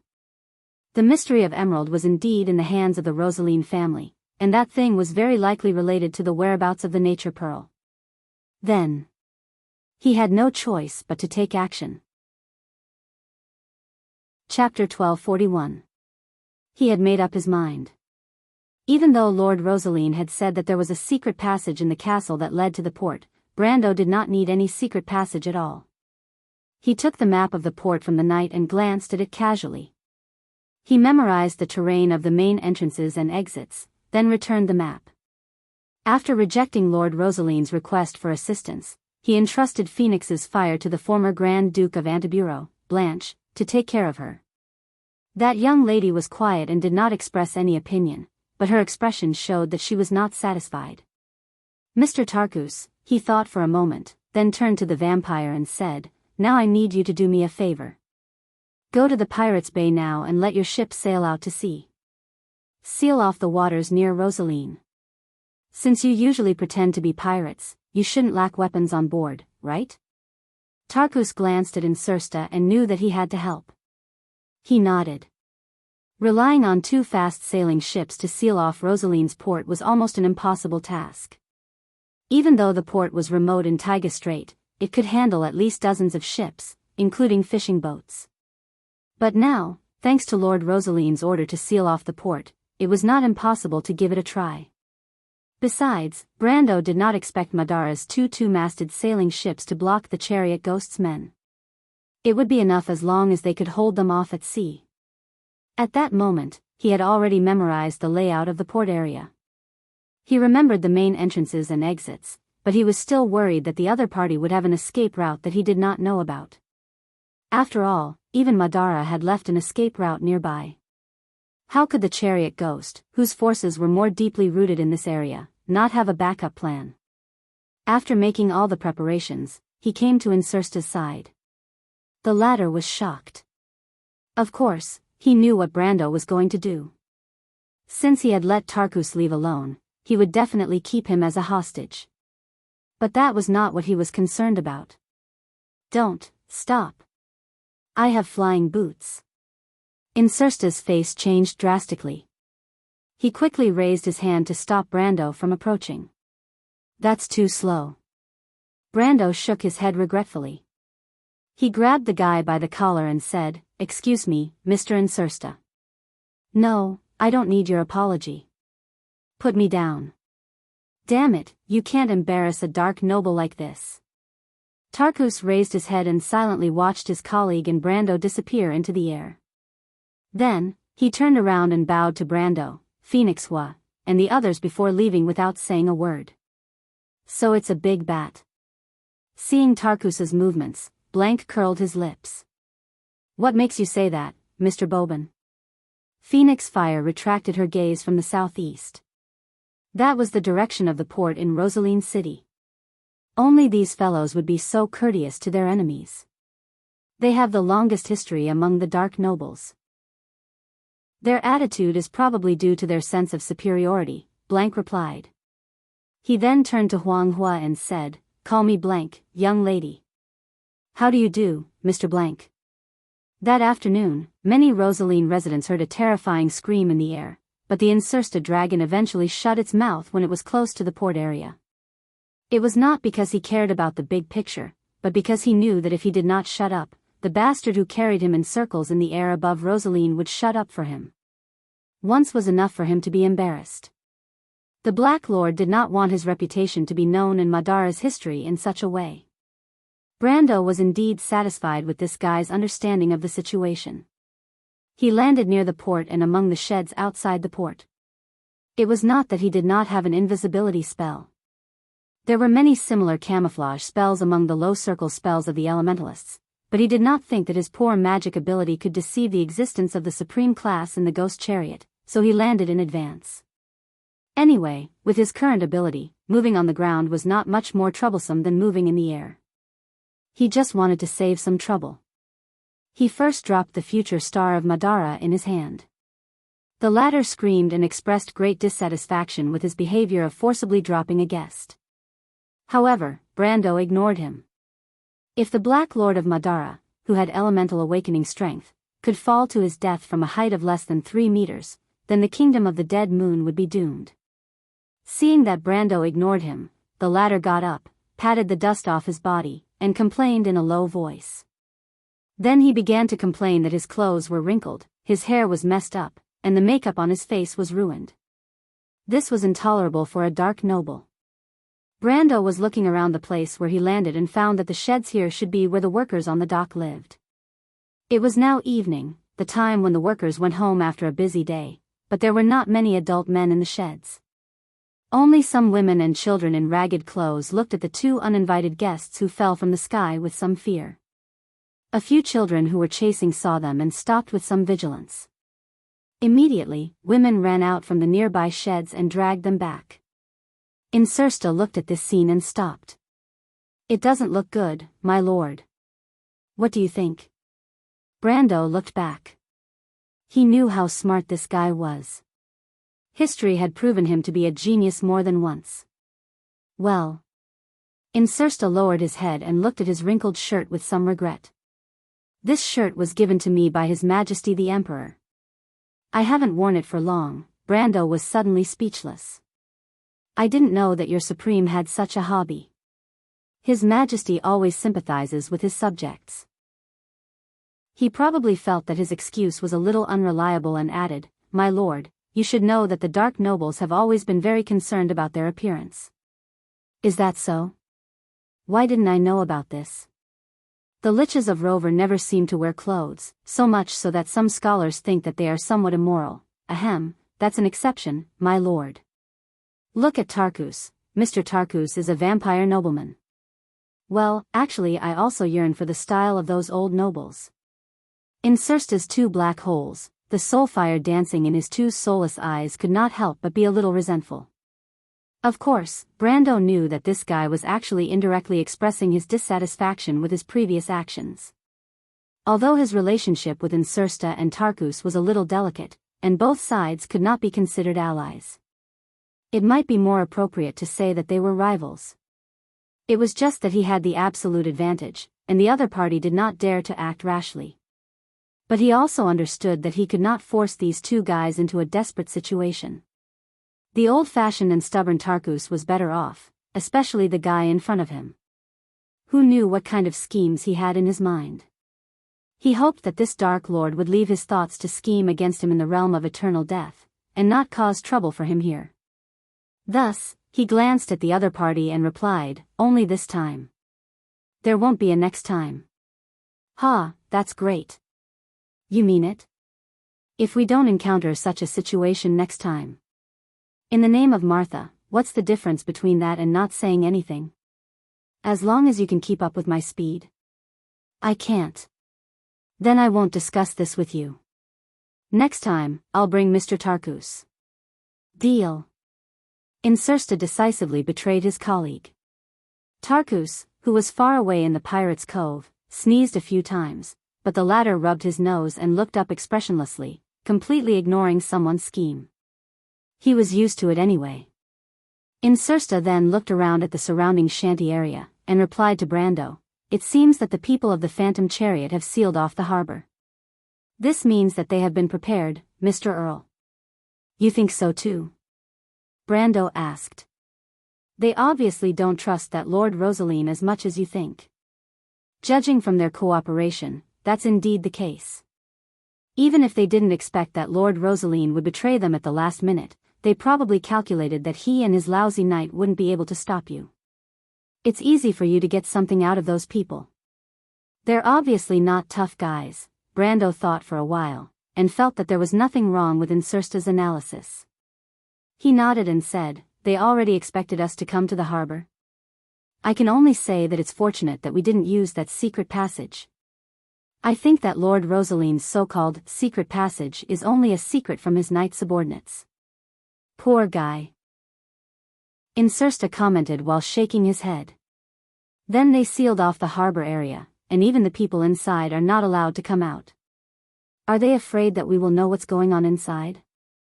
Brando asked again. "That's possible, but I think it's a little too much. They might be doing this to cover up something. There are many eyes in the harbor area, but what kind of thing must be done in an open area?" "A ritual." Brando immediately understood. "It seems that they have already prepared a trap." "I think so too. Do you have a way to deal with it?" Insursta asked. He actually wanted to say that if Brendel wasn't completely confident, then he should leave Oderfeis and Halran Gaia to him for safekeeping. However, his words changed in the end. "If you're not confident, why don't we let Tarku sail the ship outside the harbor and launch an attack from the outer harbor?" "That won't be necessary." Brando shook his head in disdain. "Leave this little trick to me." You're tuning into the Carefree Valley YouTube channel. Don't forget to subscribe and join us on this journey to catch the most captivating stories.